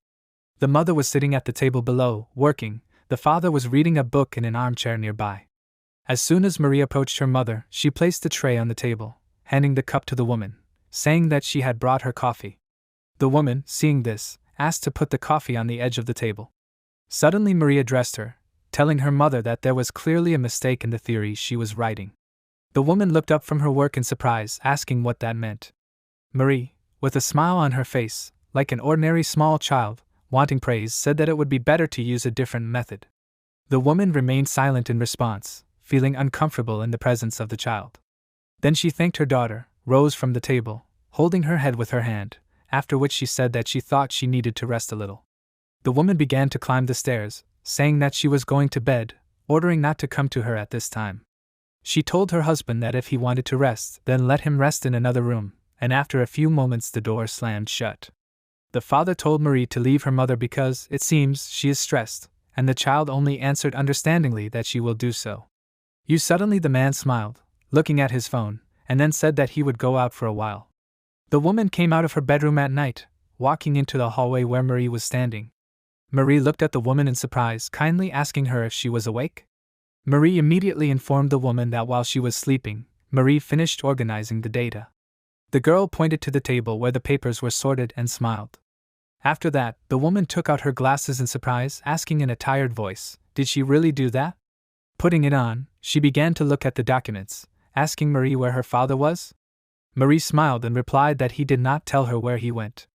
The woman ran her hand through her hair, telling her daughter, so that next time she will find out. Marie looked at her mother in surprise, and then agreed. The next time her adopted father left the house, Marie followed him and, as her mother had asked, she found out everything. Moore was standing near her mother's desk, fingering the hem of her blouse. In the woman's hands was a photograph of her husband with an unknown girl. And Marie explained to her mother that her father was a woman of 28 years old. She said their trail led to Hotel 307 on the outskirts of town. But before she could finish telling all the information she had learned, the woman suddenly jumped up from her seat, loudly slammed her hands on the table, and shouted for Marie to stop talking. The woman said that this was enough, and she did not want to hear anything more. Marie looked at her mother in surprise, trying to understand what had caused such a sharp change in the woman's behavior. As soon as the woman reached for the carafe of coffee, Marie turned to her mother, saying that coffee would be harmful for her, because she was currently under a lot of stress. Marie said that the color of her face and her lifestyle may indicate that she has a hormonal imbalance. The woman looked at the child with confusion, listening to everything that Marie was saying, and when the girl was saying that she thought her mother should rest, the woman slapped Marie in the face with one sharp movement, spilling the coffee that was in her other hand. Taking her sore cheek with her palm, Marie called out for her mother in surprise, to which the woman asked her in an enraged voice if she thought she was the smartest. She stood in front of the adult completely confused. The woman continued to speak, angrily spitting out words about not making her laugh, because no one could replace her. Her fingers were in a fist, the very same photographs and documents that she had sorted out were scattered across the floor, and now all of this, along with the carpet, was occupied by coffee. The director said with understanding that he knew what was going on, but was still indignant that she was returned like this, because it was quite problematic. Marie sat on the couch in his office, holding a mug of drink in her hands. She looked down guiltily, and then apologized to the man. The director put his hand on her hair, telling her that there was no need to apologize. He turned to Maria, saying that people were uncomfortable around those who were better than them. The director sat next to her on the couch, smiling feigned good-naturedly. He said that all of this was natural, since she was the smartest in their mansion. His smile, more like a grin, illuminated the path of a small child, like many who fell into the web of this madman. Marie was about to burst into tears, so she asked in surprise if the director was talking about her. The director immediately replied that, of course it was, so she did not need to worry too much, since they should not have let her talent slip away so easily. He said that from now on, she would use her abilities for the benefit of the mansion, asking her if she understood that. Marie smiled, feeling needed in the place she was in. All this was told by the adult Marie, still in Sean's arms. She looked at him with displeasure, saying that after that he, the genius Sean, appeared. She spoke with resentment in her voice about the director being interested only in him, and Park Cheyenne, hearing this, exclaimed, asked her, why did the conversation go in this direction? He reminded her that he asked her about something else, and then repeated the question again, how to get around the principles. Marina jokingly got angry, shouting for him to stop all this.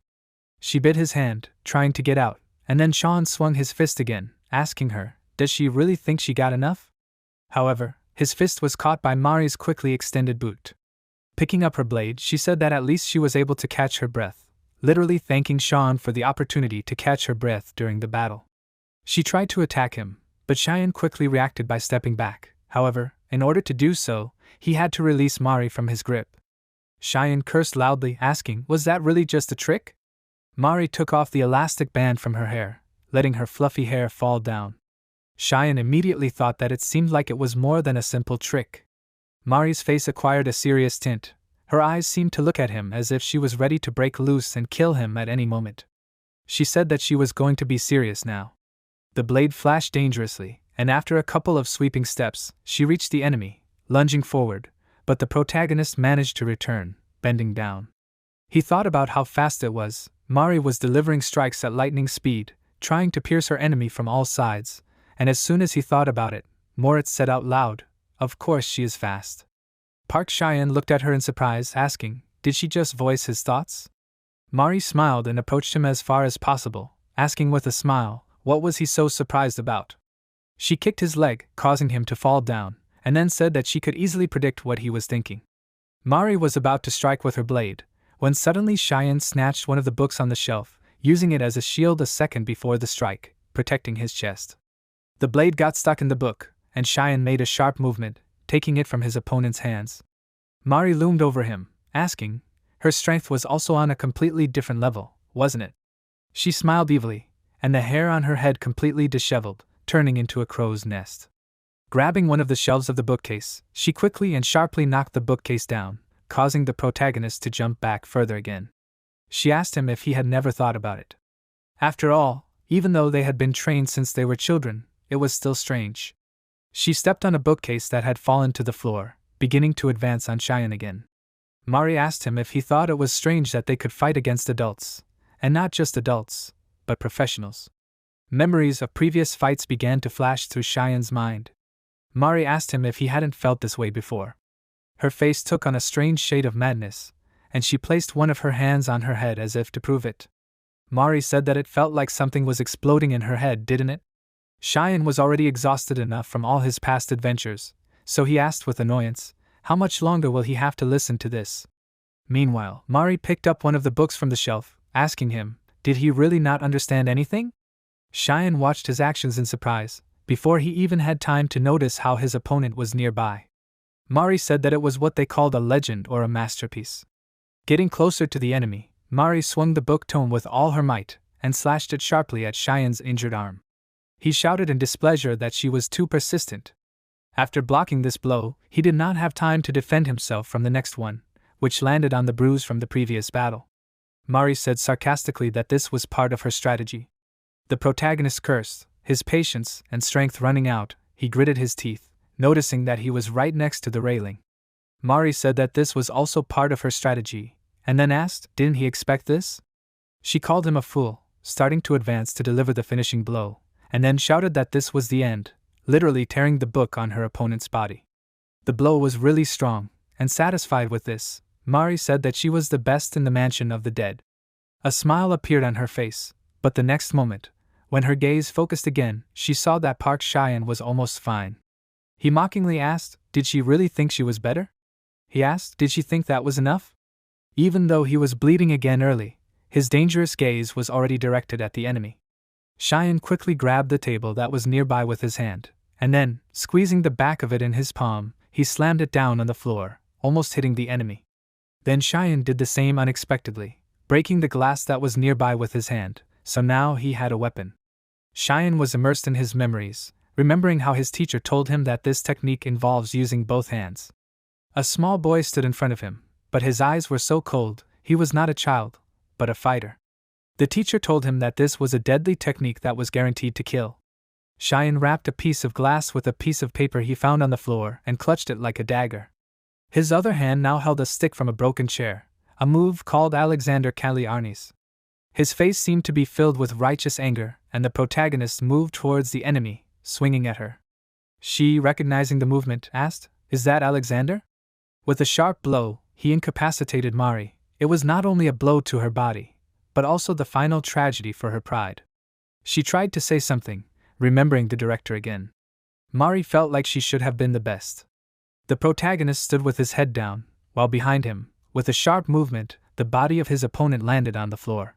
He leaned over her, placing the piece of glass right at her throat. Cheyenne paused for a moment, as if bringing himself to his senses. He fell silent, and then again, this time quietly cursed. He said that this would be the last time, and then threw the shard out of his hands, lifting Maria onto his shoulder. He said that all this about breaking the principles was just nonsense. He told her that next time he would not let it go. Maria, losing her consciousness, again remembered the director, falling deeper and deeper into oblivion. Meanwhile, in the very place where it all began, everything was not calm either.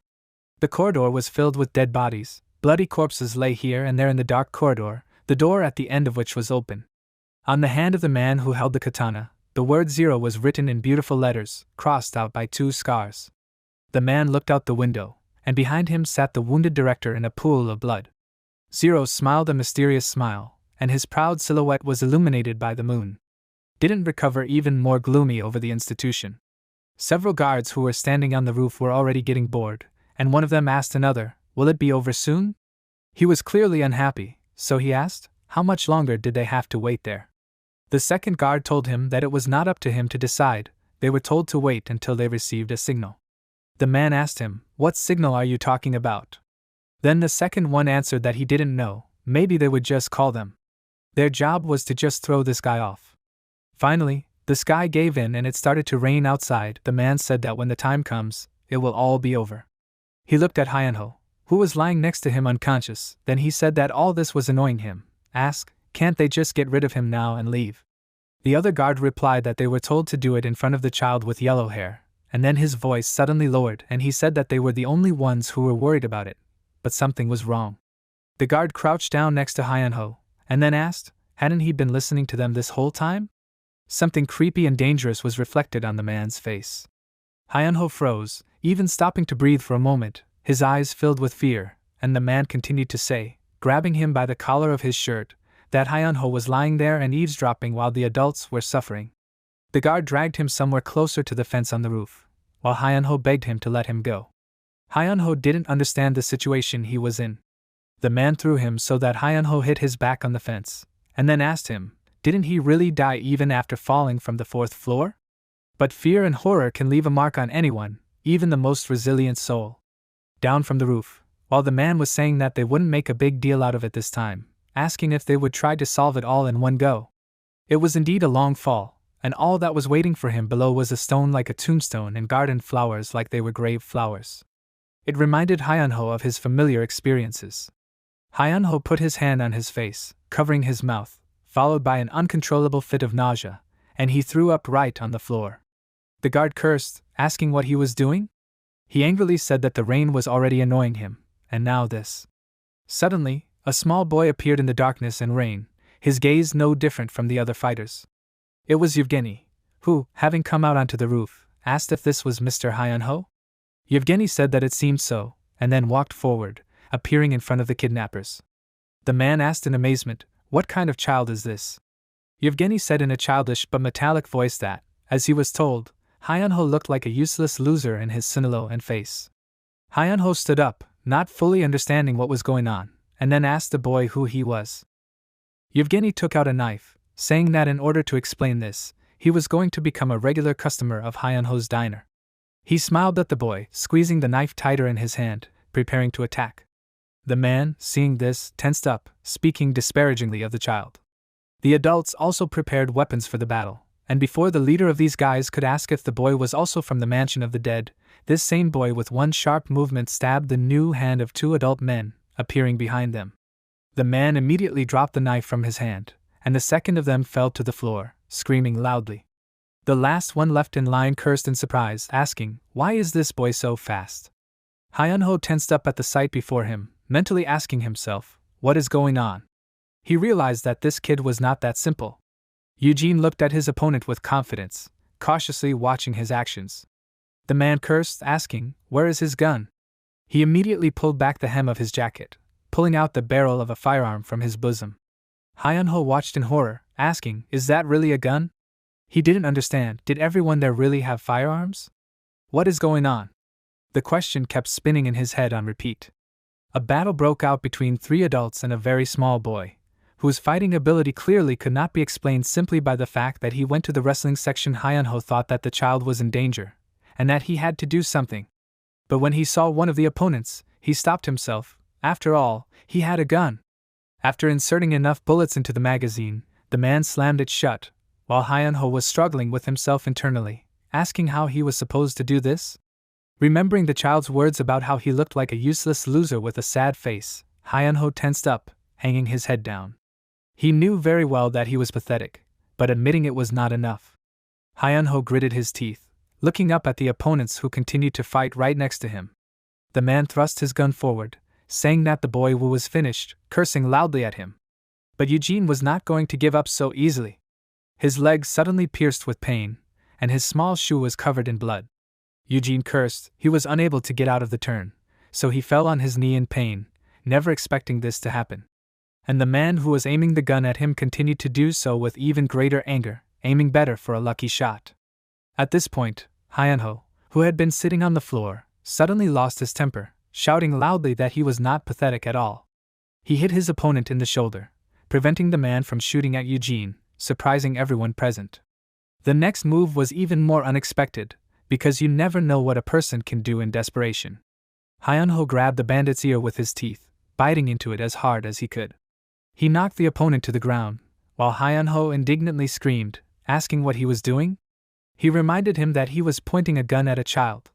Meanwhile, the man began to scream in pain, begging him to let go of his ear right now. Realizing that this strange guy would not do it so easily, the man shouted that he would kill him first in that case. He imagined the barrel of a gun right to his head, although he did not see it so well. Well, he forgot about the fact that next to them was still a small Terminator, and Yevgeny, with the words that he takes back the words about Hyunho, incapacitated the enemy with one precise blow, kicking him precisely in the head. Yevgeny smiled, saying that Hyunho turned out to be quite useful. The rain continued to fall, drowning out the sounds of the battle, which periodically came from everywhere. Next to the building was a black car, in which Marie gradually began to come to her senses, slowly opening her eyes. Rachel, who was sitting opposite her, asked. It seemed she was coming to her senses. There was a feeling of déjà vu, because just a couple of hours ago it was Rachel who was sitting in this position, and not her. Marie's roots and legs were tied, and Rachel, who was sitting opposite her, said that she would be upset if Marie died so quickly. Marie cursed out loud, asking, did she really lose? She looked down, that her limbs were tied. Rachel looked at her with a condescending look, and then Morit asked her, where is Cheyenne? She opened the box that was in her hands, answering with a funny question. She tried to remember what he told her. It seemed something about him leaving his clothes. Rachel said that it was too obvious an excuse. Meanwhile, Cheyenne ran through the corridors of the institution, because there were still people left in this building. Rachel said that, for sure, he is now looking for that woman and her son. After that, Rachel said that there was enough in her, and now she will ask questions. Delivery of the syringe, she injected Mari in the leg under her gaze, and then threw it aside, saying that there was no need to be surprised. Rachel stood up, that it was a kind of drug for confessions. She mockingly asked. Marie would probably die if she was hit a few more times, right? However, in contrast to her words, Rachel grabbed Marie's hair sharply, and then scolded her, telling her to answer her questions honestly. Anger and cruelty were reflected on her face, but Marie was not afraid of this. She smirked, saying that she would have told everything even without the drug. She was just thinking about how to destroy their mansion. Marie smiled madly, asking how such information was for Rachel. Marie said that of course she does it with Zero. Rachel's eyes widened in surprise. She asked again, does she really mean Zero? Rachel asked Marie if she wanted to say that the game was alive. Marie mockingly said that it seemed like Rachel was very worried about her, even hurt her forehead and could not apologize properly before leaving. Marie smiled, saying that it was true, because the real legend about the mansion was different. She addressed Rachel by name, saying that Zero was alive. Rachel froze in place, unable to believe it, while Cheyenne continued to run along the corridors further forward, trying to find the right rooms. He looked around, asking himself, was Hyunho's classroom in that direction. Then he froze in surprise in front of one of the animals, seeing Hyunho's mother, who was lying on one of the parks. He called out to her, clinging to the glass, shouting that this simply could not be. However, the woman moved, and there were no signs of serious injuries on her body. She called out to her son in a semi-delirious state, and the protagonist, thanking God that she seemed to be uninjured, began to open the door to the room. But his hand also froze when he remembered the face of this woman, and then the face of a smug Rachel. He stopped, not daring to open it. For a few moments he looked down, that he was to blame for all of this. From around the corner, Eugene appeared, calling him by his code name, asking how it went. Asking, was he there? Park Cheyenne looked up at the boy, then told him that he looked terrible. Following Eugene, Hyunho appeared, leaning on crutches, and Cheyenne asked in surprise, was he really okay? Hyunho looked at Cheyenne in surprise, asking him what he was doing there. Then little Eugene answered that it was the same Cheyenne he mentioned. Eugene said that the protagonist looked like a monkey and acted stupid, but he was the one who ruined the lives of the bandits who attacked them. Eugene was obviously pleased with everything he had done, as well as his pompous speech. Hyunho couldn't believe it. Was Cheyenne really Cheyenne? Hyunho asked what Cheyenne did then. Hyunho started walking towards the protagonist, asking, what are they even talking about? Yevgeny had to step aside while Hyunho frantically uttered that there were Russian mercenaries, some kind of mansion of the dead, asking Cheyenne, what does all this have to do with him? Hyunho asked, was all this because he contacted him? Park Cheyenne looked down, feeling a full-fledged weight for what happened in these walls.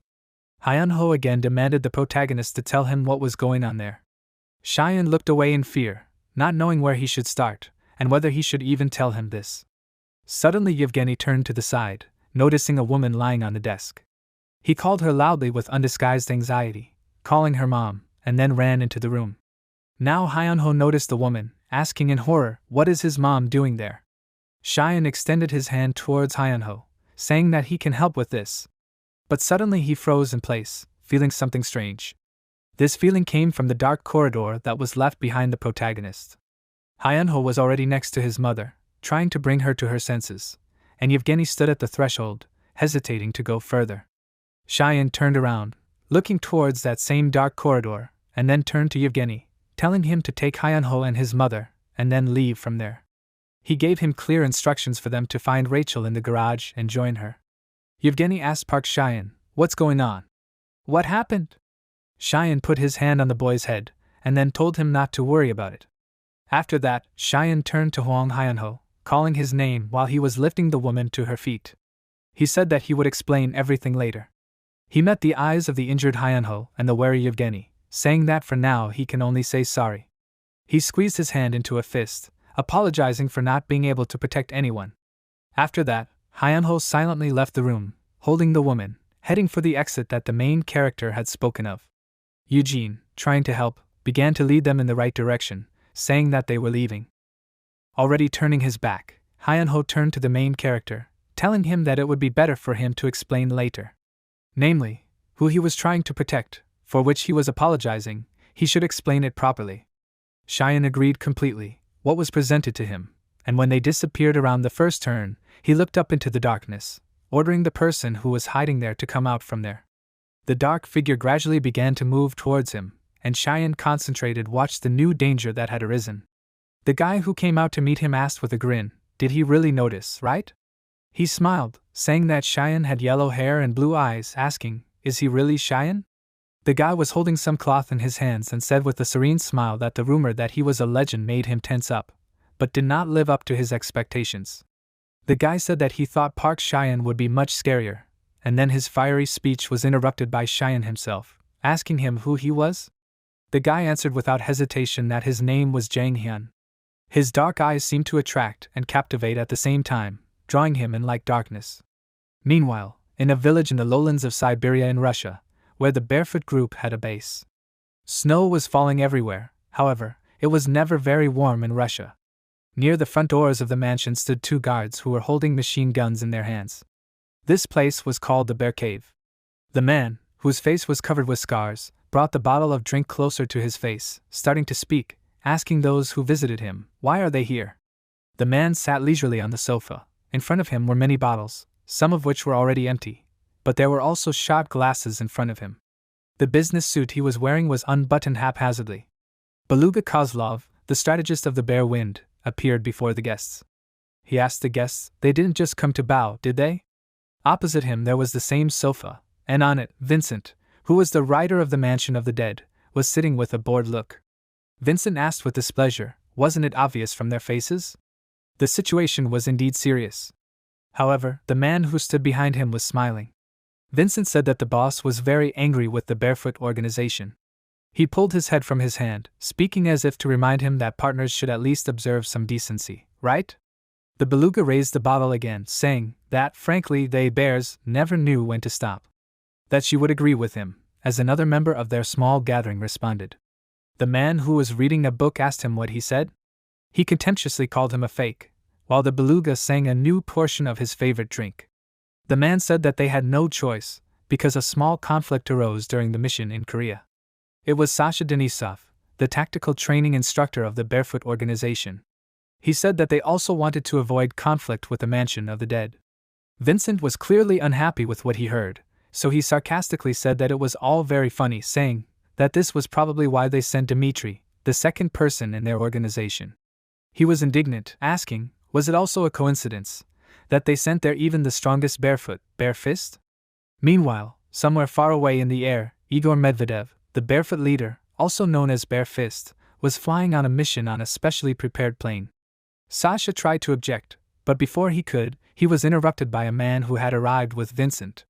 The man said that Sasha was a small man with a big mouth, looking at him with disdain from his height. Hearing this, Sasha immediately flared up, asking with a predatory smile, was he saying that he was small? Sasha took off his glasses, boiling with anger from the inside. Suddenly, thin, blade-like threads wrapped around him, and one of them skillfully scratched his cheek near his eye, as if attracting attention. Sasha immediately tensed up, and then turned his gaze to Beluga. White chuckled, touching one of these threads, laughingly saying that the others should look at this. He asked when the children, came there?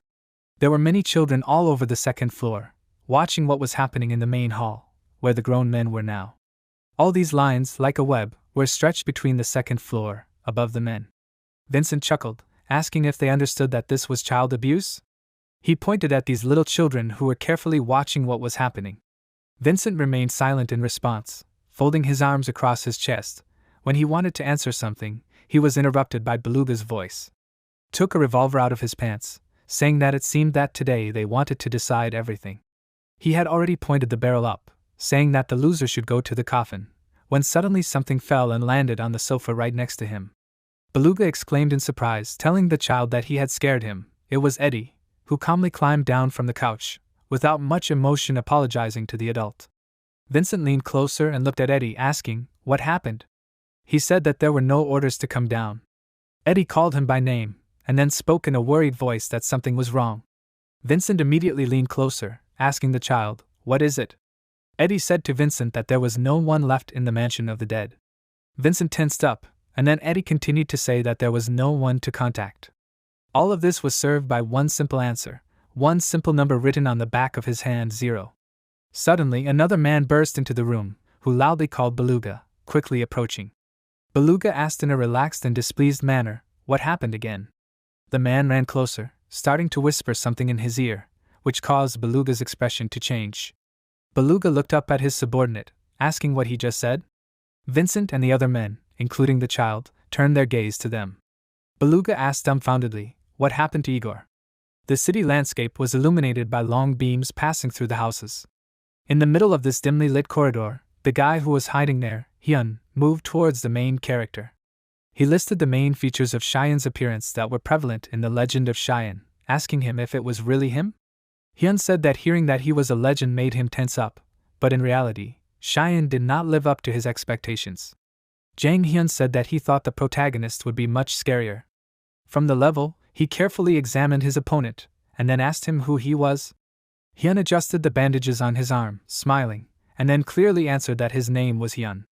He chuckled, saying that he was hearing this name for the first time, remembering that the presence he felt in the corridor was now clear to him. But was it really him? Park Cheyenne thought that this guy did not look that dangerous, but suddenly his opponent made a sharp lunge forward, swinging his leg to strike. Cheyenne barely managed to react, putting up a block with his hands, and this strike landed on them. The protagonist was surprised and thought, "What is this?" This punch felt like he was hit with a hammer. Hyun chuckled, asking if he blocked it. Jang Hyun said to try to finish him off with one punch. Cheyenne decided not to stand still, then tried to throw his own punch, but was grabbed by the arm, and was suspended in the air for a split second. Hyun told him with a smile that if he continued to resist, it would only get worse. He said that he expected more from the so-called masterpiece of the Mansion of the Dead, but alas, he did not feel anything. It took an effort for Cheyenne to stay on his feet, but it was short-lived. Hyun twisted his entire body, saying that Cheyenne was not even close to his big uncle, and then delivered a powerful punch again to his block with his hands. The protagonist gritted his teeth. The punch really hurt, especially considering that his hands were pretty injured from past battles. Hyun told him to calm down and stop fighting, and then swung again. The blow was blocked again, however. Jang Hyun was now quite surprised. Park Cheyenne mockingly said, "What does he mean when he talks about a big uncle?" Hyun's eyes froze in surprise, while Cheyenne asked with displeasure, "What was this bolt from the clear sky?" Only now did Hyun realize that he was being held by an opponent, and all this was just studying him to prepare a trap. The protagonist smiled, saying that after all, Jang Hyun was talking to the legend of the mansion, and then added, starting a movement of his hand, that no matter whether it was a big uncle or someone else, he should not compare him to some old people. After that, Cheyenne sent his opponent straight into the window, breaking the glass with his body. There were now shards scattered everywhere, which sparkled in the sun. However, this was not the end.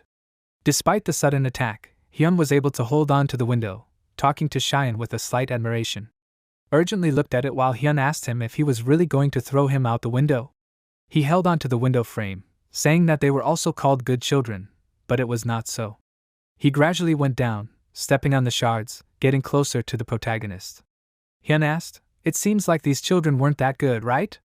Cheyenne became wary, taking a fighting stance, while his opponent prepared to strike. And as Park Cheyenne asked what he was muttering under his breath, his face collided with Hyun's hand.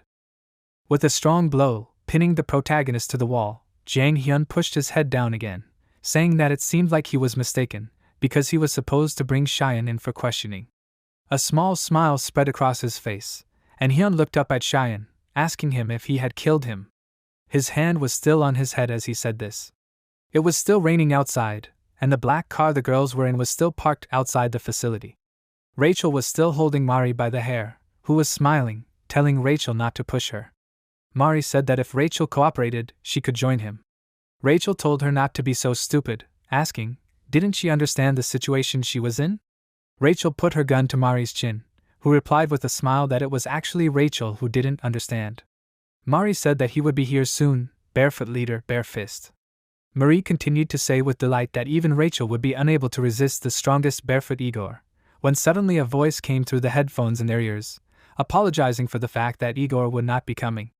Marie froze. The voice continued to say that a private jet flying to Korea suddenly took and disappeared. There was a large explosion that wiped the plane off the face of the earth. The voice said that it seemed that Igor was already at the bottom of the sea. Rachel listened, putting her hand so that the earphone fit tightly to her ear. Then the voice continued to say that it seemed that Marie had great hopes for this man. The voice mockingly asked for forgiveness, and Marie said in surprise that this voice was familiar to her. Rachel slowly removed her hand from her ear, asking, "Is it really him?" Fear was written on her face, and on the other end of the line she heard a greeting addressed to her. It was Zero, who said that they hadn't spoken in a long time, and then asked how she was doing. He said that he wanted to meet her in person, but unfortunately it didn't work out. Zero was sitting on the table, talking on the phone, a smile on his face. He said that he had too much to do there, and Rachel loudly asked how he was using the director's line. Zero threw his head back, turning his smiling gaze to his second-hand opponent. He asked, what was so special about that? He said that he had just been there with the director. There really was a wounded man sitting on the floor, in a pose as if he was repenting of his sins. Zero said without a twinge of conscience that, unfortunately, the director could not talk now. Marie, hearing this, immediately became worried, asking what he meant. She reminded him that he had promised that the director would be safe. Zero rubbed his neck with his hand, addressing Marie with feigned awkwardness. He apologized to her ironically, saying that he lied. His face lit up with a smile again, while he said that he had planned to destroy the mansion of the dead from the beginning, so naturally the director should go too, right? Zero said that it was all thanks to her, Marie. She was shaking in horror and the realization of what had happened, while Zero said that he was serious. The distraction of the conflict with the barefoot, no one could have expected that. It was a genius strategy, wasn't it? He said that thanks to this, most of the people went after the barefooters, and then they easily destroyed the mansion. Vincent was far away from this place now, as were many other adults, so nothing stopped him from doing it. Zero said that the heads of both organizations were now unavailable. The men stood up from their seats, while Zero continued to speak on the phone, that they must already suspect each other. Beluga cursed, pointing the barrel straight at Vincent's throat, calling them damn fakes. Vincent also did not stay, putting out a knife, a group of bears with garbage. In the vastness of Russian Siberia, something interesting will soon happen. Vincent offered Beluga to sort things out once and for all. A spark lights a powder keg of conflict. Beluga agreed, baring his teeth, and then said that he would send Vincent to his god. But all this was just a spark and a fuse. Footsteps were heard, and a large figure entered the hall, ordering them all to stop. The Great Peak of Russia will not allow this to happen. The man who entered asked, "Have they all forgotten the rules of the Alexandrov house?" Vincent turned around, seeing a new participant in the conflict. Beluga also stopped, saying that it was surprising, because he did not expect that this person would personally intervene. It was Sofia Alexandrova. A large woman, a woman with a capital letter. She folded her arms across her chest, saying that if he did not know, then it was true, but otherwise it was not so. She said in a threatening voice that now, since there was a lady in the room, they should lay down their arms. Sofia Alexandrova was a war hero. While Beluga and Vincent were arguing with each other, the formidable Sofia Alexandrovna approached them. With a sly smile on his face, Beluga asked in surprise, "Has Sofia come?" Then he turned to Vincent and asked him if the mansion of the dead was really so vile that they even decided to call her. Vincent, while a gun was pointed at his neck, said that he would like it to be true, however. Sophia did not let him finish speaking and, with an unperturbed expression on her face, approaching them, said that although she had helped them before, she noticed that they had caused this rather unpleasant expression. At this time, Vincent and Beluga were watching her carefully. The boy from the mansion of the dead watched with a surprised expression as Vincent and Beluga turned in different directions and Sophia sat down at the table. He thought that this was impressive because they could not even move. The boy looked at Sophia with admiration and thought that she was Alexandrovna. Sofia Alexandrovna said that she was not here today to take sides. After that, she explained that she only wanted to warn them of the seriousness of the current situation. By this time, the members of the two opposing factions were looking at her attentively and listening. Soon after, Sasha asked her what she meant by warning. Sophia explained that this was no longer just a conflict between the barefoot and the mansion. She stated that that guy had returned. She then explained that that guy was a discarded masterpiece that they, that is, the mansion of the dead, hid. When she mentioned this, Vincent's eyes widened in surprise. After that, Sofia Alexandrovna confidently said 0. As soon as she said this call sign, all the people inside looked at her with surprised expressions on their faces. At this time, in the school building, Sean, with a tense expression on his face, angrily looked ahead while his head was being squeezed by Jang Hyun, menacingly asked 0? And then the main character grabbed Jang Hyun's hand with both of his hands and loudly asked him who it was and what does kidnapping have to do with it. With a sly smile on his face, Jang Hyun brought his face close to Sean's and suggested that he go and see for himself who it was, after which he stated that he would not say anything more. He had orders to just bring him. Sean asked him if this was really so. A moment after that, the main character bit Jang Hyun's palm. Jang Hyun fearfully pulled his hand away and began to scream that it was disgusting, after which he asked Sean why he was biting.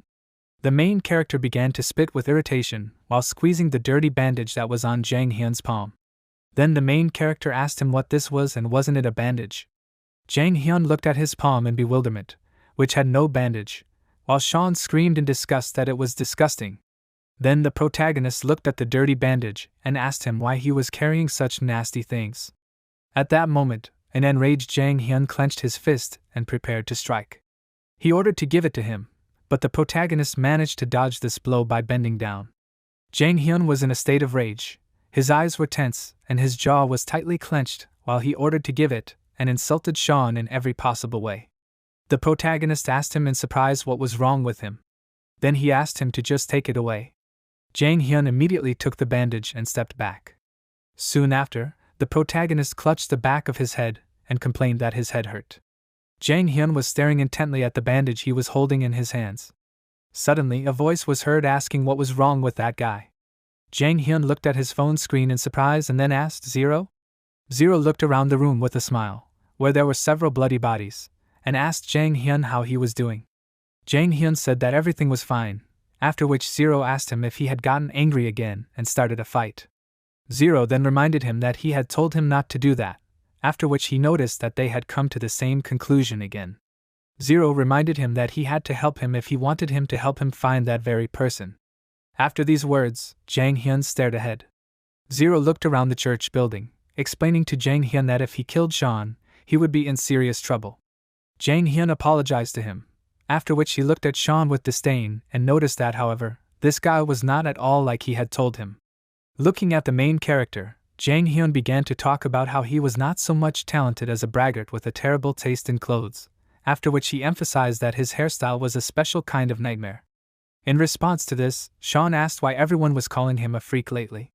While Zero was walking down the stairs holding the phone in his hand, he asked Jang Hyun if he was that weak. Then Zero sat down on the stairs and remarked that it was strange and that it couldn't be. Then Zero asked him with a serious expression not to say that he had chosen someone to be his parents again. Jang Hyun put his hand on the back of his head and said tensely that they were very difficult.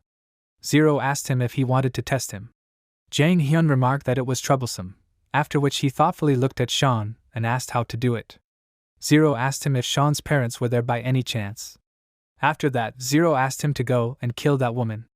A moment later, Sean's tightly clenched fist appeared in front of the unsuspecting Jang Hyun's face. Sean hit Jang Hyun hard in the jaw, causing him to drop the phone from his hand. With a massive cut on his cheek, Jang Hyun asked himself in confusion, what just happened and what is going on here? He looked at the gloomy face of the protagonist, realizing that he did not even notice it. A moment after that, the protagonist raised his leg high and prepared to deliver a kick with his heel to Jang Hyun's face. At the last moment, Jang Hyun was able to dodge this kick by moving his head back, which caused the protagonist to hit the concrete floor with great momentum, which began to crumble. With a crazy look looking ahead, Sean put his hand on his face in surprise and began to ask out loud, "What was that?" After that, he painfully said, "Just what is that?" Jang Hyun looked at him with a sly smile on his face, reaching down to pick up his phone, after which he noticed that this meant that this was his true strength. Jang Hyun took his phone in his hand and turning to Zero said that it seems he was right. Zero asked him again in surprise, "Is he really right?" Jang Hyun looked ahead with a smile on his face, touching the abrasion on his cheek, after which he said that Sean is the legend of the Mansion of the Dead. Then Jang Hyun noticed that he would be useful. Jang Hyun began to shout joyfully that he knew it, after which he noticed that he would definitely help with their plan. Jang Hyun began to close himself from the sun, which began to blind him. Looking out the window, Jang Hyun noticed that it was already very late. Zero drew attention to the fact that they already had morning, after which he suggested that he finish the matter. Jang Hyun asked Zero, "Is he just leaving?" Zero, who was sitting on the stairs at that moment, said that if Sean remains in this state, then his return will not help, so he suggested watching him a little longer. Soon after, Zero said that everything is just beginning. At this time, a confused Sean looked at his tightly clenched fist. Suddenly, a frightened Eugene ran out of the corridor, who loudly addressed Sean by name, shouting that a disaster had occurred. Then Yevgeny put his hands in front of him and started to shout expressively, "The Mansion of the Dead and the Director." The main character turned in the opposite direction and started to look at the empty corridor in which only traces of the battle remained. Yevgeny asked him, "What's there?" The main character started to look around in bewilderment at the same time asking, "What's going on here and where did that guy go?" Yevgeny asked him in confusion, "That guy?" Then he asked Sean, "Who is he talking about?" The main character suddenly shouted out, "Jang Hyun." After that, he again shouted affirmatively that his name is Jang Hyun. Yevgeny looked at him in bewilderment, asking him, "Who is it?" However, he did not hear an answer because Sean suddenly fell to the floor. Yevgeny started to run up to him in fear, calling Sean by name. However, the main character with an exhausted expression on his face, lying on the concrete, quietly said that they needed to find him because that guy knew something. Yevgeny continued to scream his name, while his eyes were closing. Mentally he realized that he had to catch up with him, after which he cursed realizing the state of his body. Yevgeny sat on his knee next to the unconscious Sean and asked him to pull himself together. Yellow petals were fluttering in the wind. A month had passed since these events, and Sean, walking along the road surrounded by autumn petals, looked at the school building under repair, realizing that everything they did was settled by the Biko Human Resources Company. The protagonists reasoned that the school was temporarily closed, and they say that in this case they lose their vacation. He looked at the tree from which the petals were falling and asked himself, "Is this true?" Then he remembered the newspaper news summary which said that the child of the president of the Manhwa Construction Company harbored a grudge, and understood that the culprit of the whole series of incidents was his father Joseph. When Sean was riding the bus, he looked at the man's phone and reasoned that it seemed that when his son was accused of school bullying, he took revenge on the school and the students, and Hwang Hyunho and his mother were also in shock, but the protagonist did not think that he would be able to visit them in the near future. He was near the place where not long ago there was a shop of Hwang Hyunho's mother, but now it was closed, and on the door there was a warning that the shop was temporarily closed. The protagonist began to open the mechanical fence that closed the shop, and when he was inside, he was treated with disdain and asked if it was really that hard to hurry. It was Dmitry Medvedev who pointed the barrel of his gun at him and asked how much longer he would make everyone wait. The protagonist looked up at him in surprise and asked if he really came. Dmitry dismissively answered him that the situation obliged him, after which he asked him to go inside. At this time, all the participants of the battle that had happened at school a month ago were in the room. Dmitry looked at Sean with a stern expression on his face and explained to him that he was the last one, and now everyone was gathered. All those who were in the room with stern or sad expressions on their faces looked at each other gloomily. The protagonist, looking around at those present, noticed in surprise that they all looked alike and got along well, after which the protagonist said that a month ago they were ready to tear each other's throats out. Marie looked at him with a gloomy expression, showing the handcuffs on her wrists. Dmitry, who was holding a knife in his hand, explained that this was the nature of the business and that they no longer had an employer. After that, Dmitry explained that the main thing in this situation was that their brother, named Igor, which was defeated. At this time, Dmitry, clutching a knife in his hand, approached the chain Marie, saying that they cannot just let Zero or whatever his name is leave. Immediately after this, Dmitry, looking at Marie sitting next to him, asked, "Is she one of the mansions?" Immediately after asking this question, Dmitry, with a sharp movement of his hand, thrust the knife into the table that was right next to Marie.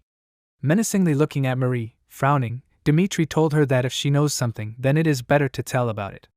Marie remained silent in response, and Rachel, who was sitting on the table with her head down, said that their situation was the same, after which she told that Zero had kidnapped the director. And then Rachel said that if it were not for them, that is, barefoot fools, then this would not have happened. Yuri, with an irritated expression on his face, who was squatting on one of the tables, clutching a baseball bat in his hand, indignantly turned to Rachel and asked her if she was joking now. Then Yuri explained that if we talk about it, then they were the ones who struck first.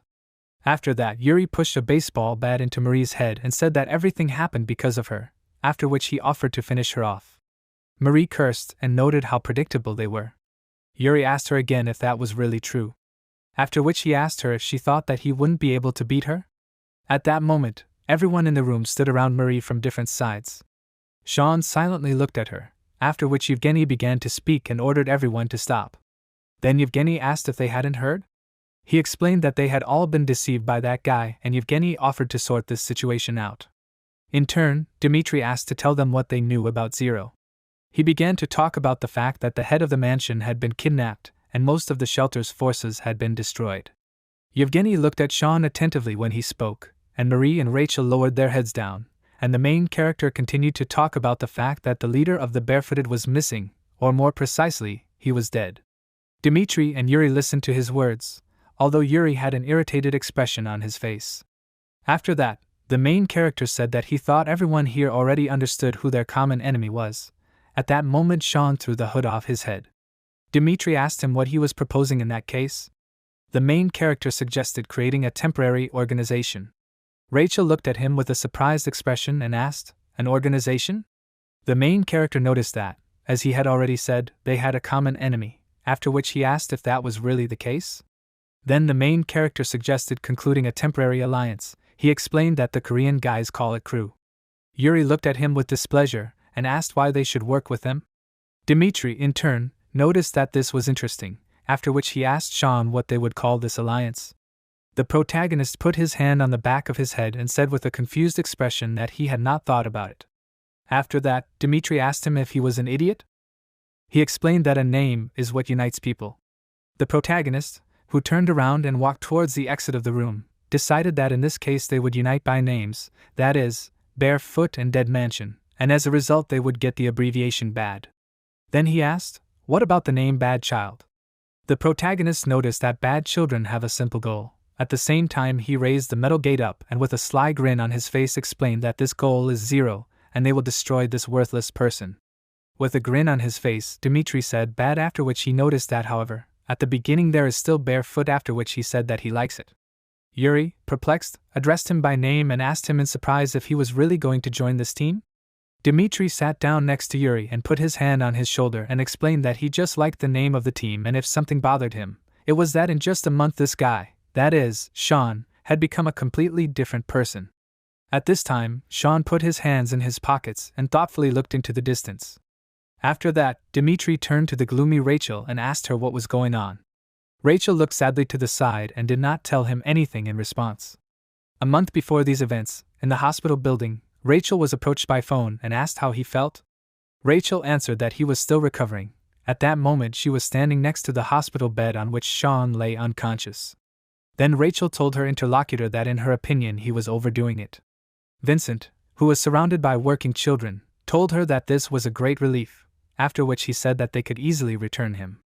At this time, one of the guys who was holding a stack of books in his hands approached Vincent and asked him where to put it. Vincent asked the child to give it to him, after which he asked him to simply shove the rest on the bookshelf in the VIP room. While Vincent was looking at one of the books, Rachel asked him how things were going in the mansion of the dead.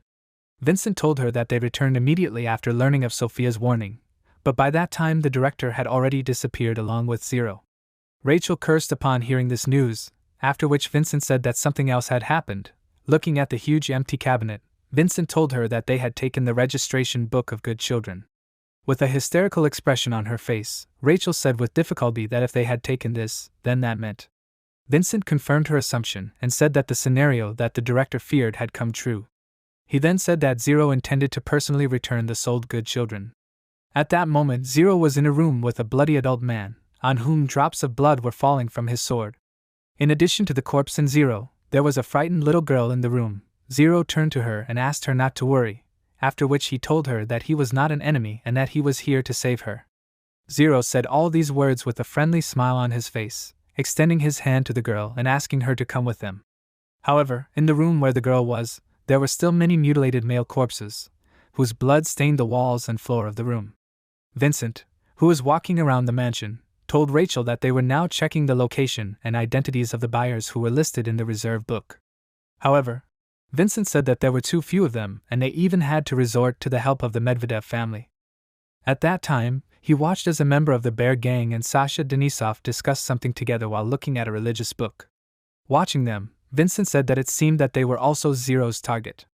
After listening to this, Rachel suggested that even if they harmed the buyers, this did not mean that the children would become controlled by Zero. Then she asked if this was true. Vincent answered her affirmatively, explaining that this would happen under normal circumstances. But then he noticed that Marie said that they had found a way to violate the 3 principles and perhaps this was true. Rachel then suggested that the director was afraid of children who violated the 3 principles. She asked if this was true. Then she looked at the unconscious protagonist and explained that even when they found him, the director wanted to check if he could ignore the principles. Vincent confirmed this observation and with a tense expression, putting his hand to his forehead, he recited, "She doesn't realize it yet, right?" Rachel confirmed this and explained that this is not happening yet and that it is only her assumption. However, she noted that Zero might try to get close to Sean and therefore they need to return him to the ranks before they meet. The protagonist continued to lie with his eyes closed, after which she explained that under no circumstances should they allow them to meet. In the protagonist's consciousness, there were memories from a gloomy day in which raindrops were falling heavily from the sky. A woman in rich clothes stood next to a large man serving her and turning to the one inside the expensive car, she sharply ordered him to get down. Then the woman irritably asked why he was hesitating. The director of the mansion approached the woman and asked her what she was doing here at such a time. The woman in turn asked him if he knew what kind of place this was. The woman grabbed the little boy by the hand and roughly started to pull him forward while the director asked her what was wrong. The woman pushed the boy forward and asked to take him away. Then she added, saying that he also needed to be raised. The boy looked at his feet with a sad expression, while a huge amount of raindrops were dripping on his head. The director, with a friendly smile on his face, extended an open palm in front of him and explained that they were an orphanage that takes in lost lambs. And then the director noticed that his mother was here, so they couldn't. The woman started screaming that she would pay them as much as they wanted for this. At that moment, she threw the child into a puddle of mud and explained that she was ready to pay if only he would stay here. When the child raised his dirty face up, his mother screamed that she couldn't raise this disgusting child and let them do with him whatever they wanted, that is, raise him or sell him. At this time, the main character opened his eyes and looked sadly at his hands. Then he looked around with a surprised expression, asking, "Hospital?" Then he asked out loud, "What happened?" Memories from the day of the battle at school began to appear in his mind. Sean looked menacingly in front of him and thoughtfully said that this was really how it was. Suddenly his eyes widened and he remembered how Zero addressed Jang Hyun through the phone and asked him, weren't Sean's parents there? After that, Zero ordered him to go and kill that woman. The protagonist abruptly threw away the four and ran out of the hospital. He ran along the dark street and shouted loudly, "Auntie!" Soon after, he approached the multi-story building where Hwang Hyunho's mother lived. He entered the elevator and pressed the 5th floor, but the elevator did not move, which is why the protagonist began to press the button repeatedly, but nothing happened. The protagonist cursed loudly and with a painful expression on his face, holding his wounded side, shouted that the elevator breaks down at the most inopportune moment. Then he persistently began to hold on to the railing and climb up the stairs, asking for it out loud. But suddenly, when he climbed the next flight of stairs, he saw that a katana was inserted into the elevator door, which is why the elevator did not come to him. The main character looked at the blocked elevator and asked warily, "What is this?" Zero, who was sitting a little higher on the next flight of stairs, looked at him with a smile on his face and shouted that he was finally here. Then Zero, looking at him attentively, said that he had been waiting for this moment to come and missed him. With a menacing expression on his face, the main character asked who he was. Zero asked him again in bewilderment, "What?" Then he asked him, "Does he really not remember him?" Zero suddenly ran up to him and began to hug his palm with his hands, asking him not to misunderstand him. With trepidation, Zero turned to Sean and told him that he missed him very much and even came here himself. The protagonist looked at him suspiciously, then began to look up and, stopping his train of thought, asked himself, how did he even end up here? At this time, Zero asked him if he really didn't understand. Zero looked him straight in the eyes and with a smile on his face asked if he hadn't promised him a long time ago that he would kill that woman for him. Suddenly, the protagonist attempted to strike against Zero, but he was able to dodge it by stepping back. Now Sean, raising his leg to strike, turned to Zero and shouted that he was the one who spoke to Jang Hyun on the phone back then. Zero answered him affirmatively and explained that it was he, that is, Zero. Then Zero calmly blocked the blows with a sad expression on his face, and Sean said that he was serious. Zero assumed that he was still pretending to be a good child, after which he asked him if that was really the case.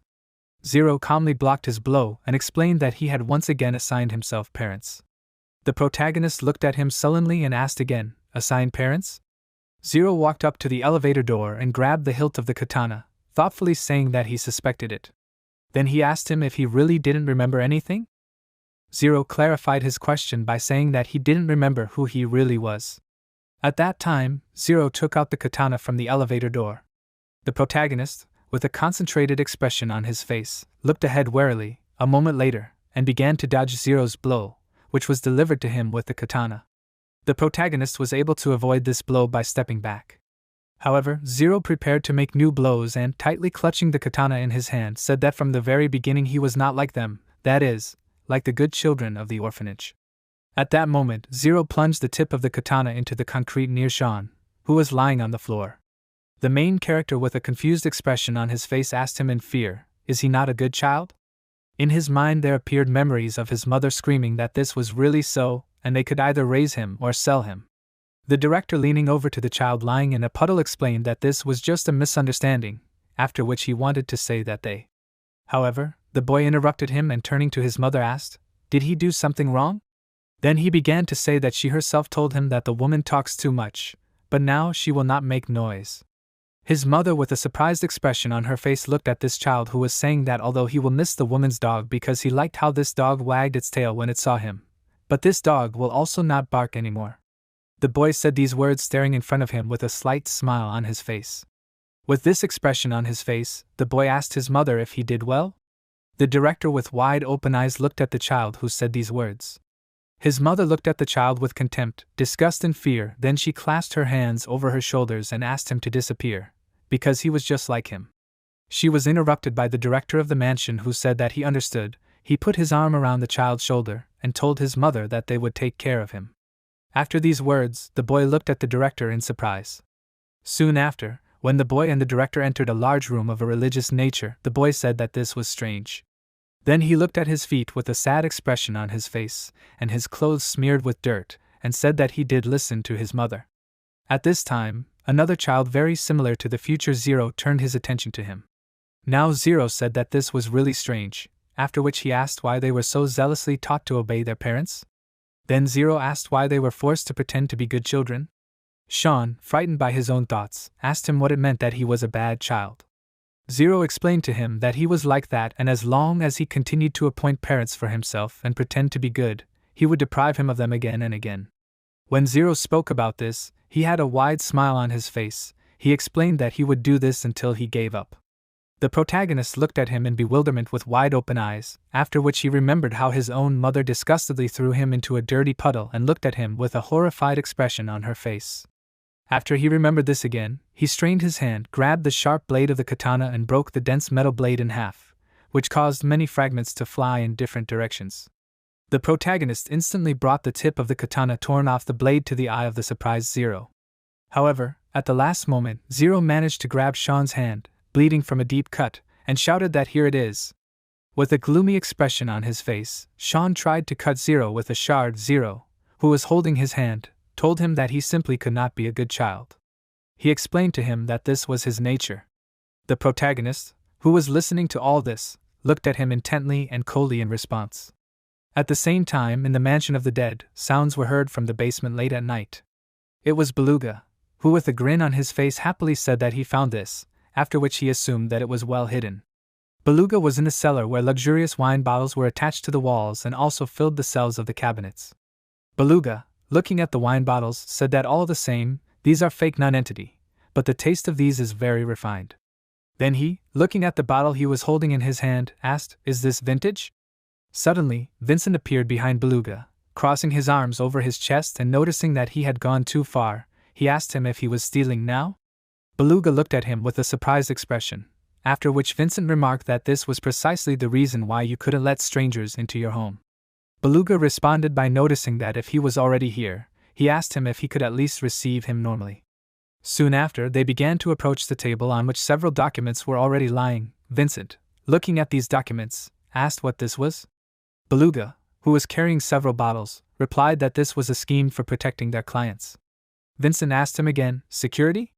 Beluga, smiling, put the bottles on the table, saying that there were rumors that some Zero was hunting their clients and that one child was not enough, after which he asked if this was true. Beluga then said that their barefoot mercenaries were guarding them and that Zero or anyone else should try to come if they dared. Then he noticed that they also prioritized the richest and most important clients, after which he assumed that VIP management is the basis of the business. Then he asked if this is so. Vincent, with a cold expression on his face, looked ahead and thought about Beluga Kozlov, realizing that he is a strategic planner for the barefoot, after which Vincent came to the conclusion that this means that he did not take his place by chance. At this time, Beluga, with a smile on his face, opened the cap of one of the bottles while simultaneously telling Vincent not to brag that he rolled up a couple of bottles, after which Beluga noted that it was still cheap for him. In response to this, Vincent asked him if he at least knew how much what he grabbed cost. Then he noted that if the director finds out about this, Beluga prematurely answered him that this is exactly why he drinks. At this time, 3 luxurious bottles stood in the center of the table. Putting one of the bottles in front of him, Beluga noted that at another time he would not have been allowed to try it, so he asked if he should open it. Vincent looked closely at the bottle, and after a short time the table was stained with expensive red wine. Also on the table was a corkscrew and several open corks. Intoxicated Beluga, with a wide smile on his face, shouted that it was delicious, and it was like the blood of God. Then he turned to Vincent sitting opposite him and suggested that they were now accomplices. Vincent resignedly put his face on his hand, putting a glass of wine on the table. Beluga then turned to Vincent and told him that he had a question. Vincent looked at him in surprise and asked, "What is it?" Beluga asked him, his children and these 3 principles, how did he zombify them? Beluga noticed that these children are so obedient, and he also wants such a brother or sister. Vincent looked at him closely, was silent for a while, after which Beluga suggested that this is a commercial secret, but he noted that he is just curious, and this is the only reason. Vincent began to answer confusedly that it really looked like zombification, and one could say so, after which he told about the fact that most of the children who come here were abandoned by their families. Looking at his reflection in wine, Vincent said that such children experience lack more than others and they play on this, telling children that they were abandoned because they are inferior so they need to become ideally good children. He quoted what they tell children about how good children prove their need and good children are superior to everyone else, so they, as good children, will be able to become a family or will their family abandon them again. Beluga asked him in surprise, "Is this enough?" Then he asked, "Do they really control them like this?" In response to this, Vincent explained to him that lack can be an extremely powerful motivation. Raising an empty glass over his head, Beluga noted that they are really cruel, after which Beluga asked him, "Is this the director's idea?" Vincent answered him that there was one person who gave this idea, after which Vincent continued to look at his reflection in wine, said that he was not a good child but really wanted to become one. Vincent continued to talk about how this was a child who was ready to do anything for the approval of his parents, and the director was inspired by this child and created the absolute 3 principles. And this was the real Sean. Now during the battle between the main character and Zero, Zero told him that he cannot be a good child, after which he knocked over the main character, squeezing his wrists, and suggested that he was in pain. The main character, falling to the floor, managed to counterattack Zero with a blow to his head, but Zero managed to put his forearm in front of him, and smiling looking at Sean, he said that as he sees it he has strength again. The main character, getting to his feet, asked him, "Can he be a good child?" Memories of his mother looking at him with disgust and asking him to go away appeared in his mind again, because someone like him is simple. Then the protagonist remembered how Hwang Hyunho's mother rejected him and asked him not to even call her his mother. Looking at the bloody dagger in his hand, the protagonist suggested that maybe he was right, and it seemed to him that he really was a bad child. A joyful Zero spread his arms wide and said that this was indeed the case. However, Sean did not let him finish and said that if he got rid of the one who threatened to kill his mother, then with a crazy expression on his face, looking intently at Zero, Sean asked him if he would become a good child again. Looking away, Zero grinned, noticing that he wanted to be good so much. And then, with irritation, Zero looked at Sean and noticed that this was his problem. While Sean rushed to attack, Zero explained that it was because of his actions in the mansion of the dead that the 3 absolute principles appeared. As soon as the protagonist heard this, he stopped his attack and began to look ahead in confusion, while Zero also rushed to fight. Zero continued to talk about how they were being controlled because of him. The blows of their weapons touched each other, and a drop of blood from a deep cut on Sean's palm sprayed towards Zero's face. Zero closed his eye and looked at his blood-stained face in surprise, while the protagonist took advantage of the moment and rushed to attack. Zero managed to defend himself from this, then wiped the blood from his eye, noticing how petty it was. After that, with a sharp movement of his hand, he knocked the blade fragment out of Sean's hand, after which he began to concentrate energy for a new blow. When he struck, the protagonist defended himself from this by jumping high into the air. The blade of the katana was stuck into the ceiling, and Sean grabbed it with his wounded palm, after which he jumped down and tried to strike Zero, but he only looked with a smile on his face at the element of his cloak cut off by a sharp and powerful blow of the blade. After that, the protagonist, holding something like a pot in his hand, threw it towards Zero. Zero instinctively broke the object flying at him, which caused a lot of dust and dirt to be released from the pot, which lowered his observation skills, and from this cloud of mud dust, the protagonist's blade appeared. Zero managed to defend himself from this blow, but a moment later, he looked at Sean approaching him with a confused expression, who, coldly looking into his eyes, clenched his fist and said that he caught it. Then the protagonist delivered a powerful blow to the center of Zero's face, which caused Zero to drop his katana, but instantly intercepted it with his other hand and tried to counterattack Sean, which forced him to step back. Staring intently ahead, the protagonist assumed that the blade was in the way, after which he asked him if this was true. Zero, with a concentrated expression on his face, clutching the katana in his hand, began to approach him, but the protagonist prepared a tightly clenched fist for a counterattack. Zero stared at him with a smirk on his face, but Sean's face was incredibly serious and concentrated. A moment later, the blade of Zero's katana and the fist with the protagonist's extended finger touched, after which the dense blade of the katana shattered into many small metal pieces. Zero, looking ahead in surprise, asked, "Hit the blade?" Then he turned to Sean and explained to him what he was capable of, but the protagonist did not hear him and tried to strike again. Zero raised his knee up right into Sean's jaw and said that it was not that impressive. Taking the blow, Sean looked at Zero again, after which he jumped and kicked him in the face. However, this time Zero managed to defend himself by putting his forearm in front of him for protection and at the same time squeezing the blade in his other hand and smiling while looking at Sean. At this time, Beluga asked his interlocutor again, what was he talking about? Then he asked him, "And who is this child?" Looking at the papers in his hand, Vincent answered him that it was Sean. And then he explained that this was the same Sean they tried to kill. Holding a glass in his hand and bringing it to his mouth, Beluga said that this was the same boy and he understood who he was talking about. And then Vincent turned to him and asked, "Did they put a guard on him too?" Beluga answered him negatively and explained that no one was assigned to him. In response to this, Vincent noted that this is the most important place. Then Beluga explained that to be more correct, there was no need to put anyone there. At this time, Zero and Sean continued to fight among themselves. Beluga said that she personally came to Korea. Suddenly a huge hand grabbed the elevator door and began to push apart the thick metal doors. A menacing voice said that the noise was not in vain. Beluga explained his words by saying that it was Sofia Alexandrovna, if he himself understands.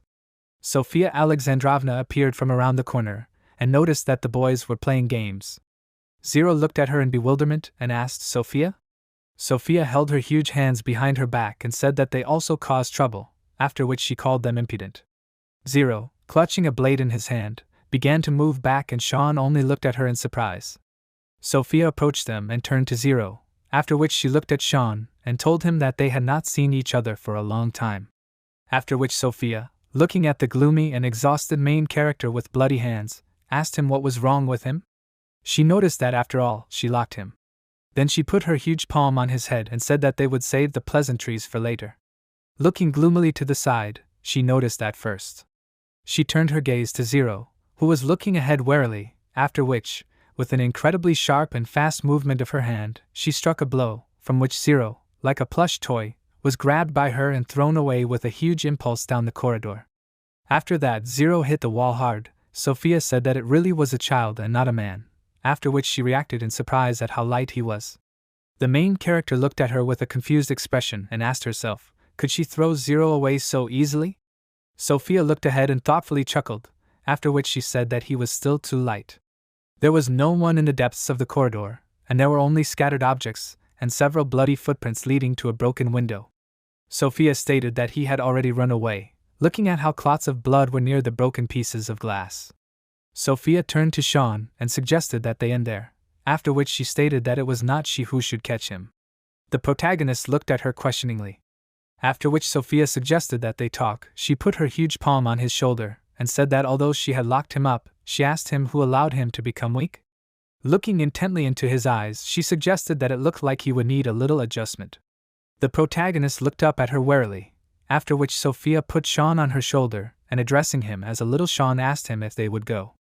The protagonist, confusedly twitching on her shoulder, asked her to wait, after which Sofia, remembering, said that she forgot to mention. She said that if he was looking for an elderly woman who lived in this house, then she was no longer there.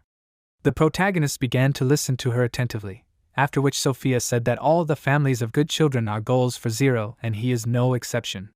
Going down the stairs, Sofia asked Sean to trust her, after which she swore on the honor of the Alexandrovs that she would protect his parents. She suggested that it was quite possible that he had chosen his parents as he wanted, but in any case, he had nothing to worry about. At this time, the main character looked ahead with sadness. Sofia asked him to just focus on training, after which she asked him if they would try the deadly squats again. As soon as the main character heard about the deadly squats, his eyes widened and his face darkened. Sofia, turning her gaze to him, asked him if he remembered about it. Then she explained to him that if he failed, he would die. A month after these events, an SUV was driving down the road at high speed and a voice asked the interlocutor if this meant that he tied explosives to his lower body and did squats. The main character, with a gloomy expression on his face, looking at his palms, asked Dimitri, who was sitting next to him, if he could imagine this. Then the main character said that if he relax, the explosives will immediately explode, after which he hysterically asked Dimitri if he understood this. Dimitri, who was driving an SUV, said that he thought that this was just a legend from Russia, but that they actually do something like this there. After that, Dimitri asked Sean if Alexandrovna was really like that. Sean grabbed his head and began to squeeze it tightly, while loudly screaming and asking Dimitri not to even mention her. And then Dimitri, without looking at his interlocutor, noticed that he had become better, after which he asked him if that was not so. The main character turned around in surprise and asked him in what? With a grin on his face, Dimitri answered that he was talking about skills, after which Dimitri noticed that he said that he had studied with this Sophia. Then Dimitri said that he was wondering if he had become better in a month?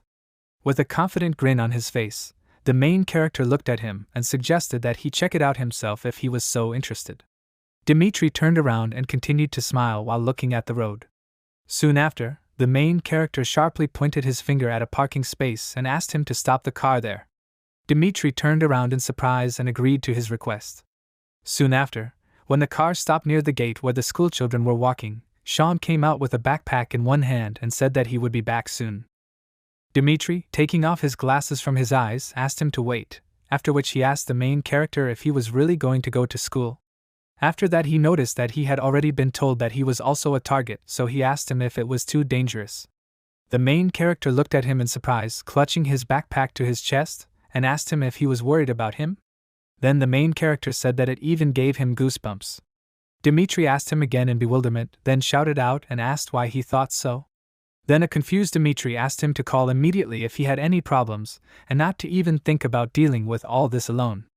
The main character silently looked at him in response while Dimitri warned him to avoid suspicious people. Right after that, Sean abruptly slammed the car door, shouting at the same time that he understood it, and asked him to stop. At this time, the schoolchildren who were standing near him began to whisper among themselves. One of the schoolchildren asked his friend, "Isn't it him?" Then he explained that it was a guy named Park Cheyenne, that is, a second grader who walked behind Joseph. And then the students began to assume that inside the car was his father, who looked young, almost like a model. One of the students swore, focusing his attention on how fashionable he was, after which the student assumed that he lived a rich life. The main character, looking through the car window at the annoyed Dimitri, asked himself, "Father?" At this time, Dimitri, putting his hands on the steering wheel, muttered that these teenagers are constantly irritated for no reason. A moment after this, the Jeep drove further down the street. At this time, in a building that looked like a tall barn with a minivan and various storage facilities inside, a hand was raised towards the roof from where the sun was shining through the holes. On this palm was a dirty rag.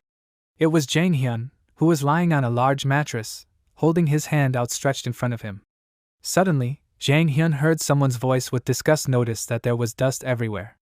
It was Zero who, upon entering the barn, noticed that staying in such a place was unhealthy. Jang Hyun looked at him in surprise, after which Zero waved his hand at him with a friendly smile on his face and asked him how he was. Jang Hyun abruptly ran up to Zero and started telling him that he had just been waiting for him, after which he asked him if he knew how many questions he had for him, and why he had only just come now. Zero apologized to him, explaining that he had too much to do. Then Zero went up to the punching bag and touching it suggested that a lot had changed here, after which he asked if that was true. At that time, Jang Hyun, who was behind Zero, bent down to pick up the scissors from the floor and answered him affirmatively, explaining that he had updated the decor a little. Then Jang Hyun, taking the scissors in his hand, began to reason out loud that he needed to bring him a drink, because it would be polite. Zero said that there was nothing to worry about and asked him not to worry. Suddenly, with a sharp movement of his entire body, Jang Hyun stuck the blade of the scissors into the keyhole that was on the soda machine. While Jang Hyun was actively moving his hands, Zero watched this with a smile on his face. Soon after, when Jang Hyun was able to get one can from the soda machine, he grabbed Zero and happily ran to the side, telling him that in this case he would drink later. He quickly led him to the side, asking him to sit here.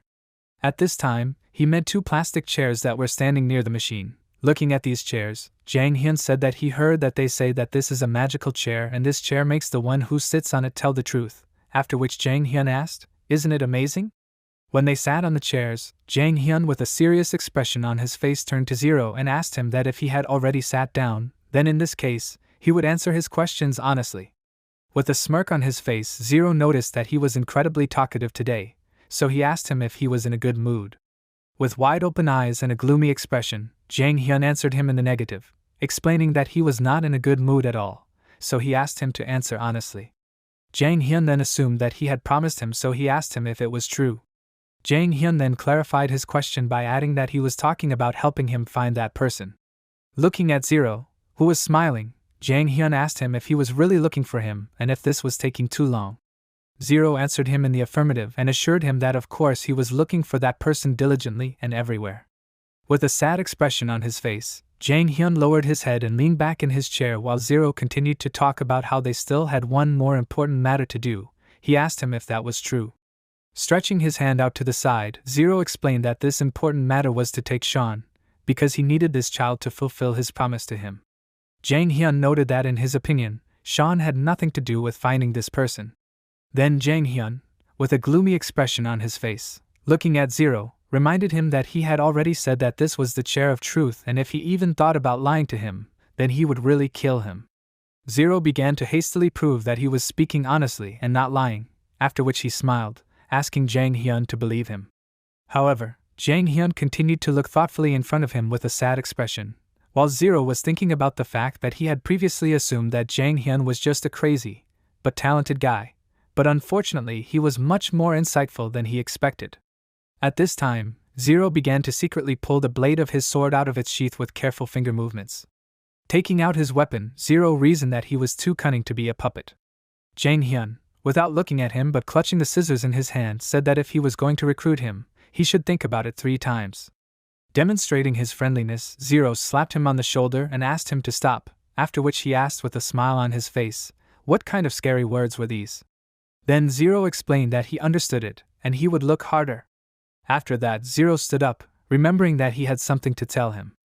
Zero addressed Jang Hyun by name and asked him if he wanted to go to an interesting place.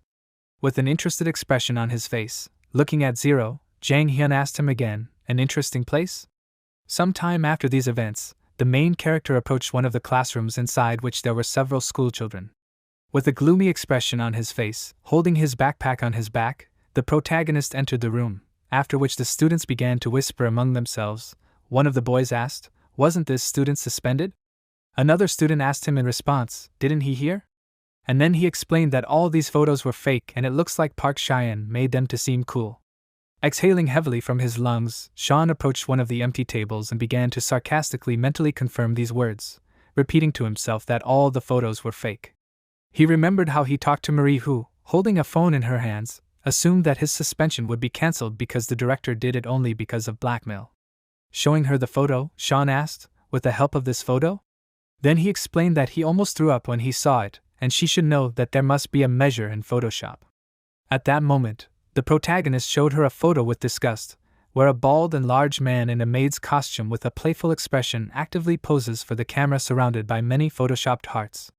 Marie answered him that however this photo is not fake, after which the protagonist looked at her in bewilderment. Now Sean, remembering these events, tightly grabbed his head with his hands and, looking in front of him with horror, began to deny what was happening, asking for it to leave his head. Suddenly, someone addressed him by name from the side. These were several huge schoolchildren, the leader of whom asked Sean, "How is he?" With a bored expression on his face, looking at these thugs, the protagonist assumed that he was probably not bad. Then the protagonist began to say that this is really so, because if the photo is fake, then this is logical. He asked, "Is this really so?" The leader of the thugs with a threatening expression on his face brought his head closer to Sean's face and invited him to go outside. Soon after, a surprised exclamation was heard in the schoolyard from a boy who shouted that he could not believe it, after which a voice asked if he really was friends with gangsters. These were the thugs who were following Sean, and the main one asked the main character if he thought they could be fooled by a few photos. The main character, holding his hands in his pockets, asked, "Is there anyone here?" At that moment, the main bully was tightly clenching his fist and preparing to strike, saying that he still wanted to check it out. With an unperturbed expression on his face, without even looking at his opponent, Sean brought his hand closer to him, which he was going to strike with his finger. As soon as he flicked the bully on the chin, his face distorted. Suddenly, the huge schoolboy fell to his knees, while his friends looked at him in surprise. The main character asked him not to be afraid, because he would be careful. Then, showing his finger clenched for a strike, he suggested that they were on the same team, right? Some time before these events, Sophia, crossing her arms over her chest, told Sean that his problem was his obsession, after which she told him that he believed that he was controlled by 3 principles. With an exhausted expression on his face, Sean rested his hands on his legs, listening to Sophia tell him that he understood these principles with his mind, but his body did not fully respond to it. Then she called him a stupid child and said that they would have to use another method. With a painful expression on his face and beads of sweat actively flowing down his body, Sean looked up at her and asked again, "Another method?" Sophia told him that if the control of the 3 principles limited him, allowing him to use only part of the power, then they needed to increase the total volume of this power. The main character looked up at her with apprehension and mistrust. Now the muscular bodies of the schoolchildren fell to the ground unconscious. The last of the schoolchildren asked in surprise, "Were they joking?" At that moment, the main character finished off another schoolchild with blows from his foot. The last schoolchild grabbed a mop near the fence and, cursing loudly, he invited him to join. Then he expressively repeated his demand and began to shout that he seemed to have a chance to cope with him. The main character instantly began to approach him, and when the schoolboy swung a mop at him, Sean dodged and raised his leg to strike, after which he delivered a powerful blow to the mop, causing it to fly apart into many wooden pieces in different directions. The schoolboy looked at the wooden chips in bewilderment, which flew apart at great speed. By this time, Sean had already moved to another space and, looking at him calmly, said that the bell had already rung, after which he offered to follow him. The schoolboy with the mop fell to his knees and began to look doomedly in front of him. Sean went forward and notified the others about this. Soon after, he walked along an empty corridor and thought that training with Sophia was not in vain. Sitting at his desk, he carefully looked at his clenched fist and realized that he did not yet fully control the force, but he did not think that he could hit so powerfully. At this time, a guy approached one of the schoolchildren entering the classroom and asked him to say if this was class 2-1. After that, when the guy entered the classroom, he shouted, "There he is!" He apologized and explained that he was just passing by. At this time, the main character stared at his hand thinking that if he could use the maximum of his strength, he could fight Zero and even a guy named Jang Hyun. Suddenly, a shoe appeared a few centimeters from Sean's face, and the voice of the owner of this shoe addressed Sean and shouted that they had not seen each other for a long time. The guy who was asking about the class was thrown aside by the main character with a powerful kick. The main character managed to block with his forearm while the guy was talking about how something had changed in him since the last meeting. Then the guy suggested that perhaps his skills had improved. He asked if this was true. This guy was Jang Hyun, who looked at Sean with a smile, raising his leg up. While Jang Hyun made another suggestion, the students who were in this class were bewildered with wide-open eyes and mouths watching what was happening. Jang Hyun asked him, "Or did he stop playing the good kid?" He asked this with a sly smile on his face, looking closely at the main character. For some time to reach the events, the main character said that he would become bait. He was in the room with Rachel and explained to her that this way everything would be much easier because let the enemies try to find him. Rachel listened to him silently, after which Sean looked at her and asked, "But where was she going?" "Pay attention to her appearance," Sean asked her. "What kind of image is this?" Rachel answered him holding lipstick in her hands that if he is ready to become a target, then she simply cannot stand aside and their team will wait nearby. And then she began to apply lipstick to her lips and explained that he is the property of the mansion of the dead, and they are obliged to protect it at any cost. After that, looking at her reflection in the mirror, Rachel asked him for permission to ask him one question, after which she asked, "What is his goal?" The main character looked at her in surprise and asked again, "The goal?" Then he said that of course. Rachel interrupted him and answered him negatively, after which it turned out that now he knows everything and he is different from the others under his control, so there is no one else to give him orders. She looked at Sean's stern expression and asked him why he wants to fight Zero. She asked him if he still thinks that the old woman is his mother or something like that. The protagonist turned around and took the backpack in his hand, saying that he himself does not know. Rachel asked him not to try to avoid answering, to which he turned away and said that he really does not know. He explained to her that from the very beginning those memories of how he was thrown out, for example, he admitted that he does not remember this and even the fight with Zero he vaguely remembers. The protagonist said that everything hurt too much. Rachel looked at him warily and asked herself, does not remember? After that, she assumed that this meant that Sean did not realize that he was using his power. Looking at Sean's back as he walked away from her, Rachel told him that even if the 3 principles were sealed within him, he could not fully use his power, and if that was really the case, there was no point in putting himself in danger. Rachel then worriedly asked him why he was going so far. The protagonist told her that she was right and that they were not family, after which he added that they were definitely not friends. After that, he said that, however, if he could really choose something himself, he would choose to tear their offenders to shreds. The protagonist said these words with a confident expression on his face, turning to Rachel and adding that this was not an order or a principle, but his choice. Now the protagonist looked at the soul in front of him with a surprised expression. He understood that if bait was needed, it would be him. Now Sean was thrown back by Jang Hyun's kick, but he understood that by doing so, he was offering his enemies to try to come and bite him. Jang Hyun stared at him with a smile on his face while Sean understood that the hunt would be on their side. The protagonist looked at him with a confident smile on his face. By this time, the defeated bullies, the schoolchildren, were returning to class, and suddenly one of them began with a large impulse under the door. The door flew off its hinges due to the fact that Jang Hyun was kicked by the protagonist into the door, and together with the door, he slammed one of the schoolchildren into the floor. The protagonist continued to defend himself even while lying on the door, intercepting Jang Hyun's leg and then throwing him to the side. He threw Jang Hyun out the window, but Jang Hyun managed to grab onto it, and soon after, sitting in the window frame, he asked the protagonist in surprise if he had become stronger.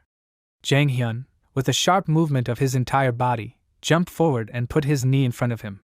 The protagonist began to dodge this, shouting that this was only the beginning.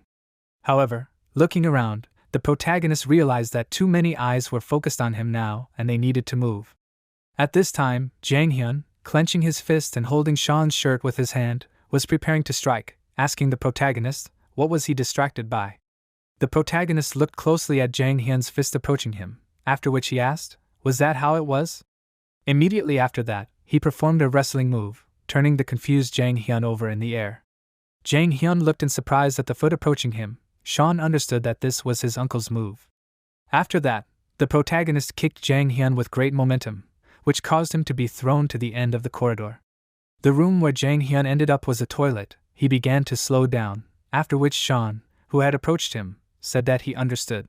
Jang Hyun looked at him in surprise, and Sean, entering the toilet, closed the door behind him and said that he assumed that someone would attack him at school, although he admitted that he did not think that this would happen on the first day. At this time, the confused schoolchildren were talking among themselves. One of them asked if he saw it. After that, he said that someone had just fought here. Then someone else's voice said that something happened so quickly.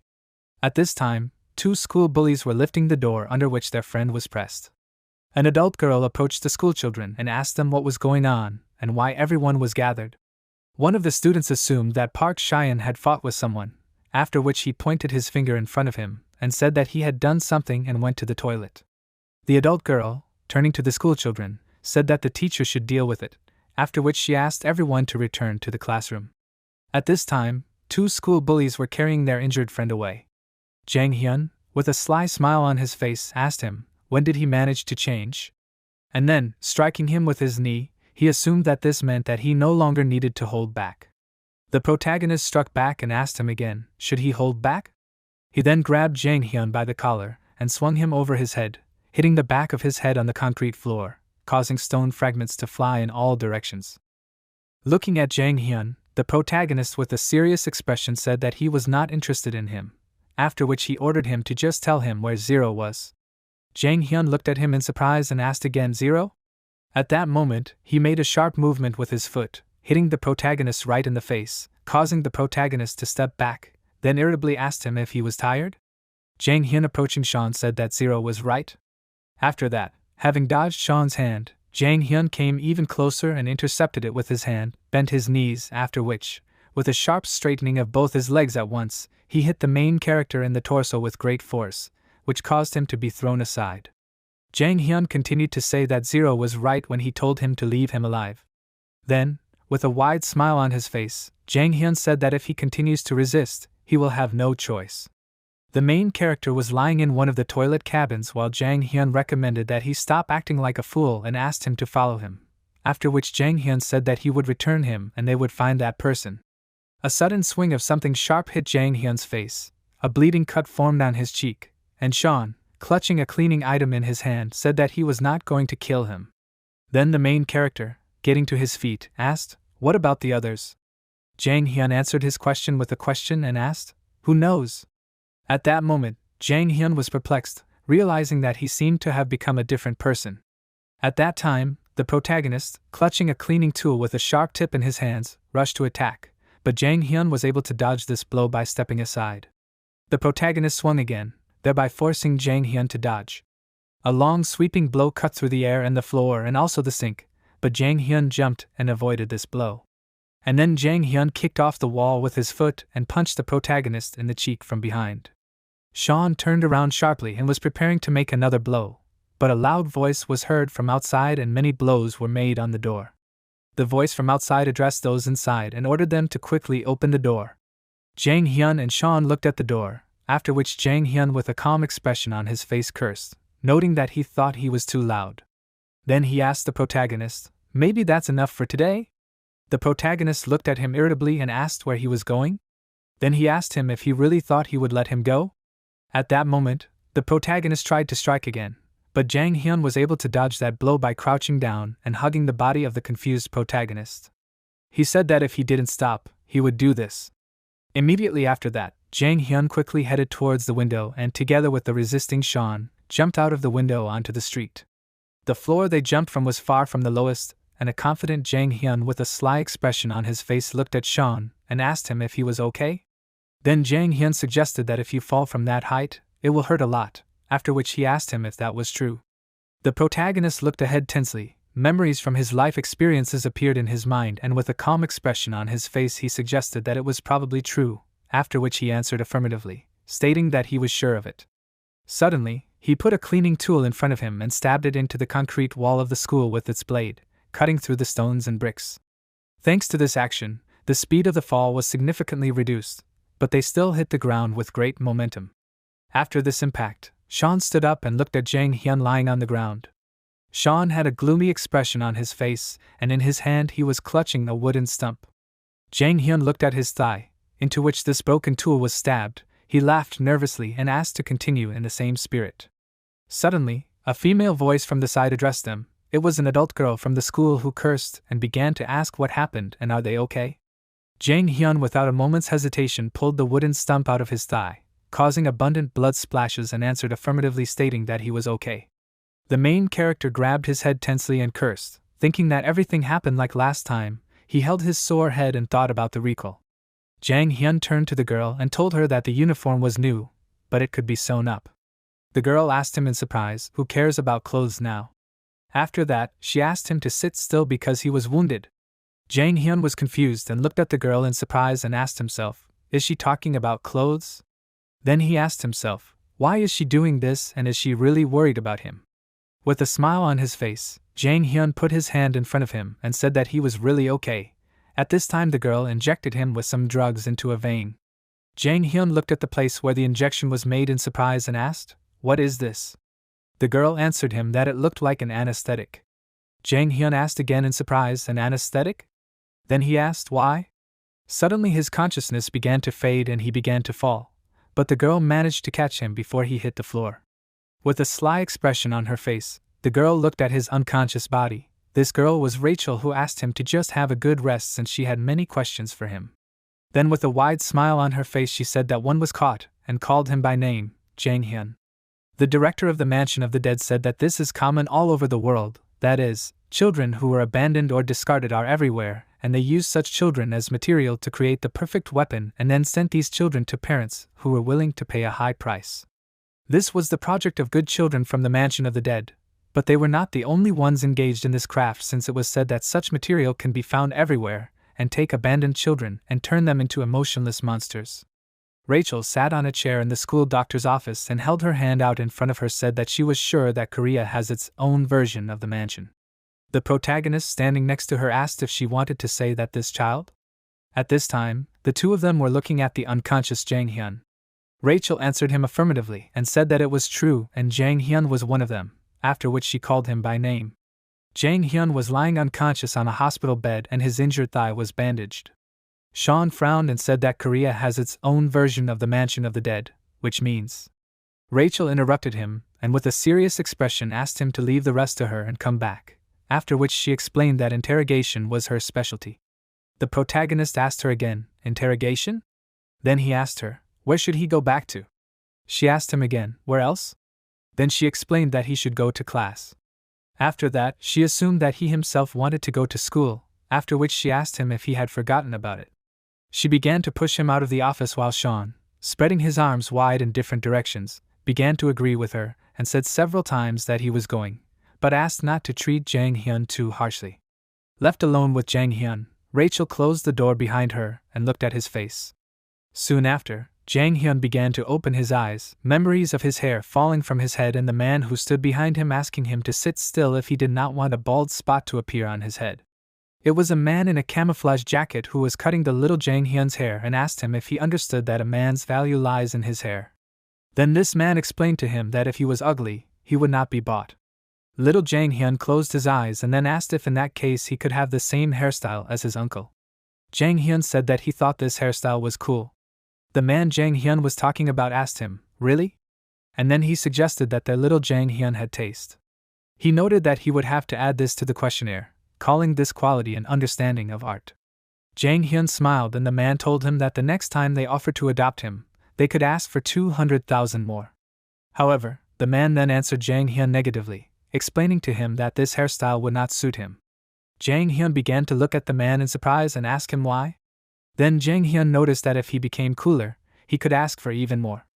The man put his hand on his shoulder and explained that the reason for this was because Jang Hyun was not him and that everything in him should be his. The man showed Jang Hyun the scissors and told him that he was handsome, which meant that he should be handsome, and Jang Hyun was strong, which meant that he should also be strong. Jang Hyun looked at the man in surprise and asked him, Uncle Carpenter?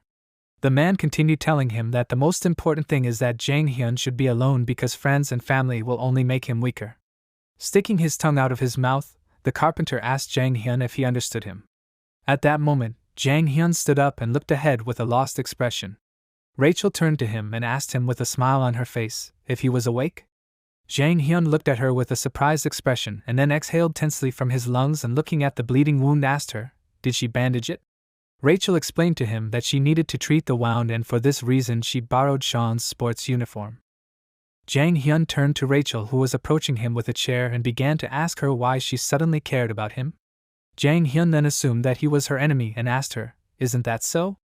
Rachel answered his question with a question and asked, does she really need to beat him with sticks now? She looked him in the eye and explained that if he cooperated then they might not be enemies at all. Rachel understood that she said that this was an interrogation but with children like him this method would work best because children like him were never loved before. With a confused expression, Jang Hyun lowered his head down and touched his hand to the wound. Rachel brought her face close to Jang Hyun's and asked him, will he answer her some questions? At this time, they were being watched from afar through binoculars. The observer looking at Rachel's actions said that this is not right, after which he assumed that she likes cute little children. Then the observer said that Zero would not like this. A man was sitting far from the school, pressing binoculars to his eye and saying that black hair suits her. Then this man with a smile on his face looking through binoculars said that he could not resist and wanted to take a closer look. He called Rachel Senorita and asked her to wait for him. Some time after these events, in one of the buildings belonging to the school, Jang Hyun, eating a bun, told Rachel that he would not say anything even if she was nice to him. Rachel sat next to him and said that he can do whatever he wants, after which she asked if this means that he is on Zero's side. Jang Hyun abruptly denied this, saying that he is on no one's side and that he is always alone. Putting her head on her palms, she asked him, in that case, why would he inconvenience Sean if he is not on Zero's side? Jang Hyun explained to her that they have a temporary cooperation in order to achieve a goal, after which he said that he needs Zero's information network so that he can find one person. With a smirk on her face, Rachel asked him again, information network? Then Rachel noticed that Zero is an orphan just like him, after which Rachel asked him if he is sure that he was not deceived. Jang Hyun began to zealously prove that Zero's network is real and that he has his own eyes and ears everywhere. After that, Jang Hyun shouted that he found him when he was running away from the carpenter. With a smile on her face, Rachel asked him again, from the carpenter? and then she asked him why he ran away from him. At this time, Rachel was thinking about how children always get irritated when their words are doubted. Jang Hyun began to tell him that the carpenter taught him strange things and it was very difficult because he trained so much, and then the carpenter persistently pursued him with his glasses and he ended up on the street, and Zero found him. Rachel handed him a drink and asked him to wash it down with a bun and then speak normally. Then she asked him how Zero found him in the end. Rachel understood that if she played along with him, he would tell her everything without realizing it. Jang Hyun took the drink in his hand and told her that he had a goal and he wanted him to help. Then he said that this goal was to free all the good children who were sold by the mansion of the dead and make them a family. After that, with a tense expression, frowning her eyebrows, Rachel looked at him menacingly. Jang Hyun wanted to continue talking about what else for them, but he did not have time to finish because a low voice interrupted him from behind. It was a man watching them who, cursing, called Jang Hyun a fool and explained to him that he should not talk about this. And then this man snatched the drink from Jang Hyun's hand and suggested that he was weak in the presence of beautiful women? Rachel abruptly turned towards this voice, but when she saw it, this man addressed her as Senorita Rachel. Then this man suggested that this was their first face-to-face conversation? The man took off his glasses and said that his name was Miguel, after which Miguel sat down next to Jang Hyun and hugged him by the shoulder, asked him not to be nervous and explained that he was on his side, after which he told her that Zero sent him for him. Rachel froze in place and began to ask, Miguel? Then she expressively asked, that same Miguel? Miguel turned to Rachel with a smile on his face and asked her what was wrong. Then he pointed to himself and asked her if she knew him too. Miguel said that it was an honor for him. Rachel knew that among the Spanish mercenaries they say that if you see a matador with a red cape, you should not try to stomp your feet and rush forward because the matador is always one step ahead, and this man is a black matador named Antonio Miguel. Rachel called him a matador and asked him why he works with Zero. Miguel waved his hand at her and said that he hated this nickname, after which he said that he really loved animals. Then he noted with a smirk on his face that killing bulls is prohibited by law and he does not do such things. He told her that he is hunting, after which Rachel looked ahead with a confused expression on her face. Miguel moved behind her and swung his weapon. With this instant action, he was able to cut the skin on Rachel's back. With a smile on his face, looking at her, Miguel shouted her name, after which he said that he had not been dodged like this for a long time, after which he, clutching a small metal mechanism in his hand, asked what he should do. A spear formed from the mechanical object in his hand. With a grin on his face, looking ahead, Miguel shouted that he liked what was happening more and more. Jang Hyun abruptly stood in Miguel's way and, spreading his arms wide in different directions, asked him to wait, after which he asked him why he was doing this. Jang Hyun noticed that he should have just taken his hand and left, after which Jang Hyun asked him, "Isn't that so?" Miguel put his hand on his forehead and called Jang Hyun impudent, after which he asked him if he had already fallen under her spell. Then Miguel asked him not to worry and, hugging him with the hand in which he clutched the spear, told Jang Hyun that he was as handsome as he was and that he would meet many more beautiful girls. The next moment, Miguel pierced Jang Hyun's stomach with a spear and shouted that this would only happen if he could survive until then. In a hoarse, painful voice, Jang Hyun asked in surprise, "What?" At this time, he was holding Miguel's forearm with a shaking hand, in which he was clutching the spear. Miguel explained to him that Zero had told him that if he saw even a hint of betrayal, he should kill him on the spot. Then Miguel told him that Zero had said that he was scaring him. After that, Miguel bowed and said goodbye, and Jang Hyun fell to the floor. Suddenly a gun appeared above the back of Miguel's head.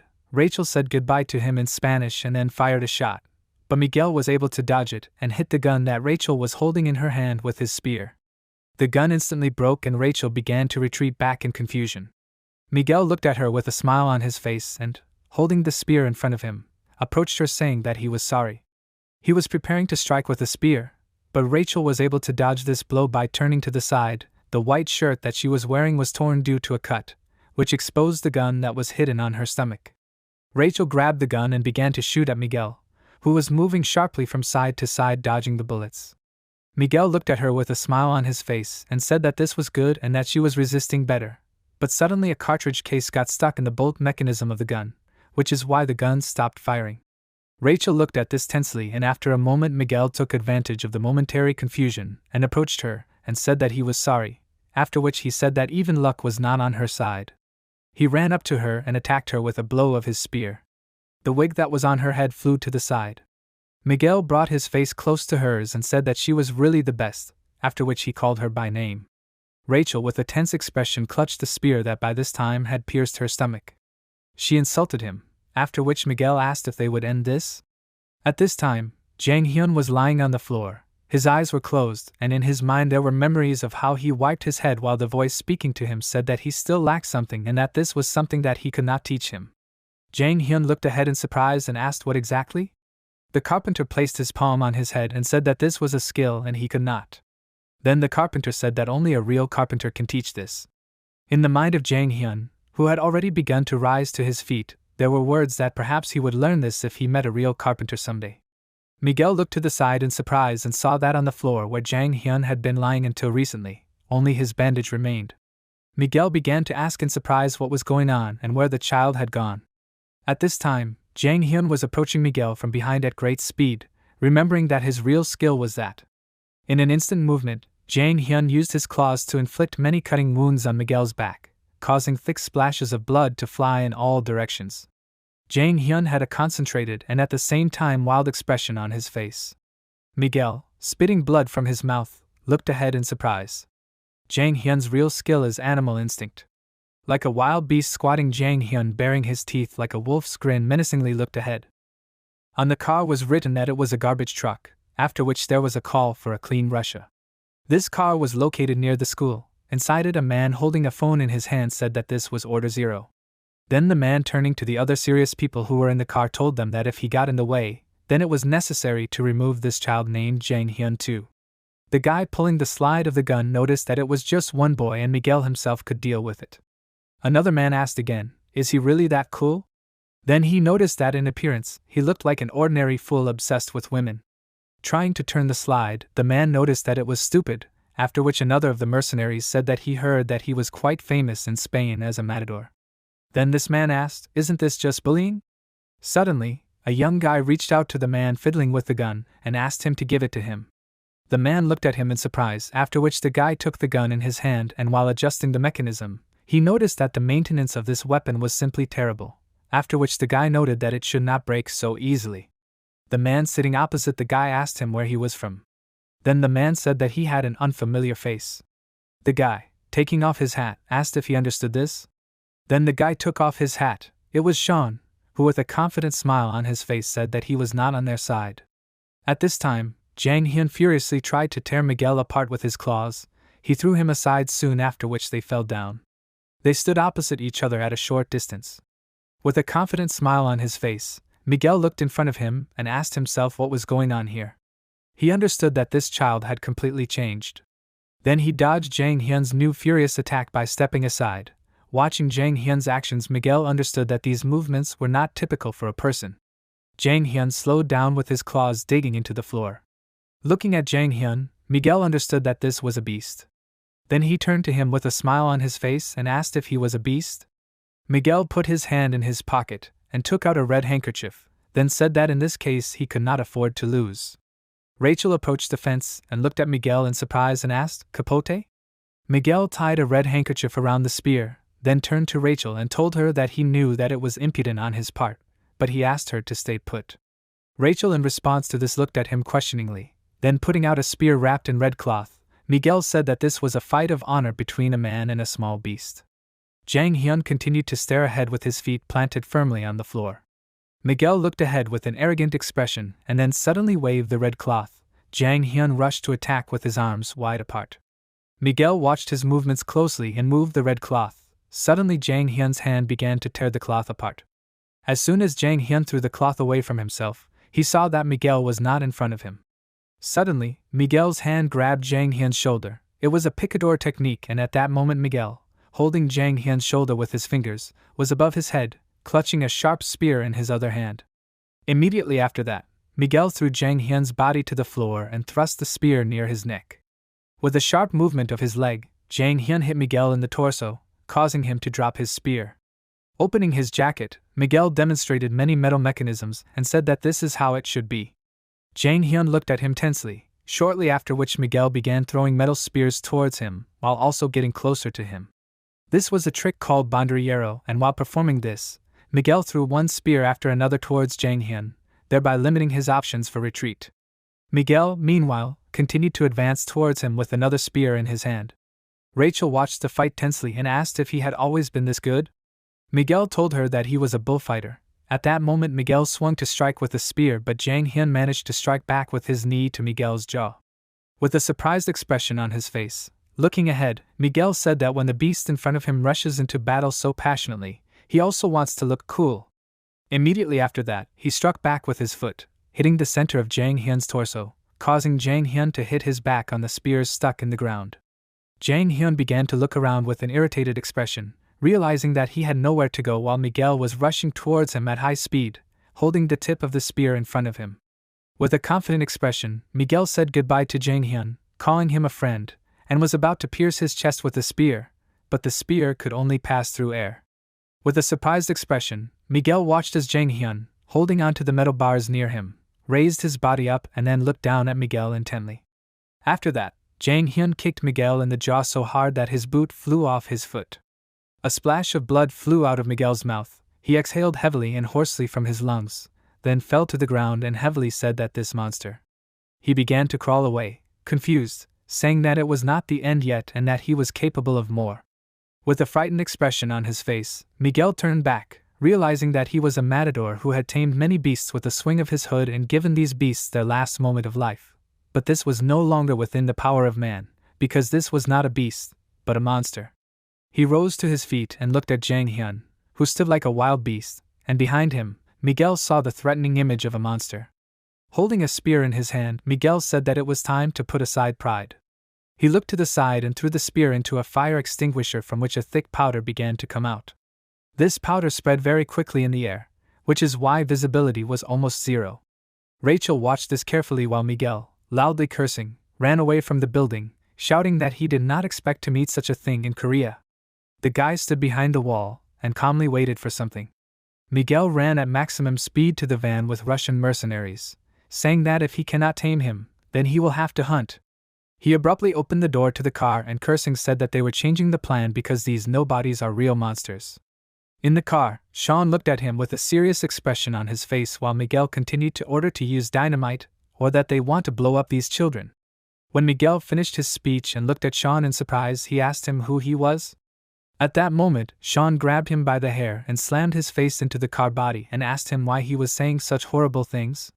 Then the protagonist continued to slam his face into the metal and asked him how dare he even think about blowing up children since there is a school here? Then the protagonist calmly remarked that maybe it was for the best since he already had too many questions. With a tense expression on his face, Miguel looked ahead in surprise as he saw several Russian mercenaries lying unconscious inside the car. The protagonist explained to him that these guys don't know a lot. Then the protagonist abruptly threw Miguel inside the car. At that time, Jang Hyun picked up his dirty bandage from the floor and remarked that maybe she was right. Rachel was approaching him, while a sad Jang Hyun bandaged his palm and said that he was deceived by Zero after all. Suddenly blood began to actively flow out of Jang Hyun's back. He began to fall. Rachel caught him and looking at him with a smile said that even with such a wound he fought. Then she suggested that probably this wound hurt a lot.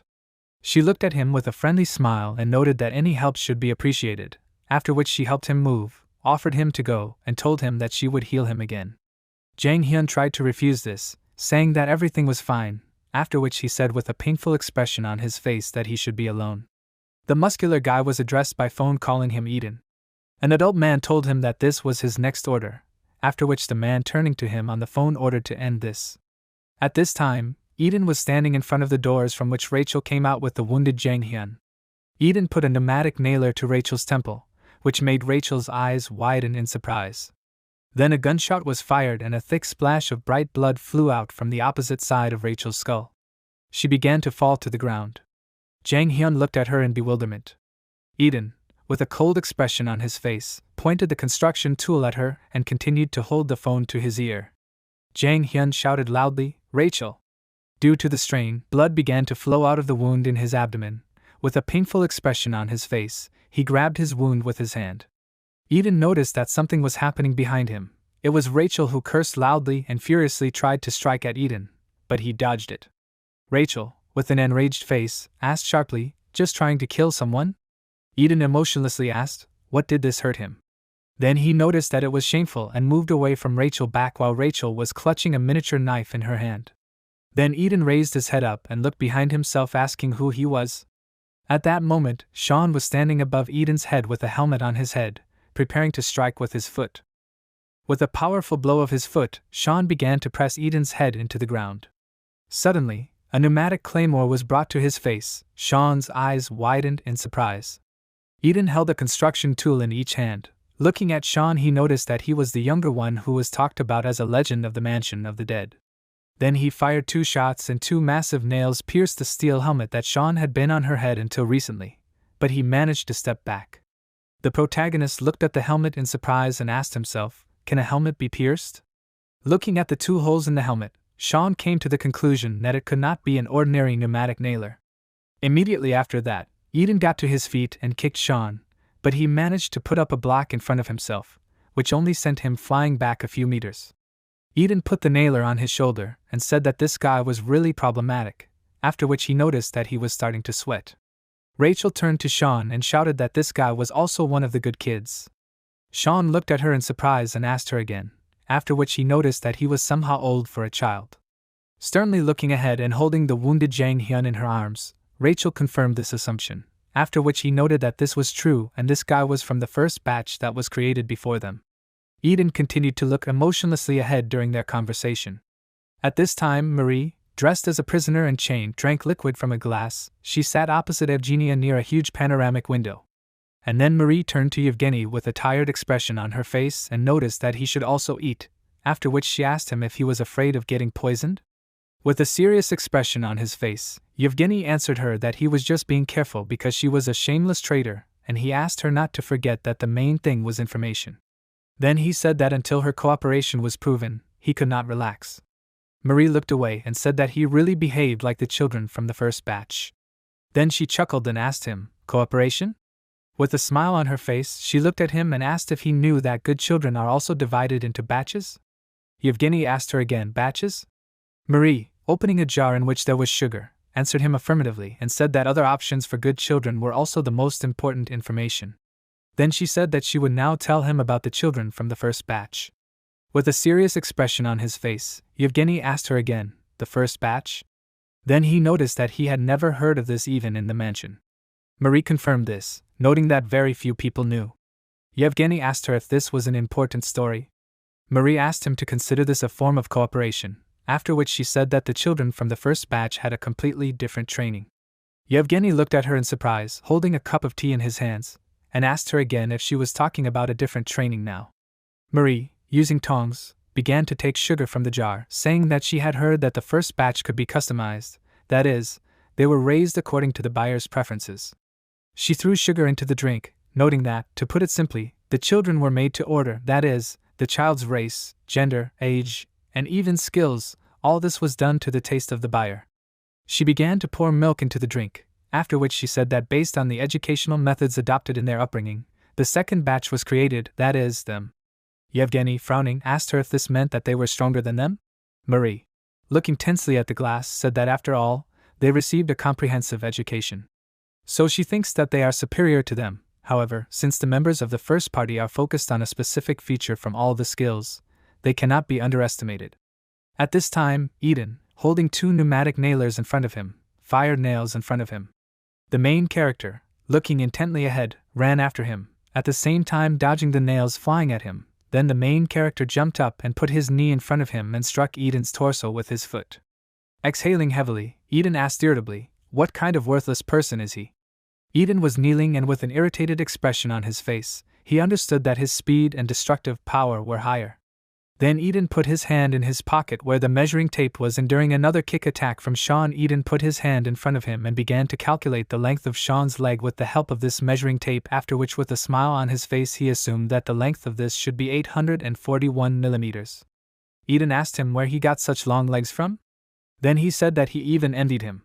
The protagonist, with an irritated expression on his face, was about to strike with his fist, asking what kind of nonsense he was talking about. Soon after, the protagonist pressed his fist into Eden's jaw. With a bloody face, Eden used the measuring tape again and said that the arms are 614 millimeters long, and these are also long. The protagonist with a sharp kick threw Jang Hyun a long distance back. Eden landed on the ground and with a painful expression on his face said that if he took another blow like that, he would die. And then Eden, putting away the tape, said, "Anyway, Jenna," which means finish. The protagonist approaching Eden addressed him as an elder and noted that children in their time are scary, after which the protagonist, looking at him coldly, assumed that he would soon faint. Then the protagonist noticed that at the same time he did not look like a completely decrepit old man. With a painful expression on his face, looking at Sean, Eden pressed his hand to his stomach and called him a little irritable person. And then, wiping the blood from his face, Eden smiled and noted that he had about a kata, that is, he had an idea. After that, Eden started shooting towards Sean, who, while trying to get closer to him, was asking, "What are these words?" Looking intently ahead, Eden said, "Legs 841 millimeters. Then he began to reason out loud that if you now calculate the step and speed, then. After that, Eden fired a shot and with the help of a flying bracket was able to hit Sean's foot, from which blood began to pour out. The protagonist, looking tensely at his leg, asked, "Did you hit?" Then he tried to punch Eden in the face, but he was able to dodge, saying, "Arm length is 814 millimeters. Eden said that with knowledge of the length of the arms, dodging should be easier. Then he began to shoot repeatedly from a pneumatic nailer, forcing Sean to retreat. Insidiously looking at his back, Eden explained that running is useless because pursuit is a different specialty. He took a hammer and a chisel in his hands and pointing the tip of the chisel towards Sean's head, Eden swung the hammer and said, "Hazuri, that is, attack." There was a powerful blow because of which many objects began to fly apart in different directions. Eden looked tensely in front of him, soon after which the dust fell down, and Eden, looking at the damaged metal pieces that Sean was holding in his hands, said, "Oh no." Then Eden asked, "Barashi, that is, disassemble," and blocked it with pipe fragments. The main character looked at him irritably with a sharp movement, knocked the chisel out of his hands, and asked him what he was constantly saying. Eden answered him that it did not matter, after which he noticed that he had already shown his face. Eden began to retreat back, shooting in his direction from a pneumatic nailer, and began to say that if he calculated and fired like before. The main character, squeezing a metal pipe in his hand, began to approach him, after which he calmly said, "Kali Arnis." Immediately after this, the protagonist began to make a series of powerful blows with pipes, which made Eden look ahead in bewilderment. Eden tried to dodge these blows with a tense expression on his face. One of his next blows, Sean hit the floor, which caused many stone and wooden fragments from various objects to fly apart at great speed in different directions. Eden, looking at this blow in bewilderment, asked himself, did he pick up the tools and become stronger? Then, looking at how Sean raised his hands in order to strike him, he asked, was it really worth it for him to take this? Suddenly, a ringtone began to sound from Eden's pocket. Eden fearfully put his open palm in front of him and asked Sean to stop, and pressing the phone to his ear addressed the interlocutor as a father. The elderly man who was his father addressed Eden and asked him to stop and come back. After this command, Eden abruptly turned in the opposite direction and shouted, "Stop," said Yari Karita. The main character tried to repeat this word, after which, looking angrily at his back, he asked, "What?" Running away, Eden said that this means that the quota is fulfilled, after which he said that it was time for him to go. The main character, looking angrily at his back, asked again, "Is it time?" Then he asked him if he really came to play with him. Eden, stepping back, called Sean a white-haired psycho and asked him why he was not lagging behind him. Then Eden, getting ready to jump over the gate, shouted that his dad told him to go home and he was going. Sean abruptly ordered him to stop, after which he asked him, "So he knows where his home is?" Jumping over the gate, Eden noticed that he could not tell him this. With a tense expression on his face, Sean again ordered him to stop, but then with a painful expression on his face, looking at his pierced foot, he mentally cursed, realizing that he was at his limit, because he had already used force twice that day. He remembered these moments and realized that the recoil was already affecting his body, and also his mind. Sean looked ahead with pain. At this time Eden got into the van and exhaled heavily and uttered a curse at Sean, where he emphasized the color of his hair. Eden was driving the van along the road, saying that children in their time were really creepy, after which he noted that he would not like to fight with him again. Then Eden said that he had caused him problems. Suddenly, the roof of the car was pierced through by a large metal reinforcement. Eden looked in bewilderment at how this reinforcement went through his steering wheel. On the roof of the car was Sean, who asked him if he hadn't heard what he said. The protagonist put his palm on the windshield, then sat on the hood and, looking intently into Eden's eyes, shouted that there was a command to stop. In the eyes was shy and anger mixed with hatred. Eden reached for the grinder, loudly cursing, shouting that this fool is simply unkillable. Taking his weapon, he began to saw off the same metal pole that blocked his steering wheel and did not allow him to go further. After which he immediately pressed the gas pedal to make a sharp turn. With this, he planned to fight off Cheyenne, and he even succeeded, because the guy, unable to stay on his feet due to a sharp push, hung in the air for a few seconds. Eden called the members of the mansion of the dead madman. He clenched his teeth, looking back, wanting to check if he succeeded in this move. He was indignant that these people were able to create at all. He said that is exactly why he wanted to quickly figure it out and get out of there. He had already grabbed the steering wheel with both hands when suddenly a strong pain pierced his shoulder, literally passing through the same metal pole, piercing both the driver's seat and Eden's shoulder. Cheyenne was behind him again, and arrogantly asked, "What does it mean to quickly figure it out?" And he only clenched his teeth harder, feeling a strong pain. Then Cheyenne continued to say that all these were funny words for someone who hammers nails into people's heads. Park Cheyenne smiled, asking him if he didn't think it was funny. Eden cursed, asking himself in his mind, when did Cheyenne manage to sit on his tail? The pole came out of his shoulder in one sharp movement, going back, and Eden noticed in the rearview mirror that Schuler was making another swing. Cheyenne told him to sit still, because it was difficult for him to aim, and Eden barely managed to dodge another attack. The pole pierced his seat right next to his head. Picking up another construction tool, he again passed out in his thoughts, thinking that all of this was dangerous. Shouting loudly, like, "Come what may," he literally sewed the gas pedal to the floor so that the truck would not stop. After that, Eden climbed out of the driver's door window, shouting to Cheyenne that he won, so Eden was going. Jumping out, Eden shouted to Cheyenne that he had to do it himself from now on. An unexpected move, and only then did Cheyenne understand why this crazy woman did this. Noticing that the gas pedal was pressed to the floor, Cheyenne realized that the situation was a stalemate. At great speed, the truck crashed straight into the construction fence. Eden watched. He quietly wailed in pain, getting to his feet, and then began to drag himself in the other direction, asking himself out loud, what kind of situation was this? He said that he definitely needed to go to the hospital, and this really brought a lot of pain early. Eden closed one of his eyes, continuing to move. The truck that crashed into the fence at high speed destroyed several buildings inside the fence, and was now pelted with many stones. However, Cheyenne's body was not there. The sun gradually began to set outside, painting the sky in different colors. Iran arrived at his destination, then said that it was a serious matter, and he acted without thinking. Ethan could not imagine how he would explain the situation with the car to his father. He sighed heavily, holding his hand to his neck, and then turned around, saying that he was in deep trouble. Straightening up, he asked Cheyenne, "Is it true that he will follow him all the way here?" Behind him, on the street, the silhouette of the protagonist appeared, illuminated by the rays of the setting sun, who was squeezing the same metal pole in his hand. His face was both tired and hypnotized, but did everything automatically. Hearing the noise, the gray-haired man, Eden's father, stopped his work and then walked outside, holding a saw in his hands. A very strange sight appeared in front of him. His son was pinned to the ground by some guy, and near his head, a rebar was stuck in the ground. Eden loudly called his father, wishing to quickly attract his attention, and the man looked at this with horror, not knowing what to do. He asked Eden, "What is going on there?" Cheyenne turned his bloodthirsty gaze to the man without letting go of his opponent and the fight. After that, he turned away and fell silent, remembering something from his life. The very moment when he fought with Marie, when Madame saw this and punched him in the face. Cheyenne with a sharp movement pulled a piece of rebar out of the ground, lifting it up, when Eden shouted to his father that this man is dangerous, and that he needs to hide. The protagonist's eyes widened as he swung the iron rod again, and Eden's father tried to stop him, approaching and shouting for him to stop it. However, to the surprise of those present, the protagonist hit himself on the head with the iron rod, and then did it again.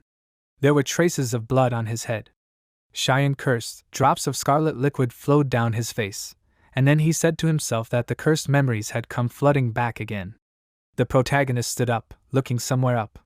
He then let his gaze fall on Eden, saying that he was asking him one last time to tell him everything he knew, and then he would leave. Eden looked at Park Cheyenne in surprise as he asked him where Zero was now. He looked menacing enough to believe that this was indeed the last time, and that his patience was running out. There were a lot of building materials everywhere. Shelves with boards, iron, and other things needed for construction surrounded this room. Eden scratched the back of his head.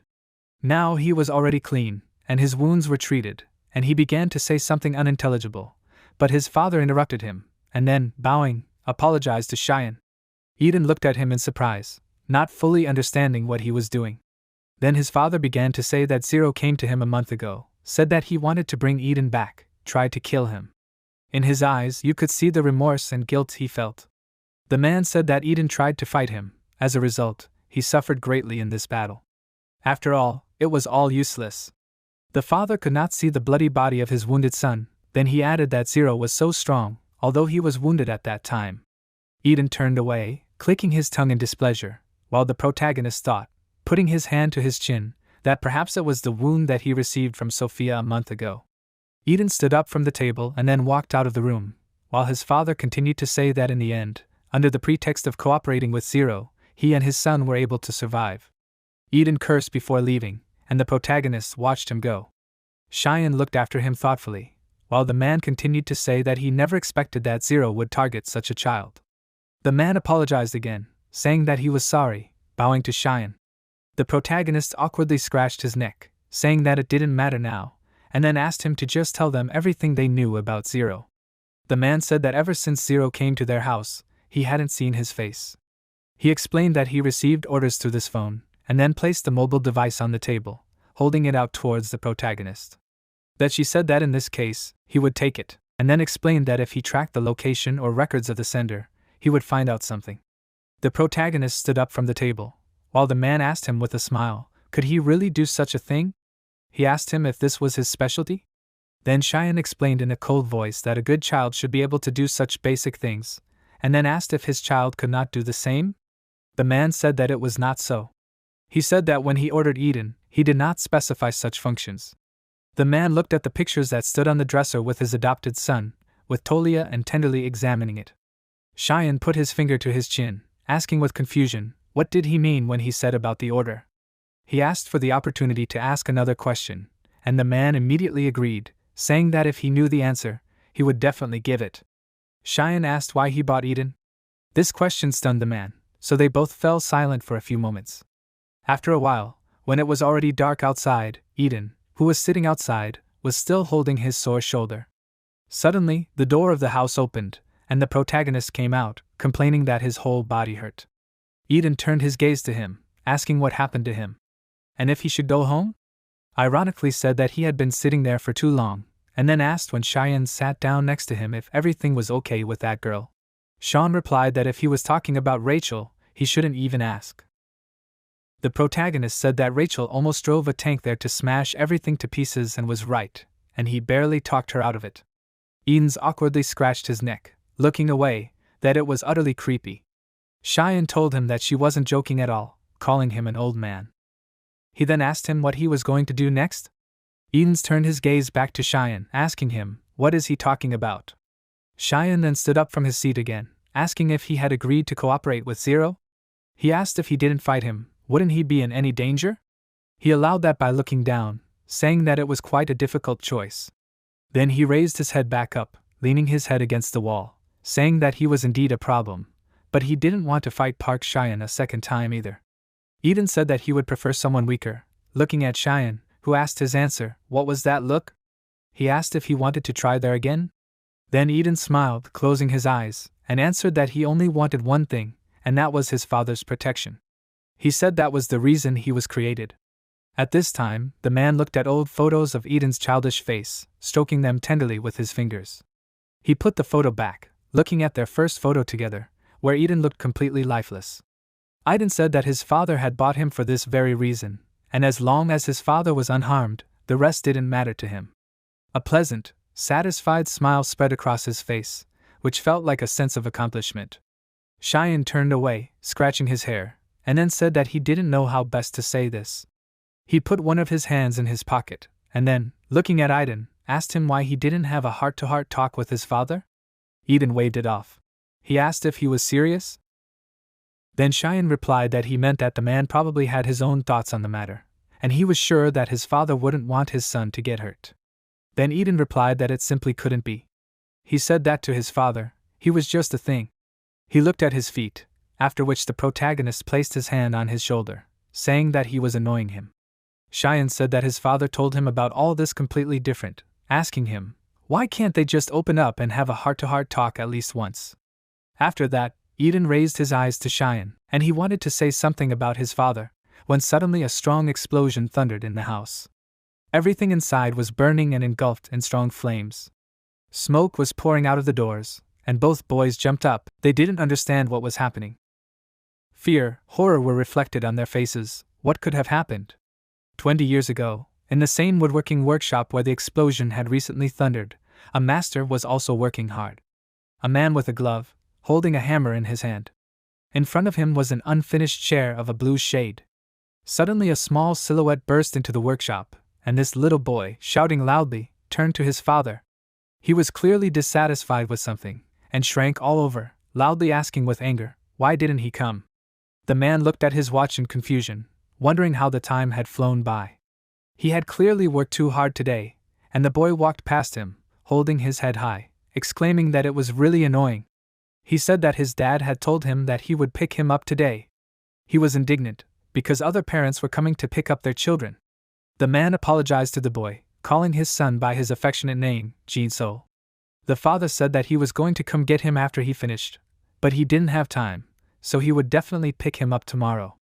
Trying to earn the child's forgiveness, the man asked the child if he wanted chicken for dinner. The little boy opened one eye at this, and then puffed out in shock, looking at his father with an offended expression. He pouted and said that he definitely had to come tomorrow, and the man hugged his son, holding him close, with a smile on his face, saying that of course he would be there. The next day, the father's car was indeed parked in front of the school, and the boy, seeing this, immediately ran happily towards his father, waving his arms cheerfully. The little boy was smiling. His happy smile seemed to light up everything around him, and the father, admiring this, waved back, also smiling. However, the moment of family reunion was completely ruined. The car, which was driving along the roadway at that moment, without slowing down, knocked down the boy, throwing the air, causing him to spin several times in the air. Blood flew all over the father's car, and he froze, not fully understanding what was happening. The chair, which had remained assembled in his workshop, continued to stand there. After some time, the father arrived at that very fateful house. A mysterious voice said that now he understood what it all meant. The man listened to the story of the unfortunate father, and then asked why he had come all this way there. He said that there must have been so many other orphanages in Korea, right? The father said in a tired voice that he had heard rumors that there was an orphanage in Russia where they could create a child on request. His entire face was very haggard, his stubble was unkempt, the dark circles under his eyes indicated a lack of peace, and all his clothes were clearly shabby. The head of the orphanage asked, "Are such rumors really circulating?" The unfortunate father replied, "Let it be in the head," that since then he had been searching every corner of Russia for 3 years, and then said that the mansion of the dead was the very place, because only there could they create his child. He looked up at the director with hope, and then the director answered him that it was indeed true. He handed him a sheet of data, and then said that this was something that only they could really do, so the man had come to the right place. A strange smile appeared on the face of this man, and his eyes, full of madness, stared into what seemed to be the soul. He asked if the man could fill out the order form. Autumn had come. Autumn, after several long years of waiting. There were many fallen leaves around the workshop, and then one day, when the man remembered that the order for the method 2 to 3 years, a finished copy appeared in front of him. He turned away from contemplating the chair, staring at the child, and as promised, the finished child was delivered to his home. In front of him stood a boy, whose eyes seemed to be devoid of life. The boy with the calm face looked at his new parent, and the man, seeing such strong similarities, exclaimed in surprise. During this time, his face had aged greatly, although not much time had passed. He could not believe that something like this was possible. It seemed to him that it was just a miracle. He took a few steps towards the child, and then froze. The father recalled that he truly believed that his son would come back to life. He addressed him by his son's name, saying that he was his daddy, and the child only bowed in response, formally greeting his father. This was completely unlike his son's behavior, and it immediately destroyed the illusion that his head had created. The boy confidently asked what he should do first. At that moment, the man realized that the dead could not return to life. A realization flashed across his face: this boy was not his dead child. The chair that he had made for the little one stood behind him, but it seemed that, Even though a similar child was right in front of him, the owner of this chair was still not there. So the chair remained completely empty. Winter came, and they lived together. The boy returned from school and told his father about this, to which the man, busy with his work, greeted the boy, telling him to go to his room and rest. The boy accepted the instruction, telling his father to call him at any time if he needed help. At that moment the man froze, memories flashed before his eyes, when his son, complaining and disgruntled chattering, carried himself to him, scolding his father for not coming to pick him up. He turned his gaze to the boy who was developing, and then called him by name. Eden turned, asking his father if he called him. The man asked him if he wanted chicken for dinner. The boy froze in surprise, not knowing what to answer, and then smiled like an ordinary child, saying that he really wanted it. The father stopped, seeing the child's smile. That same evening, they sat down to dinner with that very chicken they had ordered. The boy ate happily, saying that it was very tasty. His face was slightly dirty here as an enthusiastic occupation, and the father just told him to eat more. He brought his can of drink to his face, looking at the photo, behind the boy, where his son was, while the child in front of him ate happily. He thought of his child again, thinking that he was his only son, and this child in front of him could never replace him. The man knew very well that no one could replace his gene soul. He looked carefully at the photo, then at the baby, knowing full well that he had fallen in love with this child too. The man smiled to himself, when suddenly he was interrupted by Eden's voice, telling him that everything was okay.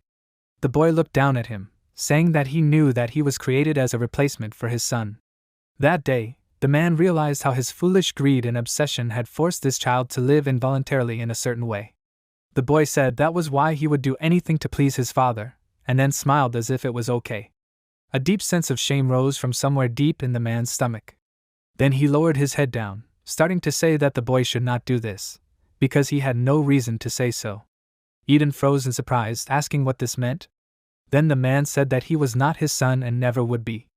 Eden pressed his lips together, the feeling of fear from losing this place, as well as the pain that these words brought, spread like mercury through his veins. An oppressive silence fell in the room. After this dinner was finished, the boy took out the trash, and then put his father to bed, drawing the curtains so that the light did not fall on the parent's face. Suddenly his gaze fell on a photo of that same boy, Gene Soul, and he noticed that on his face there were 2 small moles at the bottom. A few moments later, a loud scream was heard from the hallway, and the man, hearing this, woke up, jumping up from his place. He ran into the workshop, loudly calling the boy's name, seeing the child sitting on the floor, holding his face, and a construction stapler lying next to him. The man asked him, "What happened?" Then the boy answered in a completely calm voice that he found a problem. He pulled the staple out of his cheek, which was bleeding. Eden turned around, telling the man that he had no moles. With a forced smile on his face, the boy asked, "He should be closer to perfect, right?" The man looked at the photo of his little son, and then turned his gaze to the photo taken with Eden. He said his name, looking at the boy's cheek, which was covered with a band-aid. After that, the man headed towards the small blue chair, which he once made for his son. He looked at it, but the wood, although it was dirty from time, but still had a good look. He stroked the surface of the chair, as gently as if it were his son. At that moment, a noise coming from the street caught his attention, and the man turned towards it. A girl was standing in the aisle, asking the man if he wanted to play with this. She had sparklers in her hands, and she told him to look at this, asking if it was not pretty. She was sitting on the couch, and her face was filled with pleasure. She told the man not to worry, because a sparkler contains barely 2 grams of gunpowder. The man asked her who she was and then turned back, noticing a huge number of the same sparklers in a bundle right behind him. The girl went on to say that of course, if you put them all together, everything would be different. In this huge bundle of sparklers, one of them was stuck, which was already lit. She reproduced the sound of an explosion with undisguised pleasure, showing the sparkler closer, that all of them could explode. Meanwhile, the sparkler that had been stuck in the pile burned to the end and in a second blew the workshop to smithereens. Eden and Cheyenne, who were talking outside, looked at this in horror, and then immediately rushed inside. Eden called out to his father in horror, and then saw him lying on the floor, covering the little blue chair with his body. Behind him, on the floor, sat the same girl who had waved at them in a friendly manner, and at that very moment, Eden rushed towards his father, screaming furiously. Cheyenne tried to warn him to wait, but he failed. Suddenly, an armed figure appeared through the smoke and the man swung his weapon at Eden right in the chin, sending him flying backwards. The blow left a strong mark on Eden's face, and the man said that he couldn't do it. Ask who he thought he was reaching out to? The threat and danger that was reflected on the face of the sudden attacker was obvious. Then this stranger addressed the girl, calling her Sparky, asking her, didn't he tell her to hide? He clicked his gun, and at that moment Park Cheyenne flew into the air, directing the attack with his foot right at the opponent's face. The man managed to dodge, although to the side, and then, when Cheyenne landed on the floor, said that it must be Cheyenne. Cheyenne took a fighting stance, and at this time, a construction stapler was pressed against the man's face. Staples flew out of the tool like bullets, began to fly out of the tool, intending to hit the enemy. As soon as Cheyenne and Eden were close, Eden said that he should let him clarify. They were already preparing for battle while the workshop continued to burn mercilessly, and Eden, straightening up to his full height, told Cheyenne that he was a demodo, a person who helps a skilled worker. Park Cheyenne did not argue, and nodded in response to the question of whether he understood this.